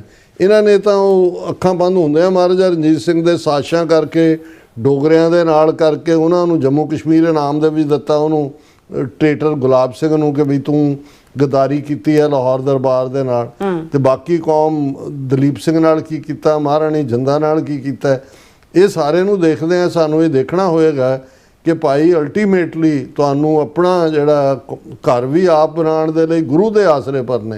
ਇੱਕ ਬਹੁਤ ਪਿਆਰੀ ਜੋੜੀ ਹੈ, ਪੰਥ ਪ੍ਰਸਤ ਔਰ ਕੌਮ ਦੇ ਲਈ ਪਿਆਰ ਕਰਨ ਵਾਲੀ। ਪਰਸੋਂ ਨਹੀਂ ਕੱਲ੍ਹ ਹੀ ਮੇਰੀ ਉਹਨਾਂ ਦੇ ਨਾਲ ਗੱਲਬਾਤ ਹੋ ਰਹੀ ਸੀ ਜਾਂ ਦੂਜੇ, ਤੇ ਉਹ ਵੀ ਜਿਹੜੇ ਪੰਥਕ ਦਰਦ ਨਾਲ ਭਰੇ ਹੋਏ ਨੇ, ਉਹ ਵੀ ਕਹਿੰਦੇ ਨੇ ਕਿ ਭਾਈ ਅਲਟੀਮੇਟਲੀ ਸਾਨੂੰ ਆਪਣੇ ਗੁਰੂ ਦੇ, ਪਾਤਸ਼ਾਹੀ ਵੀ ਸਾਨੂੰ ਗੁਰੂ ਨੇ ਦਿੱਤੀ ਹੋਈ ਹੈ, ਲੜਨਾ ਵੀ ਅਸੀਂ ਗੁਰੂ ਦੇ ਬਲ ਨਾਲ ਹੈ।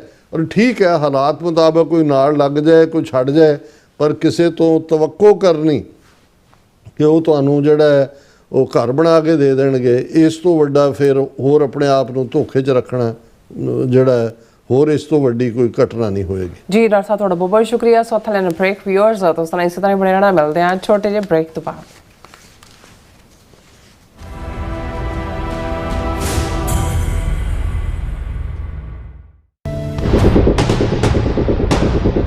ਧਰਮ ਦੀ ਰੱਖਿਆ ਤੇ ਕੌਮ ਲਈ ਜਿਨ੍ਹਾਂ ਨੇ ਆਪਣੀਆਂ ਜਾਨਾਂ ਤੱਕ ਵਾਰ ਦਿੱਤੀਆਂ, ਉਹਨਾਂ ਮਹਾਨ ਸਿੰਘਾਂ ਸਿੰਘਣੀਆਂ ਦੀ ਯਾਦ ਨੂੰ ਸਮਰਪਿਤ ਕਰਵਾਇਆ ਜਾ ਰਿਹਾ ਹੈ ਮਹਾਨ ਸ਼ਹੀਦੀ ਸਮਾਗਮ।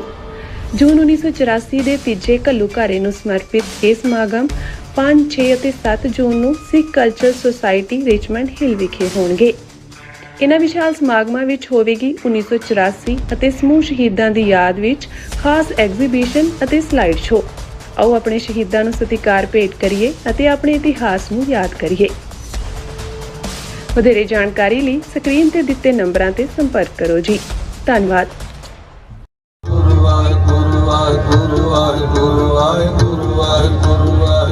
ਵਾਹਿਗੁਰੂ ਜੀ ਕਾ ਖਾਲਸਾ, ਵਾਹਿਗੁਰੂ ਜੀ ਕੀ ਫਤਿਹ।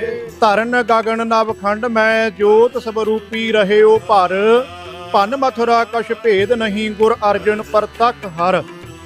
ਗੁਰਬਾਣੀ ਕੁਰਬਾਨੀ ਤੇ ਮਿਹਰਬਾਨੀ ਦੇ ਪੁੰਜ, ਭਾਣੇ ਦੀ ਮੂਰਤ, ਧੰਨ ਧੰਨ ਧੰਨ ਸਾਹਿਬ ਸ੍ਰੀ ਗੁਰੂ ਅਰਜਨ ਦੇਵ ਸੱਚੇ ਪਾਤਸ਼ਾਹ ਜੀ।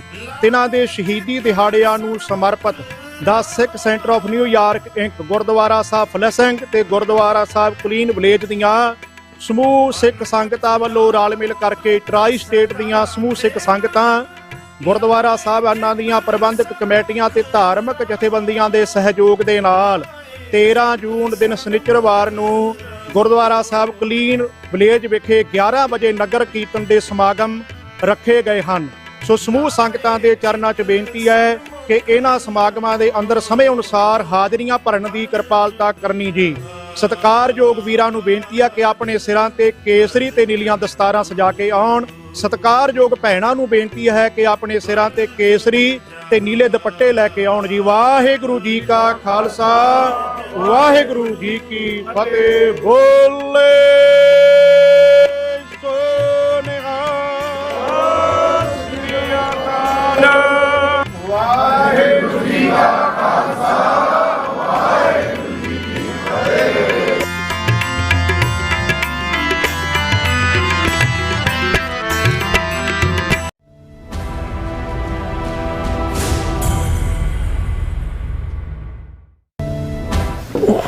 Viewers welcome back on programme. So viewers, ਹੁਣ ਆਪਾਂ ਗੱਲਬਾਤ ਕਰਾਂਗੇ ਕਿ ਅਮਰੀਕਾ ਦੇ secretary of defence Pete Hegseth ਨੇ ਪਾਕਿਸਤਾਨ ਦੀ ਸਿਵਿਲੀਅਨ ਅਤੇ ਫੌਜੀ ਲੀਡਰਸ਼ਿਪ ਦੀ ਭਰਪੂਰ ਤਾਰੀਫ ਕੀਤੀ ਹੈ। ਔਰ ਸਿੰਗਾਪੁਰ ਵਿੱਚ ਸੈਗਰੀ ਲਾਅ ਡਾਇਲੌਗ ਦੇ ਵਿੱਚ ਬੋਲਦਿਆਂ ਹੈਗਸਥ ਨੇ ਕਿਹਾ ਹੈ ਕਿ ਪ੍ਰੈਜ਼ੀਡੈਂਟ ਟਰੰਪ ਨੇ ਪਾਕਿਸਤਾਨ ਦੀ ਲੀਡਰਸ਼ਿਪ ਨਾਲ ਇੱਕ ਪੱਕੀ ਦੋਸਤੀ ਕਾਇਮ ਕੀਤੀ ਹੈ। ਉਹਨਾਂ ਨੇ ਕਿਹਾ ਕਿ ਪਾਕਿਸਤਾਨ ਸਾਊਥ ਏਸ਼ੀਆ ਵਿੱਚ ਅਮਨ ਕਾਇਮ ਕਰਨ ਲਈ ਬਹੁਤ ਹੀ ਅਹਿਮ ਰੋਲ ਅਦਾ ਕਰ ਰਿਹਾ ਹੈ। ਉਹਨਾਂ ਨੇ ਖਾਸ ਤੌਰ ਤੇ ਪਾਕਿਸਤਾਨ ਫੌਜੀ ਮੁਖੀ ਫੀਲਡ ਮਾਰਸ਼ਲ ਆਸਿਫ ਮਨੀਰ ਅਤੇ ਪ੍ਰਾਈਮ ਮਿਨਿਸਟਰ ਸ਼ਹਿਬਾਜ਼ ਸ਼ਰੀਫ ਨੂੰ ਉਸ ਦਾ ਸਿਹਰਾ ਦਿੱਤਾ ਹੈ। ਔਰ ਭਾਰਤ ਵੱਲੋਂ ਪੀਟ ਹੈਗਸਥ ਦੀ ਟਿੱਪਣੀ ਦਾ ਤਿੱਖਾ ਵਿਰੋਧ ਕਰਦਿਆਂ ਕਿਹਾ ਗਿਆ ਹੈ ਕਿ ਅਮਰੀਕਾ ਪਹਿਲਾਂ ਪਾਕਿਸਤਾਨ ਨੂੰ ਦਹਿਸ਼ਤਗਰਦੀ ਤੋਂ ਕਿਨਾਰਾ ਕਰਨ ਦੀ ਸਲਾਹ ਦੇਵੇ। ਸੋ ਇਸ ਬਾਰੇ ਆਪਾਂ ਗੱਲਬਾਤ ਕਰਨ ਜਾ ਰਹੇ ਹਾਂ। ਸੋ ਅਸੀਂ ਚਾਹਾਂਗੇ ਕਿ ਤੁਸੀਂ ਇਸੇ ਤਰ੍ਹਾਂ ਬੜੇ ਰਹਿਣਾ, ਦੇਖਣ ਸੁਣਨ ਲਈ ਐਨ ਲਿਖਣ ਲਈ। ਤੁਹਾਡਾ ਸਭ ਦਾ ਬਹੁਤ ਬਹੁਤ ਧੰਨਵਾਦ ਜੀ। ਡਾਕਟਰ ਸਾਹਿਬ ਕੀ ਕਹਿਣਾ ਚਾਹੋਗੇ? ਦੇਖੋ, ਗੱਲ ਜਦੋਂ ਅਸੀਂ ਅਮਰੀਕਾ ਪਾਕਿਸਤਾਨ ਰਿਲੇਸ਼ਨਸ਼ਿਪ ਦੀ ਦੇਖਦੇ ਹਾਂ ਤੇ ਫਿਰ ਇਹ ਜਿਹੜਾ ਸਾਰਾ ਹੀ ਵਰ੍ਹਾ ਬੀਤਿਆ ਜਦੋਂ ਤੋਂ ਪ੍ਰੈਜ਼ੀਡੈਂਟ ਟਰੰਪ ਦੀ ਸੈਕੰਡ ਟਰਮ ਸ਼ੁਰੂ ਹੋਈ, ਅਸੀਂ ਦੇਖਦੇ ਹਾਂ ਕਿ ਪਾਕਿਸਤਾਨ ਦਾ ਰੁਤਬਾ ਮਿਲੀਟੈਰਲੀ ਉਹ 7, 8, 9 ਮਈ ਨੂੰ ਜਿਹੜਾ 72 ਘੰਟੇ ਦਾ ਮਿਜ਼ਾਈਲ ਔਰ ਡਰੋਨ ਵਾਰਫੇਅਰ ਇੰਡੀਆ ਪਾਕਿਸਤਾਨ ਦੇ ਵਿਚਾਲੇ ਹੋਈ 10 ਮਈ ਨੂੰ ਜਿਹੜੀ ਹੈ ਉਹ ਪ੍ਰੈਜ਼ੀਡੈਂਟ ਟਰੰਪ ਦੀ ਇੰਟਰਵੈਂਸ਼ਨ ਦੇ ਥੱਲੇ ਜਿਹਦੇ ਤਰਲੇ ਇੰਡੀਆ ਨੇ ਕੀਤੇ, ਜਿਹੜਾ ਹੈ ਉਹ ਜੰਗਬੰਦੀ ਹੋਈ, ਜਿਸ ਨੂੰ ਭਾਰਤ ਅਜੇ ਵੀ ਕਹਿੰਦਾ ਜੀ ਅਜੇ ਅਸੀਂ ਪੌਜ਼ ਕੀਤਾ ਹੋਇਆ। ਪਰ ਉਸ 3 ਰੋਜ਼ਾ ਟਕਰਾਅ ਨੇ ਪਾਕਿਸਤਾਨ ਨੂੰ ਰੀਜਨਲ ਪਾਵਰ ਦੇ ਤੌਰ ਤੇ ਵੀ ਐਸਟੈਬਲਿਸ਼ ਕੀਤਾ, ਮਿਲਟਰੀ ਪਾਵਰ। ਔਰ ਉਸ ਤੋਂ ਬਾਅਦ ਅਸੀਂ ਦੇਖਦੇ ਹਾਂ ਕਿ ਕਿੰਨੀਆਂ ਤਬਦੀਲੀਆਂ, ਸਾਊਦੀ ਅਰੇਬੀਆ ਦੇ ਨਾਲ ਡਿਫੈਂਸ ਪੈਕਟ, $2-3 ਬਿਲੀਅਨ ਦੇ ਹਥਿਆਰ ਉਹਨਾਂ ਮੁਲਕਾਂ ਵੱਲੋਂ ਵੀ ਜਿਨ੍ਹਾਂ ਨੇ ਕਦੇ ਪਾਕਿਸਤਾਨ ਦੇ ਕੋਡ ਆਰਡਰ ਨਹੀਂ ਸੀ ਪਲੇਸ ਕੀਤੇ। ਔਰ ਫਿਰ ਉਹਨਾਂ ਦਾ ਰੁਤਬਾ ਜਿੱਥੇ ਪ੍ਰੈਜ਼ੀਡੈਂਟ ਟਰੰਪ ਦੇ special guest of honour lunch ਦੇ ਉੱਤੇ ਉਹਨਾਂ ਦੇ ਫੀਲਡ ਮਾਰਸ਼ਲ ਜਿਨ੍ਹਾਂ ਨੂੰ ਇਸ ਜੰਗ ਤੋਂ ਬਾਅਦ ਬਣਾਇਆ ਗਿਆ ਭਾਰਤ ਦੇ ਨਾਲ ਟਕਰਾਅ ਤੋਂ ਬਾਅਦ, ਆਸਮ ਮੁਨੀਰ। ਔਰ ਫਿਰ ਦੇਖਦੇ ਦੇਖਦੇ ਅਸੀਂ ਦੇਖਦੇ ਹਾਂ ਕਿ 28 ਫਰਵਰੀ ਨੂੰ ਜਦੋਂ ਵੈਸਟ ਏਸ਼ੀਆ ਕ੍ਰਾਈਸਿਸ ਸ਼ੁਰੂ ਹੁੰਦਾ ਹੈ, ਅਮਰੀਕਾ ਇਜ਼ਰਾਈਲ ਵੱਲੋਂ ਈਰਾਨ ਨੂੰ ਨਿਸ਼ਾਨੇ ਤੇ ਲਿਆ ਜਾਂਦਾ ਹੈ। ਔਰ ਜਿਉਂ-ਜਿਉਂ ਜੰਗ ਅੱਗੇ ਵੱਧਦੀ ਹੈ, ਪਾਕਿਸਤਾਨ ਦਾ ਰੋਲ ਇੱਕ ਮੀਡੀਏਟਰ ਦੇ ਤੌਰ ਦੇ ਉੱਤੇ ਅਮਰੀਕਾ ਦਾ ਫੁੱਲ ਟਰਸਟ ਪ੍ਰੈਜ਼ੀਡੈਂਟ ਟਰੰਪ ਦਾ ਪਾਕਿਸਤਾਨ ਤੇ ਕਰਨਾ, ਈਰਾਨ ਦਾ ਟਰਸਟ ਜਿਹੜਾ ਈਰਾਨ ਅਦਰਵਾਈਜ਼ ਜਿਹੜਾ ਉਹ ਕਿਸੇ ਅਮਰੀਕਾ ਨਾਲ ਤਾਂ ਉਹਨਾਂ ਦੀ ਬੇਇਤਬਾਰੀ ਸਮਝ ਆ ਸਕਦੀ ਸੀ, ਪਾਕਿਸਤਾਨ ਆਲਰੇਡੀ ਅਮਰੀਕਾ ਦੇ ਖੈਮੇ 'ਚ ਰਿਹਾ ਕੋਲਡ ਵਾਰ ਪੀਰੀਅਡ 'ਚ ਵੀ, ਇਹਦੇ ਬਾਵਜੂਦ ਈਰਾਨ ਦੇ ਨਾਲ ਉਹ ਟਰਸਟ ਦਾ ਲੈਵਲ ਕਾਇਮ ਰੱਖਣਾ। ਫਿਰ ਕਿਉਂਕਿ ਚਾਈਨਾ ਅਮਰੀਕਾ ਇਸ ਵੇਲੇ ਰਾਈਵਲਰੀ ਤਾਂ ਜੇ ਇਹ ਦੇਖੀਏ ਤੇ 2 ਵੱਡੀਆਂ ਪਾਵਰ 'ਚ ਹੈ, ਪਾਕਿਸਤਾਨ ਚਾਈਨਾ ਦੀ ਵੀ ਗੁੱਡ ਬੁੱਕ 'ਚ ਹੈ, ਉਹਨਾਂ ਦੀ ਦੋਸਤੀ ਹਿਮਾਲਿਆ ਤੋਂ ਉੱਚੀ, ਸਮੁੰਦਰ ਤੋਂ ਡੂੰਘੀ। ਤੇ ਪ੍ਰੈਜ਼ੀਡੈਂਟ ਟਰੰਪ ਦੇ ਵੀ ਜ਼ਿਹਨ 'ਚ ਨਾ ਆਏ ਕਿ ਵੀ ਪਾਕਿਸਤਾਨ ਕੋਈ ਪ੍ਰੋ ਚਾਈਨਾ ਕਾਰਡ ਨਾ, ਉਸ ਫੇਥ ਨੂੰ ਵੀ ਕਾਇਮ ਰੱਖਣਾ। ਸੋ ਇਹ ਜਿਹੜੀ ਫਾਈਨਨੈਸ ਸੀ ਜਿਸ 'ਚੋਂ ਅਲਟੀਮੇਟਲੀ ਸੀਜ਼ ਫਾਇਰ ਨਿਕਲਿਆ ਈਰਾਨ ਔਰ ਅਮਰੀਕਾ ਦੇ ਵਿਚਾਲੇ, ਔਰ ਇਸਲਾਮਾਬਾਦ ਨੇ ਹੋਸਟ ਕੀਤੀ ਪਹਿਲੀ ਸਮਿਟ ਜਿਹੜੀ ਸੀ। ਇਹ ਵੱਖਰੀ ਕਹਾਣੀ ਹੈ, ਥੋੜ੍ਹੀਆਂ ਬਹੁਤ ਵਾਇਲੇਸ਼ਨਸ ਹੋਈਆਂ ਇਜ਼ਰਾਈਲ ਦੇ ਲਈ, ਇਹ ਬਹੁਤ ਤਕਲੀਫਦੇਹ ਸੀ। ਉਹ ਤਾਂ ਪਾਕਿਸਤਾਨ ਨੂੰ ਇੱਕ ਦੁਸ਼ਮਣ ਦੇ ਤੌਰ ਦੇ ਉੱਤੇ ਹੀ ਦੇਖਦਾ ਹੈ, ਔਰ ਉਸ ਸਭ ਦੇ ਬਾਅਦ ਉਹਨੂੰ ਵਾਇਲੇਟ ਕਰਨ ਦੀ ਕੋਸ਼ਿਸ਼ ਕੀਤੀ ਲਬਨਾਨ ਦੇ ਵਿੱਚ ਜੋ ਕੁਛ ਉਹ ਕਰ ਰਿਹਾ ਸੀ। ਔਰ ਅਸੀਂ ਡਿਸਕਸ ਕਰਕੇ ਹਟੇ ਹਾਂ ਕਿ ਕਿਵੇਂ ਪ੍ਰੈਜ਼ੀਡੈਂਟ ਟਰੰਪ ਦਾ ਜਿਹੜਾ ਗੁੱਸੇ ਦਾ ਫੁਹਾਰ ਹੈ ਫਾਈਨਲੀ ਡਿੱਗ ਕੇ ਉਹਨੇ ਨੈਤਨਯਾਹੂ ਨੂੰ ਪੂਰੀ ਤਰ੍ਹਾਂ ਜਿਹੜਾ ਉਹ ਜਿਹੜੀ ਹੈ ਉਹ ਸ਼ਾਵਰ ਦਿੱਤੀ ਹੈ, ਔਰ ਅਜੇ ਵੀ ਉਹਦੀ ਸ਼ਾਵਰ ਦੀ ਰਿਲੈਕਸੇਸ਼ਨ ਨੈਤਨਯਾਹੂ ਨੂੰ ਮਿਲ ਰਹੀ ਹੋਏਗੀ। ਹੁਣ ਇਸ ਸਾਰੇ ਦੇ ਚੱਲਦੇ ਆ ਹਾਲਾਂ ਜ਼ਾਓਨਿਸਟ ਲੌਬੀ ਔਰ ਇੰਡੀਅਨ ਲੌਬੀ ਜਿਹੜੀਆਂ ਅਮਰੀਕਾ 'ਚ ਟੁਗੈਦਰ ਕੰਮ ਕਰਦੀਆਂ ਨੇ, ਇਹਨਾਂ ਦੀ ਕੋਸ਼ਿਸ਼ ਸੀ ਕਿ ਪਾਕਿਸਤਾਨ ਦੇ ਬਾਰੇ ਸ਼ੱਕ ਪੈਦਾ ਕੀਤਾ ਜਾਏ। ਸੈਨੇਟਰ ਲਿੰਡੀ ਗ੍ਰੈਮ ਨੇ ਉਹ ਕਿਹਾ ਕਿ ਜੀ ਦੇਖੋ ਇੱਕ ਪਾਸੇ ਪਾਕਿਸਤਾਨ ਇਹ ਵਿਚੋਲੇ ਦਾ ਰੋਲ ਕਰ ਰਿਹਾ ਹੈ, ਔਰ ਜਿਹੜੇ ਰੀਕਨੈਸੈਂਸ ਉਹਨਾਂ ਦੇ ਜਸੂਸੀ ਜਹਾਜ਼ ਨੇ ਈਰਾਨ ਦੇ, ਉਹ ਤਾਂ ਪਾਕਿਸਤਾਨ ਦੇ 에ਅਰਪੋਰਟ ਤੇ ਖੜੇ ਨੇ।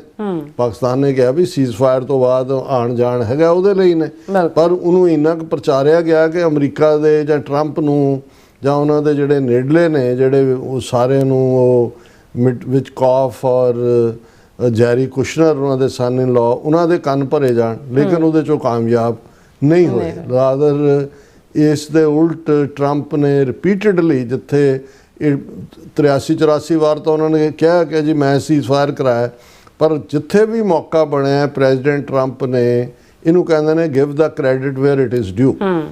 ਪਾਕਿਸਤਾਨ ਦੇ ਫੌਜੀ ਮੁਖੀ ਔਰ ਸਿਵਲੀਅਨ ਐਡਮਿਨਿਸਟ੍ਰੇਸ਼ਨ ਦੇ ਵੀ ਕਿ ਭਾਈ ਉਹਨਾਂ ਨੇ ਜਿਹੜਾ ਉਹ ਬੜਾ ਅਹਿਮ ਰੋਲ ਅਦਾ ਕਰ ਰਹੇ ਨੇ।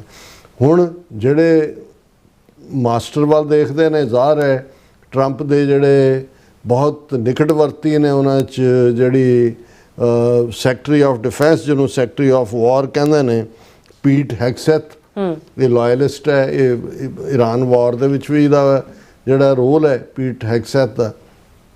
ਉਹਨਾਂ ਨੂੰ ਤਾਂ ਹੁਣ ਡੇਲੀ ਉਹਨਾਂ ਦੀ ਆਪਣੀ ਇੰਟੈਲੀਜੈਂਸ ਦੀਆਂ ਖਬਰਾਂ ਵੀ ਉਹਨਾਂ ਕੋਲ ਨੇ, ਪਲੱਸ ਪਾਕਿਸਤਾਨੀ ਜਿਹੜੇ ਮੀਡੀਏਸ਼ਨ ਉਹਨਾਂ ਦੇ ਨਾਲ ਵੀ ਹੈ। ਹੁਣ ਸਿੰਗਾਪੁਰ ਦੇ ਵਿੱਚ ਜਿਹੜਾ ਇੱਕ ਡਾਇਲੋਗ ਸ਼ੈਂਗਰੀ-ਲਾ ਡਾਇਲੋਗ ਦੇ ਵਿੱਚ ਐਜ਼ ਏ ਸਪੀਕਰ ਹੈਗਸੈਥ ਨੇ ਬੋਲਦਿਆਂ ਕਿਹਾ ਕਿ President Donald Trump had developed a true friendship with Pakistan's leadership and he credited Islamabad with playing a constructive role in efforts aimed at maintaining stability in South Asia.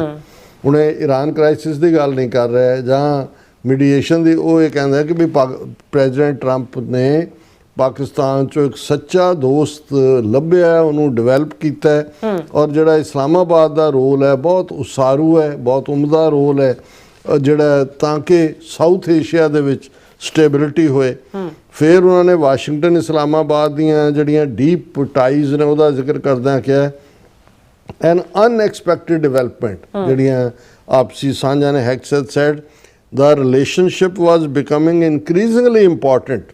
He also pointed to what he described as President Trump's role in helping broker peace between India and Pakistan, two nuclear armed neighbors. उन्होंने कहा कि जी देखो president Trump भी बार बार कह चुके हैं कि इन्ह दोनों न्यूक्लीयर ਜਿਹੜੇ ਨੇਬਰ ਨੇ ਗਵਾਂਢੀ ਨੇ ਉਹਨਾਂ ਦੇ ਵਿੱਚ ਜੰਗਬੰਦੀ ਕਰਵਾਉਣ ਦੇ ਵਿੱਚ ਵੀ ਉਹਨਾਂ ਨੇ ਜਿਹੜਾ ਉਹ ਮੇਨ ਰੋਲ ਅਦਾ ਕੀਤਾ ਜੀ। ਹੁਣ ਇਹ ਆਪਣੇ ਆਪ ਦੇ ਵਿੱਚ ਬਹੁਤ ਵੱਡੀ ਟ੍ਰਿਬਿਊਟ ਹੈ।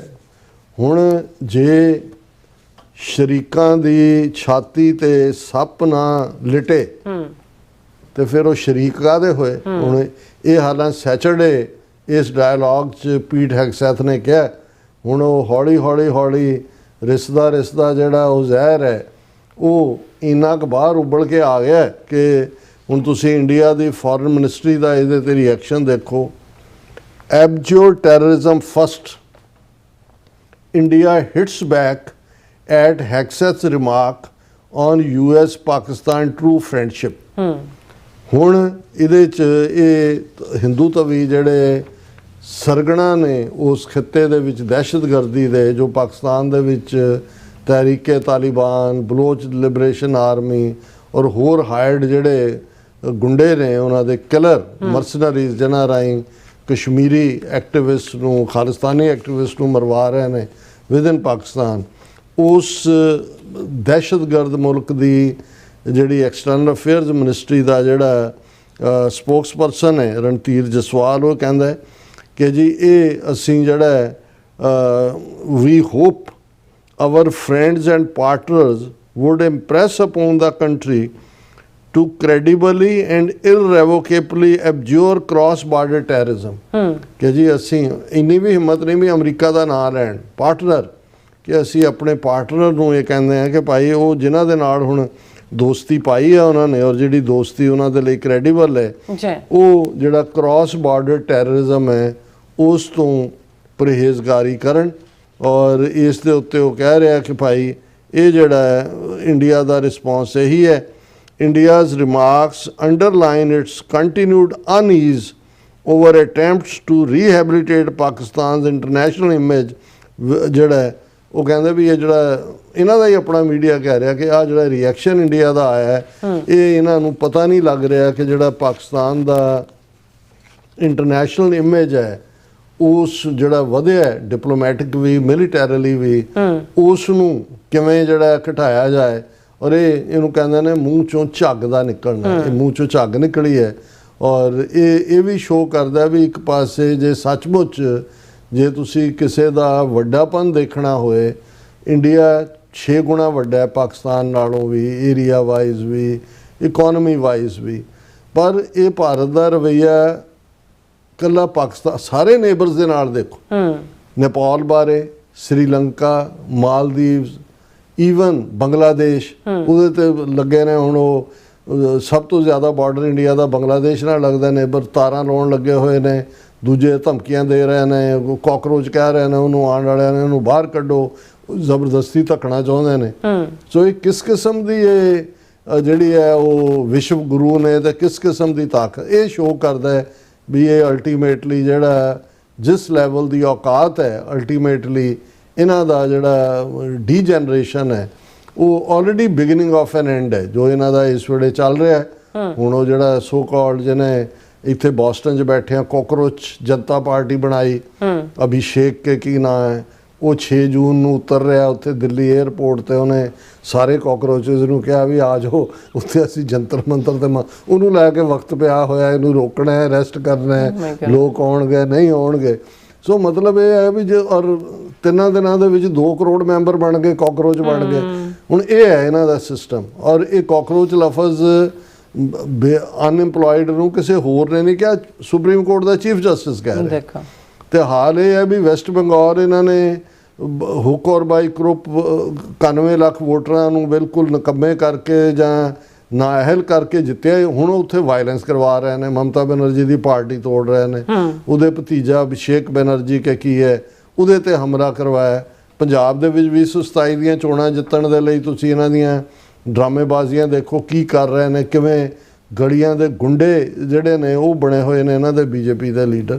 ਸੋ ਜਦੋਂ ਇਸ ਕਿਸਮ ਦੀ ਜਿਹੜੀ ਹੈ ਸਿਚੁਏਸ਼ਨ ਬਣਦੀ ਹੈ, ਇਹ ਇਕੱਲਾ ਲਾ ਐਂਡ ਆਰਡਰ ਦਾ, ਇਕਨੋਮੀ ਦਾ ਬੁਰਾ ਹਾਲ ਔਰ ਉਹ ਮੋਦੀ ਜਿਹੜਾ ਉਹ ਲੋਕਾਂ ਨੂੰ ਐਡਵਾਈਜ਼ ਕਰ ਰਿਹਾ ਕਿ ਜੀ ਗਰਮੀ ਬੜੀ ਪੈ ਰਹੀ ਹੈ, ਸ਼ਰਬਤ ਪੀਓ, ਨਿੰਬੂ ਦਾ ਪਾਣੀ ਪੀਓ, ਸੱਤੂ ਘੋਲ ਕੇ ਪੀਓ ਤੇ ਤੇਰੇ ਸਿਰ 'ਚ ਸਵਾਹ ਪਾ ਕੇ ਜੀਓ। ਮਤਲਬ ਤੁਸੀਂ ਬੈਠੇ ਹੋ ਮਨ ਕੀ ਬਾਤ, ਸੋ ਇਹ ਸਾਰਾ ਡੰਬਰ ਜਿਹੜਾ ਇੱਕ ਨੇ ਸਗੋਂ ਲਤੀਫਾ ਸੁਣਾਇਆ, ਉਹਨੇ ਕਿਹਾ ਕਿ ਵੀ ਇਹ ਜਿਹੜਾ ਝੂਠ ਦਾ ਦੇਵਤਾ ਹੈ, ਅਸੀਂ ਵੀ ਇਹ ਗੱਲ ਕਹਿੰਦੇ ਹੁੰਦੇ ਵੀ ਉਹ ਵੀ ਆਪਣਾ ਤਾਜ ਹੱਥ 'ਚ ਲੈ ਕੇ ਫਿਰਦਾ ਕਿ ਮੋਦੀ ਜੀ ਮੈਨੂੰ ਮਿਲਣ, ਮੈਂ ਇਹ ਤਾਜ ਉਹਨਾਂ ਦੇ ਸਿਰ ਤੇ ਰੱਖ ਦੇਣਾ। ਹੁਣ ਮੇਰੇ ਤੋਂ ਨਹੀਂ ਚੱਲਿਆ ਜਾਂਦਾ। ਮੇਰੇ ਤੋਂ ਵੱਡਾ ਝੂਠ ਹੈ ਹਾਂ ਜੀ। ਡਾਕਟਰ ਸਾਹਿਬ ਤੁਹਾਡਾ ਬਹੁਤ ਬਹੁਤ ਸ਼ੁਕਰੀਆ। ਸੋ ਥਲੈਨ ਬ੍ਰੇਕ ਵਿਊਅਰਸ, ਤੁਸੀਂ ਕਿਤਨੀ ਜਾਣਾ ਮਿਲਦੇ ਆਫਟਰ ਦਿਸ ਸ਼ਾਰਟ ਬ੍ਰੇਕ।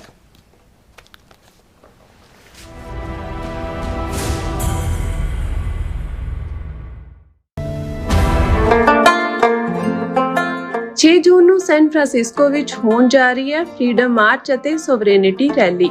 ਸਾਹਿਬ ਸ੍ਰੀ ਗੁਰੂ ਅਰਜਨ ਦੇਵ ਜੀ ਦੀ ਸ਼ਹੀਦੀ ਅਤੇ ਜੂਨ 1984 ਦੇ ਸ਼ਹੀਦਾਂ ਨੂੰ ਸਮਰਪਿਤ ਇਸ ਮਾਰਚ ਵਿੱਚ ਵੱਡੀ ਗਿਣਤੀ ਵਿੱਚ ਸੰਗਤਾਂ ਨੂੰ ਪਹੁੰਚਣ ਦੀ ਬੇਨਤੀ ਕੀਤੀ ਜਾਂਦੀ ਹੈ।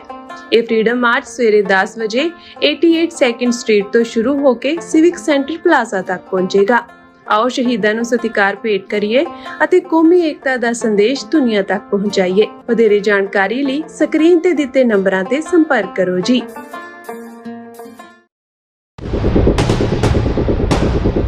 ਧਰਮ ਦੀ ਰੱਖਿਆ ਤੇ ਕੌਮ ਲਈ ਜਿਨ੍ਹਾਂ ਨੇ ਆਪਣੀਆਂ ਜਾਨਾਂ ਤੱਕ ਵਾਰ ਦਿੱਤੀਆਂ, ਉਹਨਾਂ ਮਹਾਨ ਸਿੰਘਾਂ ਸਿੰਘਣੀਆਂ ਦੀ ਯਾਦ ਨੂੰ ਸਮਰਪਿਤ ਕਰਵਾਇਆ ਜਾ ਰਿਹਾ ਹੈ ਮਹਾਨ ਸ਼ਹੀਦੀ ਸਮਾਗਮ। ਜੂਨ 1984 ਦੇ ਤੀਜੇ ਘੱਲੂਘਾਰੇ ਨੂੰ ਸਮਰਪਿਤ ਇਹ ਸਮਾਗਮ 5, 6 ਅਤੇ 7 ਜੂਨ ਨੂੰ ਸਿੱਖ ਕਲਚਰਲ ਸੁਸਾਇਟੀ ਰਿਚਮੰਡ ਹਿੱਲ ਵਿਖੇ ਹੋਣਗੇ। ਇਹਨਾਂ ਵਿਸ਼ਾਲ ਸਮਾਗਮਾਂ ਵਿੱਚ ਹੋਵੇਗੀ 1984 ਅਤੇ ਸਮੂਹ ਸ਼ਹੀਦਾਂ ਦੀ ਯਾਦ ਵਿੱਚ ਖਾਸ ਐਗਜ਼ੀਬਿਸ਼ਨ ਅਤੇ ਸਲਾਈਡ ਸ਼ੋਅ। ਆਓ ਆਪਣੇ ਸ਼ਹੀਦਾਂ ਨੂੰ ਸਤਿਕਾਰ ਭੇਟ ਕਰੀਏ ਅਤੇ ਆਪਣੇ ਇਤਿਹਾਸ ਨੂੰ ਯਾਦ ਕਰੀਏ। ਵਧੇਰੇ ਜਾਣਕਾਰੀ ਲਈ ਸਕਰੀਨ ਤੇ ਦਿੱਤੇ ਨੰਬਰਾਂ ਤੇ ਸੰਪਰਕ ਕਰੋ ਜੀ। ਧੰਨਵਾਦ।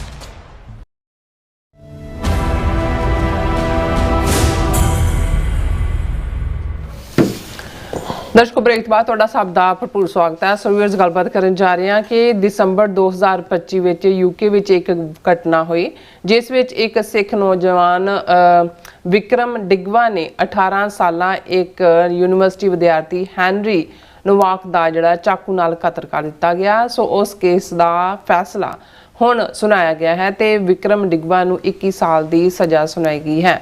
ਪਰ ਮੀਡੀਆ ਅਤੇ ਨਸਲਵਾਦੀਆਂ ਨੇ ਇਹ ਸ਼ਰਾਰਤ ਕੀਤੀ ਹੈ ਕਿ ਕਤਲ ਲਈ ਵਰਤੇ ਗਏ ਚਾਕੂ ਨੂੰ ਕਿਰਪਾਨ ਕਿਹਾ।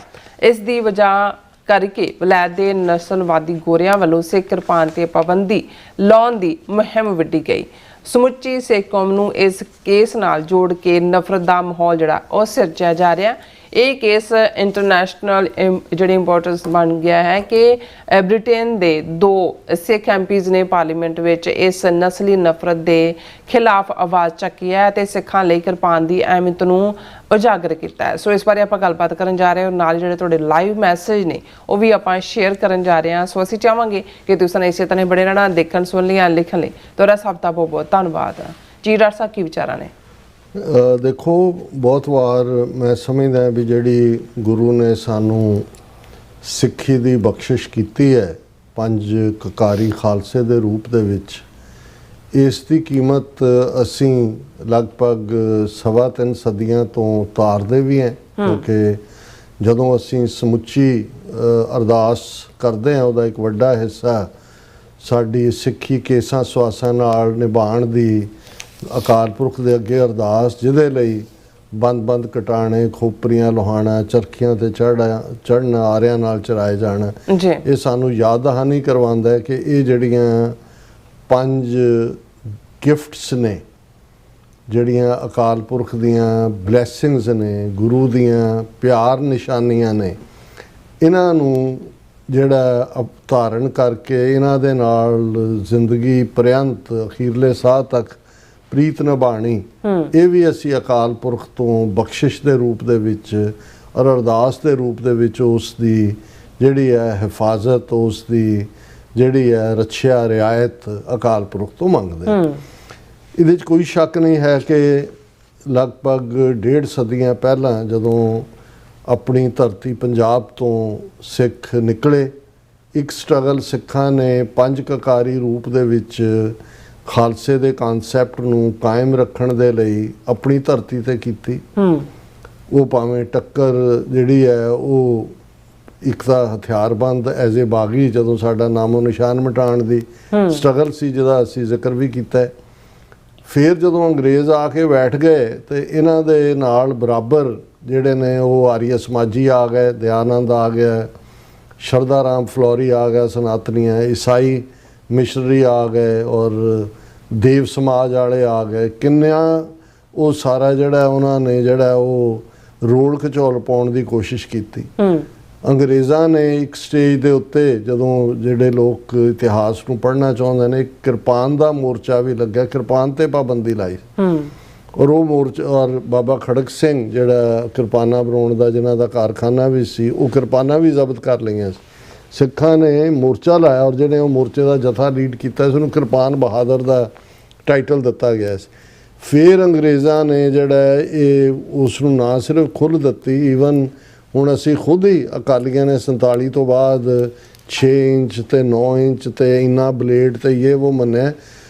ਈਵਨ ਅੰਗਰੇਜ਼ਾਂ ਦੇ ਵੇਲੇ ਜਦੋਂ ਇਹ ਕਿਰਪਾਨ ਦੀ ਖੁੱਲ੍ਹ ਮਿਲੀ ਔਰ ਫਿਰ ਜਿਹੜੀਆਂ ਬ੍ਰਿਟਿਸ਼ ਗਵਰਨ ਟੈਰੀਟਰੀ ਸੀ ਬਰਮਾ ਤੱਕ, ਉਹਨਾਂ ਸਾਰਿਆਂ 'ਚ ਵੀ ਮਿਲੀ, ਉਹਦੇ 'ਚ ਕਿਰਪਾਨ ਦਾ ਕੋਈ ਸਾਈਜ਼ ਨਹੀਂ ਸੀ। ਕਿਰਪਾਨ ਦਾ ਮਤਲਬ ਹੀ 3 ਫੁੱਟੀ ਕਿਰਪਾਨ ਹੁੰਦਾ ਹੈ। ਮੈਂ ਬੈਕਗਰਾਊਂਡ 'ਚ ਦੇ ਰਿਹਾ ਇਹ ਤਾਂ ਇਹਨਾਂ ਨੇ ਖੁਦ ਹੀ ਹੁਣ ਈਵਨ ਆਰਟੀਕਲ 25(b) ਦੇ ਥੱਲੇ ਭਾਵੇਂ ਉਹਨਾਂ ਨੇ ਕਿਰਪਾਨ ਦਾ ਹੱਕ, ਉਹਦੇ 'ਚ ਕਿਰਪਾਨ ਦਾ ਸਾਈਜ਼ ਨਹੀਂ, ਕਿਰਪਾਨ ਪਹਿਨਣ ਤੇ ਰੱਖਣ ਇੱਕ ਤੁਹਾਡੀ ਗਾਤਰੇ ਦੀ ਹੈ, ਇੱਕ 3 ਫੁੱਟੀ। ਔਰ ਇਸੇ ਮੁੱਦੇ ਦੇ ਉੱਤੇ ਸਿਮਰਨਜੀਤ ਸਿੰਘ ਮਾਨ ਉਹਨਾਂ ਨੇ 1999 'ਚ ਸਹੁੰ ਨਹੀਂ ਸੀ ਚੁੱਕੀ। ਹੈ ਵੱਖਰੀ ਕਹਾਣੀ ਹੈ ਜੀ, ਆਪਣਿਆਂ ਨੂੰ ਵੀ ਬਹੁਤਿਆਂ ਨੂੰ ਸਮਝ ਨਹੀਂ ਆਈ ਵੀ ਕੀ ਹੈ, ਤੇ ਟੋੜੇ ਵਰਗੇ ਨੇ ਵੀ ਕਿਹਾ ਸੀ ਕਿ ਅੰਦਰ ਕਿਹੜਾ ਗੱਤਕਾ ਖੇਡਣਾ ਸੀ। ਪਰ ਇਹ ਤੁਹਾਡਾ ਮੁੱਢਲਾ ਹੱਕ ਹੈ ਜਿਹੜਾ ਅੰਗਰੇਜ਼ਾਂ ਨਾਲ ਵੀ ਅਸੀਂ ਲੜ ਕੇ ਲਿਆ ਹੋਇਆ ਹੈ।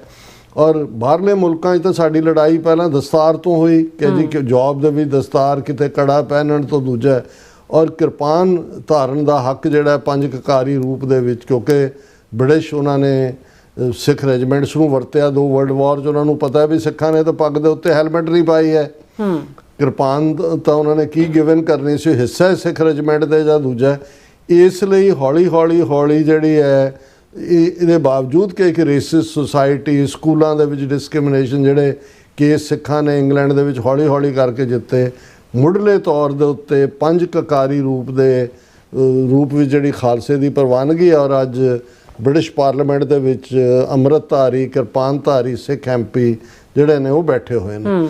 ਹੁਣ ਇਸ ਸਭ ਦੇ ਬਾਵਜੂਦ ਹੁਣ ਅਮਰੀਕਾ ਦੇ ਵਿੱਚ 2nd ਅਮੈਂਡਮੈਂਟ ਕਿਉਂ ਇੰਪੋਰਟੈਂਟ ਹੈ ਕਿ ਜਿਹਦੇ 'ਚ ਕਿੰਨੀਆਂ ਸੀਰੀਅਲ ਕਿਲਿੰਗਸ ਹੁੰਦੀਆਂ ਨੇ, ਜਿੰਨੀਆਂ ਅਮਰੀਕਾ ਦੇ ਵਿੱਚ ਲੋਕ ਸਾਲ ਦੇ ਵਿੱਚ ਜੇ ਉਹਨਾਂ ਦਾ ਡਾਟਾ ਗਨਸ ਨਾਲ ਮਾਰਿਆ ਜਾਂਦਾ, ਉਹਨੇ ਤਾਂ ਜਿਹੜੀਆਂ ਫੌਜਾਂ ਕੋਈ ਨੈਟੋ ਦੀ ਇੱਥੇ ਬਿਠਾਈ ਜਾਂ ਉੱਥੇ ਅਮਰੀਕੀ ਉਹਦੇ 'ਚ ਨਹੀਂ ਮਰਦੇ ਹੈ। ਲੇਕਿਨ ਇਹਦਾ ਮਤਲਬ ਗਨ ਕੰਟਰੋਲ ਤਾਂ ਨਹੀਂ ਮੰਨਿਆ ਹੈ ਇਹਨਾਂ ਨੇ ਕਿ ਜੀ ਗਨ ਅੰਦਰ ਕਰ ਦਿਓ ਜਾਂ ਦੂਜਾ। ਉਹਨਾਂ ਨੇ ਕਿਹਾ ਕਿ ਭਾਈ ਇਹ ਡਿਫੈਂਡ ਕਰਨ ਦਾ ਰਾਈਟ ਹੈ। ਦੂਜਾ ਹੁਣ ਸਰਾਣਾ ਹੈ, ਅਸੀਂ ਸੌਂਦੇ ਹਾਂ, ਕਿੰਨੇ ਜਿਹੜੇ ਨੇ ਸੁੱਤੇ ਪਏ ਸਰਾਣੇ ਨਾਲ ਸਵਾਦ ਤੇ ਜਾਂਦੇ ਨੇ। ਸਰਾਣੇ ਨਾਲ ਕਿਹੜਾ ਸਾਹ ਨਹੀਂ ਕੁੱਟਿਆ ਜਾ ਸਕਦਾ। ਕਿਚਨ ਨਾਈਫ ਹੈ, ਉਹਦੇ ਨਾਲ ਤੁਸੀਂ ਕਿਚਨ 'ਚੋਂ ਨਾਈਫ ਕੱਢ ਦਿੰਦੇ ਹੋ, ਮੁੱਕਿਆਂ ਨਾਲ ਤੋੜਦੇ ਹੋ। ਕੋਈ ਗੰਢੇ ਤਾਂ ਨਹੀਂ ਹੈ ਜਿਹੜਾ ਮੁੱਕੇ ਨਾਲ ਟੁੱਟ ਜਾਣਾ, ਬਾਕੀ ਤਾਂ ਨਾਈਫ ਦਾ ਇਸਤੇਮਾਲ।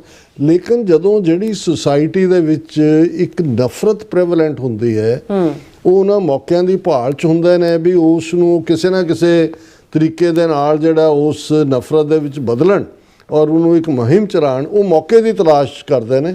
ਜਿਸ ਕੇਸ ਦਾ ਤੁਸੀਂ ਜ਼ਿਕਰ ਕੀਤਾ, ਮੰਦਭਾਗੀ ਗੱਲ ਹੈ ਕਿ ਭਾਈ ਇੱਕ ਜਿਹੜਾ ਵਿਕਰਮ ਡਿਗਵਾ ਨਾਂ ਦਾ ਸਿੱਖ ਨੌਜਵਾਨ, ਜਿਹਦੇ ਹੱਥੋਂ 18 ਸਾਲਾ ਹੈਨਰੀ ਨੋਵਕ ਜਿਹੜਾ ਯੂਨੀਵਰਸਿਟੀ ਸਟੂਡੈਂਟ ਸੀ, ਜਿਹੜਾ ਸਾਊਥਹੈਂਪਟਨ ਦੇ ਵਿੱਚ ਇਹ ਵਾਕਿਆ ਹੋਇਆ ਦਸੰਬਰ 2025 ਦੇ ਵਿੱਚ। ਫੈਸਲਾ ਉਹਦਾ ਹੋਣਾ ਹੈ। ਹੁਣ ਜ਼ਾਹਰ ਹੈ ਵੀ ਉਹਦੇ 'ਚ ਇਹ ਜਿਹੜਾ ਇਹ ਨੌਜਵਾਨ ਹੈ ਜਿਹਦੇ ਹੱਥੋਂ ਇਹ ਹੈਨਰੀ ਨੋਵਕ ਦਾ ਕਤਲ ਹੋਇਆ, ਇਹਦੀ ਜਿਹੜੀ ਬੈਕਗਰਾਉਂਡ ਹੈ ਉਹਨਾਂ ਨੇ ਚੈੱਕ ਕੀਤੀ ਕਿ ਹਥਿਆਰਾਂ ਦਾ ਵੀ ਸ਼ੌਕੀਨ ਸੀ, 12-13 ਸਾਲ ਦੀ ਉਮਰ ਤੋਂ ਜਿਹੜਾ ਉਹ, ਔਰ ਅੱਡ-ਅੱਡ ਕਿਸਮ ਦੇ ਵੈਪਨ। ਹੁਣ ਜਿਹਦੇ ਨਾਲ ਉਹਨੇ ਜਦੋਂ ਉਹਨੇ ਇਹਦਾ ਮਰਡਰ ਕੀਤਾ ਇਸ ਅੰਗਰੇਜ਼ ਨੌਜਵਾਨ ਦਾ ਜਿਹੜਾ ਯੂਨੀਵਰਸਿਟੀ ਸਟੂਡੈਂਟ ਹੈ, ਉਹ ਇਹਦਾ ਇਹ ਕਹਿਣਾ ਜਦੋਂ ਪੁਲਿਸ ਮੌਕੇ ਦੇ ਉੱਤੇ ਆਏ ਉਹਨੇ ਕਿਹਾ ਜੀ ਇਹਨੇ ਮੈਨੂੰ ਨਸਲਵਾਦੀ ਜਿਹੜਾ ਉਹਦੇ ਨਾਲ ਸੰਬੋਧਨ ਕੀਤਾ, ਮੈਨੂੰ ਪੰਚ ਕੀਤਾ, ਮੇਰੀ ਪੱਗ ਲਾਤੀ, ਦੂਜਾ ਕਰ ਰਿਹਾ ਸੀ। ਅੱਛਾ, ਹੁਣ ਉਹ ਜਿਹੜਾ ਉਹਨੇ ਚਾਕੂ ਦਾ ਇਸਤੇਮਾਲ, ਉਹ ਪਰਸ਼ੀਅਨ ਚਾਕੂ ਹੈ, ਕਿਰਪਾਨ ਵੀ ਨਹੀਂ ਹੈ ਉਹ। ਔਰ ਇਸ ਸਾਰੇ ਦਾ ਨਤੀਜਾ ਇਹ ਹੋਇਆ ਵੀ ਹੁਣ ਕਿਉਂਕਿ ਇੰਗਲੈਂਡ ਦੇ ਵਿੱਚ ਨਸਲਵਾਦ ਇੱਕ ਆਪਣੀ ਚਰਮ ਸੀਮਾ 'ਤੇ ਰਿਹਾ, ਉਸੇ 'ਚ ਜਿਹੜੇ ਸਕਿਨ ਹੈਡ ਸੀ, ਜਾਂ ਇਹ ਜਿਹੜਾ ਬਹੁਤ ਵਾਰੀ ਅਸੀਂ ਗੈਂਗਸਟਰਾਂ ਦਾ ਜ਼ਿਕਰ ਕਰਦੇ ਹਾਂ ਇੱਥੇ ਸਕੂਲਾਂ ਦੇ ਜਾਂ ਕਾਲਜਾਂ ਦੇ ਵਿੱਚ, ਗੈਂਗ ਜਾਂ ਦੂਜੇ, ਇਹ ਇੰਗਲੈਂਡ ਦੇ ਵਿੱਚ 60s ਦੇ ਵਿੱਚ ਇਹਨਾਂ ਦਾ ਜਨਮ ਗੈਂਗਸ ਦਾ ਹੁੰਦਾ ਹੈ, ਕਿਉਂਕਿ ਵਾਈਟ ਰੇਸਿਜ਼ਮ ਇੰਨਾ ਜ਼ਿਆਦਾ ਸੀ, ਬੱਚਿਆਂ ਨੂੰ ਤੰਗ ਕਰਦੇ ਸੀ, ਸਟੋਰਾਂ 'ਤੇ ਹਮਲੇ ਕਰਦੇ ਸੀ।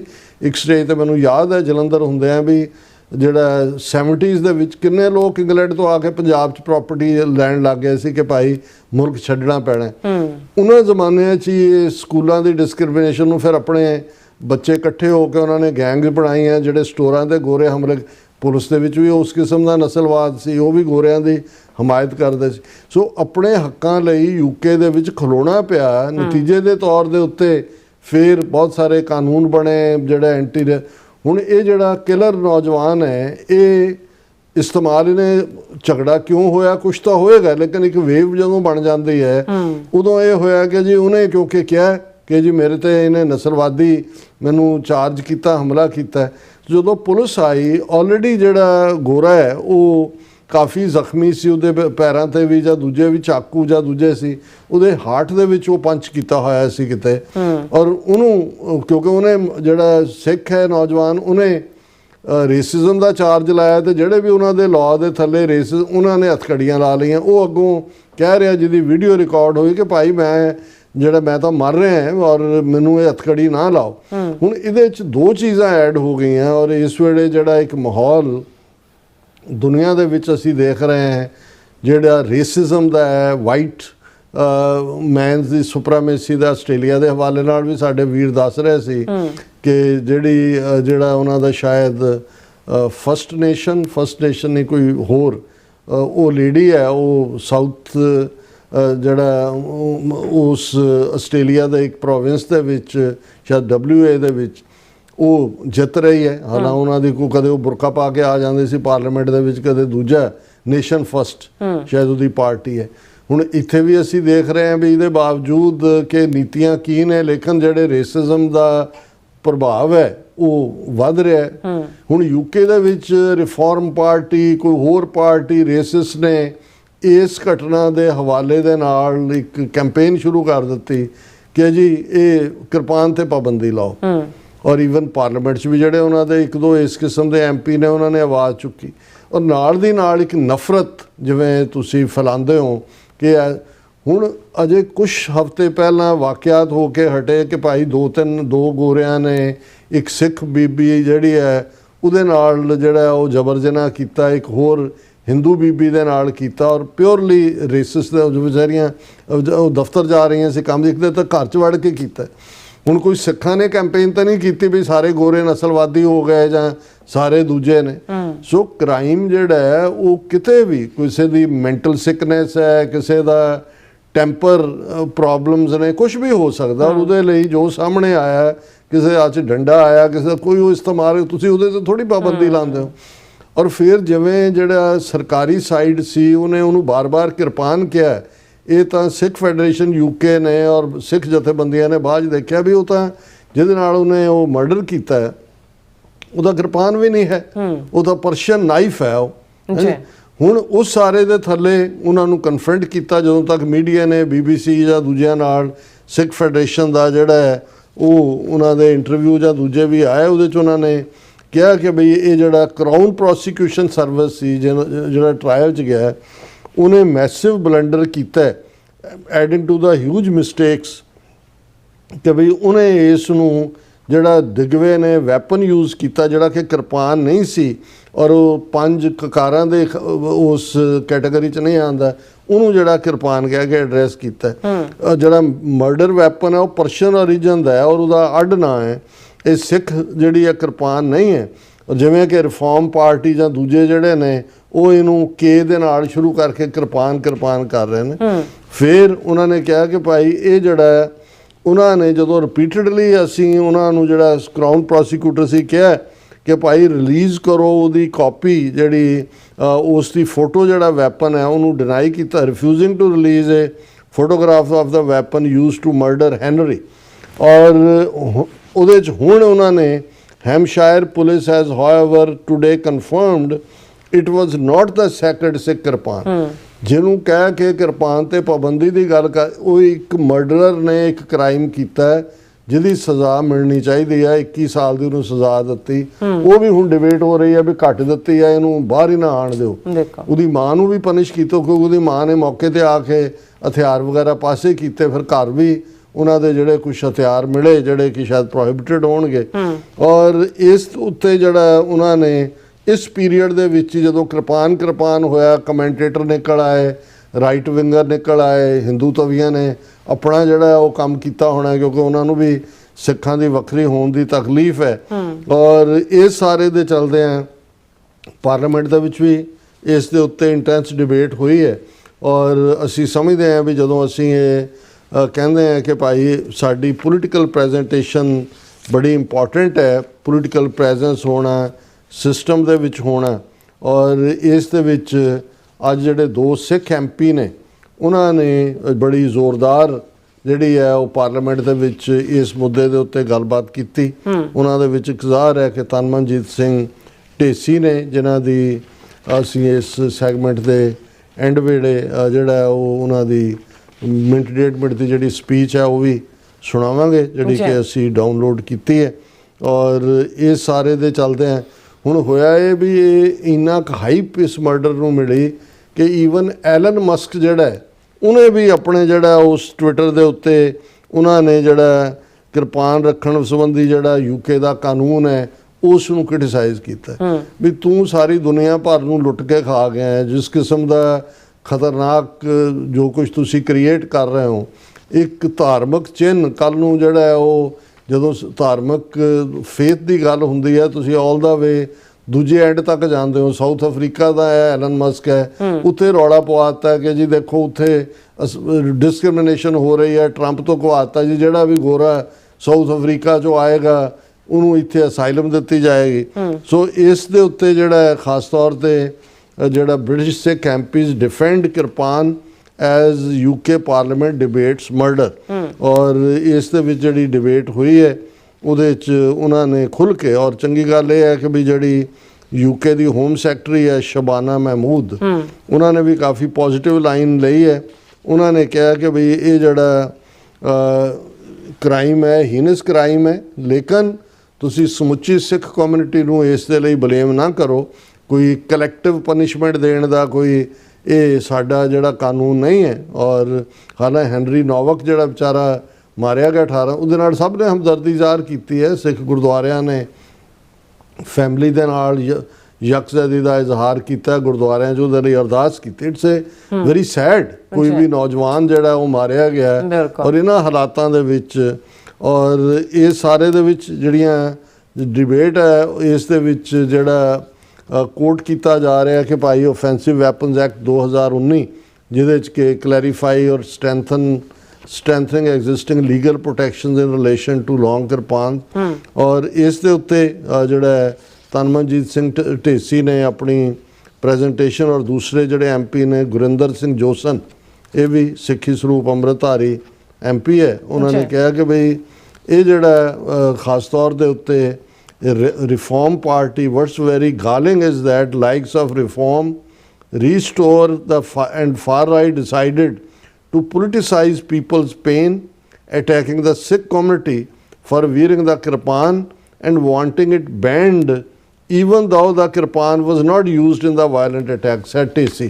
ਇਹ ਉਹਨਾਂ ਨੇ ਹਾਊਸ ਆਫ ਕਾਮਨਸ ਕਿਹਾ ਕਿ ਜੀ ਇਹ ਕਿਰਪਾਨ ਦੇ ਉੱਤੇ ਕਰ ਰਹੇ ਨੇ ਕਿ ਵੀ ਇਹਦੇ ਤੇ ਪਾਬੰਦੀ ਲਾਓ ਜਦੋਂ ਕਿ ਉਹ ਯੂਜ਼ ਵੀ ਨਹੀਂ ਕੀਤਾ ਗਿਆ। ਫਿਰ ਉਹਨਾਂ ਨੇ ਯਾਦ ਦਹਾਨੀ ਕਰਵਾਈ ਕਿ ਤੁਹਾਨੂੰ ਇਹ ਅਸੀਂ ਯਾਦ ਕਰਵਾਉਣਾ ਚਾਹੁੰਦੇ ਹਾਂ ਕਿ thousands of Sikh soldiers bravely fighting alongside British soldiers in both world wars while wearing their turban and their kirpan, as he called on Mahmud to reassure the community of its right to freely and peacefully practice their faith। ਕਿਉਂਕਿ ਬੀਬੀ Mahmud home secretary ਹੈ, ਜਿਹਨੂੰ ਅਸੀਂ home minister ਕਹਿੰਦੇ, ਉਹਨਾਂ ਨੇ ਕਿਹਾ ਵੀ ਇਸ ਨੂੰ ਯਕੀਨੀ ਬਣਾਇਆ ਜਾਏ। ਇਸੇ ਤਰ੍ਹਾਂ ਜਿਹੜੇ ਲੇਬਰ MP ਗੁਰਿੰਦਰ ਸਿੰਘ ਜੋਸਨ ਨੇ, ਉਹਨਾਂ ਨੇ ਸ਼ੌਕ ਔਰ ਹੌਰਰ ਜਿਹੜਾ ਉਹ ਸ਼ੋਅ ਕੀਤਾ ਉਸ ਮਰਡਰ ਦੇ ਉੱਤੇ, ਔਰ ਪਰ ਉਹਨਾਂ ਨੇ ਕਿਹਾ ਕਿ ਵੀ there is simply no religious justification for these actions, a sentiment that is shared universally across the Sikh community। ਕਿ ਸਿੱਖ ਕੌਮ ਖੁਦ ਦੁਖੀ ਹੈ ਕਿ ਭਾਈ ਇੱਕ ਨੌਜਵਾਨ ਦਾ ਇਸ ਤਰ੍ਹਾਂ ਮਾਰਿਆ ਜਾਣਾ।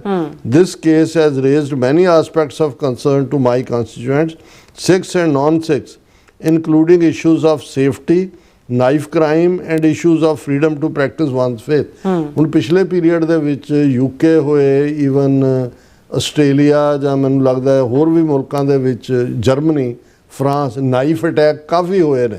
ਨਹੀਂ ਕੋਈ ਸਟੇਸ਼ਨ ਤੇ ਜਾਂਦੇ ਮਲਟੀਪਲ ਦੂਜੇ, ਇਹਦੇ 'ਚ ਇਹਨਾਂ ਦੀ ਵੈਦਰ ਝਗੜਾ ਹੋਇਆ, ਕੀ ਹੋਇਆ ਉਹ ਮੈਡ ਹੈ। ਹਾਲਾਂ ਮੈਂ ਕਿਤੇ ਦੇਖ ਰਿਹਾ ਸੀ ਕਿ ਜਿਸ ਸਿੱਖ ਨੌਜਵਾਨ ਨੇ ਇਹ ਕਾਰਾ ਕੀਤਾ, ਉਹਨੂੰ ਉਹਦੇ ਬਿਹੇਵੀਅਰ ਕਰਕੇ ਕਿਸੇ ਗੁਰਦੁਆਰੇ, ਜਿਹੜਾ ਵੀ ਉਹਨਾਂ ਦਾ ਸਿਟੀ ਦਾ ਗੁਰਦੁਆਰਾ, ਉਹਨਾਂ ਨੇ ਪਾਬੰਦੀ ਲਾਈ ਹੋਈ ਸੀ ਉਹਦੇ 'ਤੇ।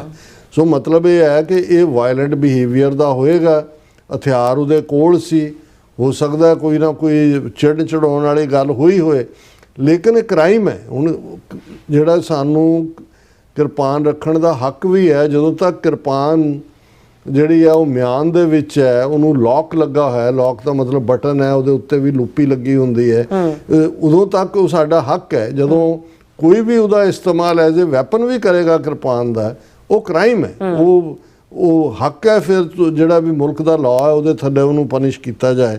ਔਰ ਇਹ ਸਾਰੇ ਦੇ ਚੱਲਦਿਆਂ ਇਸ ਡਿਬੇਟ ਨੇ, ਕਿਉਂਕਿ ਬ੍ਰਿਟਨ ਦੇ ਵਿੱਚ ਜੇ ਕੋਈ ਵੀ ਇਸ ਕਿਸਮ ਦੀ ਤਬਦੀਲੀ ਹੁੰਦੀ ਹੈ, ਫਿਰ ਉਹ ਕੈਨੇਡਾ, ਆਸਟ੍ਰੇਲੀਆ, ਨਿਊਜ਼ੀਲੈਂਡ, ਉਹਨਾਂ ਸਾਰਿਆਂ ਨੂੰ ਪ੍ਰਭਾਵਿਤ ਕਰਦੀ ਹੈ। ਸੋ ਅਸੀਂ ਸਮਝਦੇ ਹਾਂ ਕਿ ਵੀ ਇਸ ਪੀਰੀਅਡ 'ਚ ਸਿੱਖ ਜਥੇਬੰਦੀਆਂ ਕਾਫੀ ਮੈਚਿਓਰਿਟੀ ਦੇ ਨਾਲ ਔਰ ਕਾਫੀ ਜਿਹੜੀ ਹੈ ਸਮਝਦਾਰੀ ਦੇ ਨਾਲ ਇਸ ਦੇ ਉੱਤੇ ਕੰਮ ਕਰ ਰਹੀ ਹੈ। ਔਰ ਇਹ ਸਾਨੂੰ ਇਸ ਗੱਲ ਨੂੰ ਯਕੀਨੀ ਬਣਾਉਣਾ ਚਾਹੀਦਾ ਹੈ, ਜਿਨ੍ਹਾਂ ਮੁਲਕਾਂ 'ਚ ਅਸੀਂ ਆਪਣੇ ਕਿਰਪਾਨ ਪੰਜ ਕਕਾਰਾਂ ਦੇ ਹੱਕ ਲਈ ਲੜਦੇ ਹਾਂ, ਕਿ ਭਾਈ ਇਹ ਇੱਕ ਮਹਿਜ਼ ਜਿਹੜਾ ਇਹ ਇਸ ਨੂੰ ਆਪਣੇ ਬੱਚਿਆਂ ਨੂੰ ਵੀ, ਜਿਹੜੇ ਸਾਡੇ ਅੰਮ੍ਰਿਤਧਾਰੀ ਸੀ, ਸਕੂਲਾਂ 'ਚ ਵੀ ਕਿਰਪਾਨ ਦੇ ਨਾਲ ਜਾਣ ਦਾ ਹੱਕ ਮੰਗਦੇ ਹੈ, ਪਰ ਜ਼ਿੰਮੇਵਾਰੀ ਦਾ ਵੀ ਅਹਿਸਾਸ ਕਰਵਾਉਣਾ ਚਾਹੀਦਾ। ਔਰ ਇਹ ਨਾ ਹੋਏ ਅੱਜ ਤਾਂ ਉਹ ਨਾਈਫ ਸੀ, ਪਰਸ਼ੀਅਨ ਨਾਈਫ ਸੀ, ਨਿਕਲ ਕੇ ਕੱਲ੍ਹ ਨੂੰ ਸੱਚਮੁੱਚ ਕਿਰਪਾਨ ਦੇ ਨਾਲ ਜੇ ਕੋਈ ਐਸਾ ਹੋਇਆ ਤੇ ਇੱਕ ਦੋ ਕੇਸ ਉੱਪਰੋਂ ਥੱਲੇ ਕੋਈ ਹੋ ਜਾਣ, ਤੇ ਫਿਰ ਇੱਕ ਜਿਸ ਕਿਸਮ ਦੀ ਨਫ਼ਰਤ ਹੈ ਇਹਨਾਂ ਮੁਲਕਾਂ ਦੇ ਵਿੱਚ ਇਸ ਵੇਲੇ, ਰੇਸਿਜ਼ਮ ਵਾਪਸ ਆਪਣਾ ਅਗਲੀ ਹੈਡ ਚੁੱਕ ਰਿਹਾ। ਸਾਨੂੰ ਵੀ ਬਹੁਤ ਸਮਝਦਾਰੀ ਤੋਂ ਕੰਮ ਲੈਣ ਦੀ ਲੋੜ ਹੈ। ਔਰ ਮੈਂ ਆਪਣੀ ਟੈਕਨੀਕਲ ਟੀਮ ਨੂੰ ਕਹਾਂਗਾ ਕਿ ਮਿੰਟ ਡੇਢ ਮਿੰਟ ਦੀ ਉਹ ਕਲਿੱਪ ਜਿਹੜੀ ਹੈ ਉਹ ਚਲਾ ਦੇਣ, ਔਰ ਉਸ ਤੋਂ ਬਾਅਦ ਮੈਸੇਜ ਲਵਾਂਗੇ। We would all expect. Amanjeet Singh Des. Thank you very much, Mr. Speaker. I am deeply saddened by the murder of Henry Novak, and my heartfelt condolences to his family, whose pain was made all the worse by the police wrongly handcuffing Henry, believing the lies of the violent murderer. And that stripped Henry of his dignity in his agonising final moments, something which should never happen again. But also, Mr. Speaker, what's very galling is that the likes of Reform, Restore and the far right decided to politicise people's pain, attacking the Sikh community for wearing the kirpan and wanting it banned, even though the kirpan was not used in this violent attack. And they've decided to scapegoat and throw under the bus an entire community based on the actions of one violent murderer. And let me also give them a history. You're meant to be going through the chair, not across the chamber. Let it not be said that we see them and we will stand up to them, and let me also give a short history lesson. Hundreds of thousands of Sikh soldiers bravely fought alongside British soldiers during both World Wars. Tens of thousands made the ultimate sacrifice, proudly wearing their turban and their kirpan. So what reassurances can my right honourable friend, the Home Secretary, give to the Sikh community, which is both horrified and ashamed at this brutal murder, and they are fearful of their right to freely and peacefully practice their faith? Viewers welcome back on programme. So viewers ਹੁਣ ਆਪਾਂ ਜਿਹੜੇ ਤੁਹਾਡੇ ਜਿਹੜੇ message ਨੇ ਉਹ ਆਪਾਂ share ਕਰਨ ਜਾ ਰਹੇ ਹਾਂ। ਔਰ ਬਸਰਾ ਜੀ ਸਾਡੇ ਪਹਿਲੇ ਵਿਊਅਰ ਨੇ, ਸਾਨੂੰ ਫਤਿਹ ਬੁਲਾਉਂਦੇ ਨੇ। ਵਾਹਿਗੁਰੂ ਜੀ ਕਾ ਖਾਲਸਾ ਵਾਹਿਗੁਰੂ ਜੀ ਕੀ ਫਤਿਹ। ਸੋਨਮਾਲ ਜੀ ਵੀ ਸਾਨੂੰ ਫਤਿਹ ਬੁਲਾਉਂਦੇ ਨੇ, ਸਤਨਾਮ ਸਿੰਘ ਜੀ ਵੀ, ਔਰ ਫਿਰ ਇਸੇ ਤਰ੍ਹਾਂ ਖਾਲਸਾ ਰਾਜ ਜੀ ਵੀ, ਔਰ ਅਮਰਜੀਤ ਸੈਣੀ ਜੀ ਵੀ, ਜਤਿੰਦਰ ਸਿੰਘ ਜੀ ਵੀ, ਔਰ ਇਸੇ ਤਰ੍ਹਾਂ ਸਾਡੇ ਕੋਲ ਹੈਗੇ ਨੇ ਖਾਲਸਾ ਦੇਸ਼ ਪੰਜਾਬ ਜੀ ਵੀ, ਔਰ ਫਿਰ ਇਸੇ ਤਰ੍ਹਾਂ ਸਾਡੇ ਕੋਲ ਨੇ ਜਸਕੀਰਤ ਸਿੰਘ ਜੀ, ਸੁਖਜੀਵਨ ਬੱਚੂ ਜੀ, ਔਰ ਨਾਸਰ ਚੌਧਰੀ ਜੀ। ਖਾਲਸਾ ਜ਼ਿੰਦਾਬਾਦ ਕਹਿੰਦੇ ਨੇ। ਸਭ ਦਾ ਬਹੁਤ ਬਹੁਤ ਸ਼ੁਕਰੀਆ। ਉਹਨਾਂ TV84 US ਦੇ ਜਿਹੜੇ ਆਪਣੇ ਵਿਊਅਰਸ ਨੇ ਉੱਥੇ ਵੀ ਆਪਾਂ ਮੈਸੇਜ ਲੈਣ ਜਾ ਰਹੇ ਹਾਂ। ਔਰ ਇਹਦੇ ਵਿੱਚ ਸਾਡੇ ਕੋਲ ਪਹਿਲੇ ਵਿਊਅਰ ਨੇ ਆਲਵੇਜ਼ ਜਿਹੜੇ ਹੁੰਦੇ ਨੇ। ਹਾਂਜੀ, ਇੱਕ ਮਿੰਟ, ਫਿਰ ਡਿਸਪੇਅਰ ਹੋ ਗਿਆ। ਡਾਕਟਰ ਸਾਹਿਬ ਜਰਾ ਤੁਸੀਂ ਦੇਖਣਾ। ਹਾਂ, ਧਰਮ ਸਿੰਘ, ਗੁਰਦੀਪ ਸਿੰਘ, ਖਾਲਸਾ ਦੇਸ਼ ਪੰਜਾਬ, ਇੰਦਰਜੀਤ ਸਿੰਘ ਸੰਧੂ, मिश्रा सिंह, मुहेब खान। उन्होंने कहा भी हर दुख के बाद सुख भी है, रात के 12 दिन भी हैं, सिखों ने बहुत दुख देख लिए। बहुत शुक्रिया, तुसी ठीक कह रहे हो कि हर ਜਿਹੜੀ ਪੱਠੀ ਚੋਂ ਨਿਕਲ ਕੇ ਹੀ ਸੋਨਾ ਜਿਹੜਾ ਹੈ ਉਹ ਪੂਰਾ ਲਿਸ਼ਕਦਾ ਹੈ। ਜਗਪਾਲ ਜੀ ਵੀ, ਔਰ ਫਿਜ਼ਰਾ ਆਫਸ ਜੀ ਵੀ, ਔਰ ਜਗਦੇਵ ਸਿੰਘ ਜੀ ਵੀ, ਬਲਵਿੰਦਰ ਸਿੰਘ ਜੀ ਵੀ, ਟੋਨੀ ਢੀਂਡਸਾ ਜੀ ਵੀ, ਔਰ ਕਹਿੰਦੇ ਨੇ ਬ੍ਰਹਮਲੀਨ ਇੰਦਰ ਜੀ ਵੀ ਫਤਿਹ ਬੁਲਾਉਂਦੇ ਨੇ। ਚਰਨਜੀਤ ਬਾਜਵਾ ਜੀ ਵੀ ਫਤਿਹ, ਐਂਡ ਬਲਵੀਰ ਸਿੰਘ ਜੀ ਵੀ ਜਿਹੜੇ ਨੇ ਫਤਿਹ ਖਾਲਸਾ ਜ਼ਿੰਦਾਬਾਦ ਕਹਿੰਦੇ ਨੇ। ਔਰ ਫਿਰ ਇਸੇ ਤਰ੍ਹਾਂ ਗੁਰਦੀਪ ਸਿੰਘ ਜੀ ਵੀ, ਔਰ ਰਾਜਵਿੰਦਰ ਕੌਰ ਜੀ ਵੀ, ਸਤਨਾਮ ਸਿੰਘ ਜੀ ਵੀ, ਔਰ ਗੁਰਜੀਤ ਸਿੰਘ ਜੀ ਵੀ, ਔਰ ਫਿਰ ਇਸੇ ਤਰ੍ਹਾਂ ਸਾਡੇ ਕੋਲ ਸਭ ਦਾ ਬਹੁਤ ਬਹੁਤ ਸ਼ੁਕਰੀਆ। ਸੋ ਇਸ ਤਰ੍ਹਾਂ ਆਪਣੇ ਵਿਊਅਰਸ ਕੋਲ ਨੇ ਇਜਾਜ਼ਤ। ਵਿਊਅਰਸ, ਸਾਡੇ ਪ੍ਰੋਗਰਾਮ ਦਾ ਸਮਾਂ ਇੱਥੇ ਮੁੱਕਦਾ। ਤੁਸੀਂ ਆਪਣਾ ਰਾਏ ਤੇ ਸੁਝਾਅ ਸਾਨੂੰ ਭੇਜਣਾ ਭੁੱਲਣਾ ਸਾਡੇ ਇਸ ਪਤੇ ਤੇ SOS@TV4.TV ਤੇ। ਅਸੀਂ ਆਪਣਾ ਪ੍ਰੋਗਰਾਮ ਲੈ ਕੇ ਫਿਰ ਦੁਬਾਰਾ ਤੁਹਾਡੇ ਸਾਹਮਣੇ ਹੋਵਾਂਗੇ। ਤਦ ਤੱਕ ਲਈ ਮੈਨੂੰ ਤੇ ਪ੍ਰਨਾਸਨ ਆ ਗਿਆ ਦੋ। ਦੇਖਦੇ ਰਹੋ TV4। ਬੁਲਾ ਦਿਓ ਫਤਿਹ। ਵਾਹਿਗੁਰੂ ਜੀ ਕਾ ਖਾਲਸਾ ਵਾਹਿਗੁਰੂ ਜੀ ਕੀ ਫਤਿਹ। ਰੱਬ ਰਾਖਾ।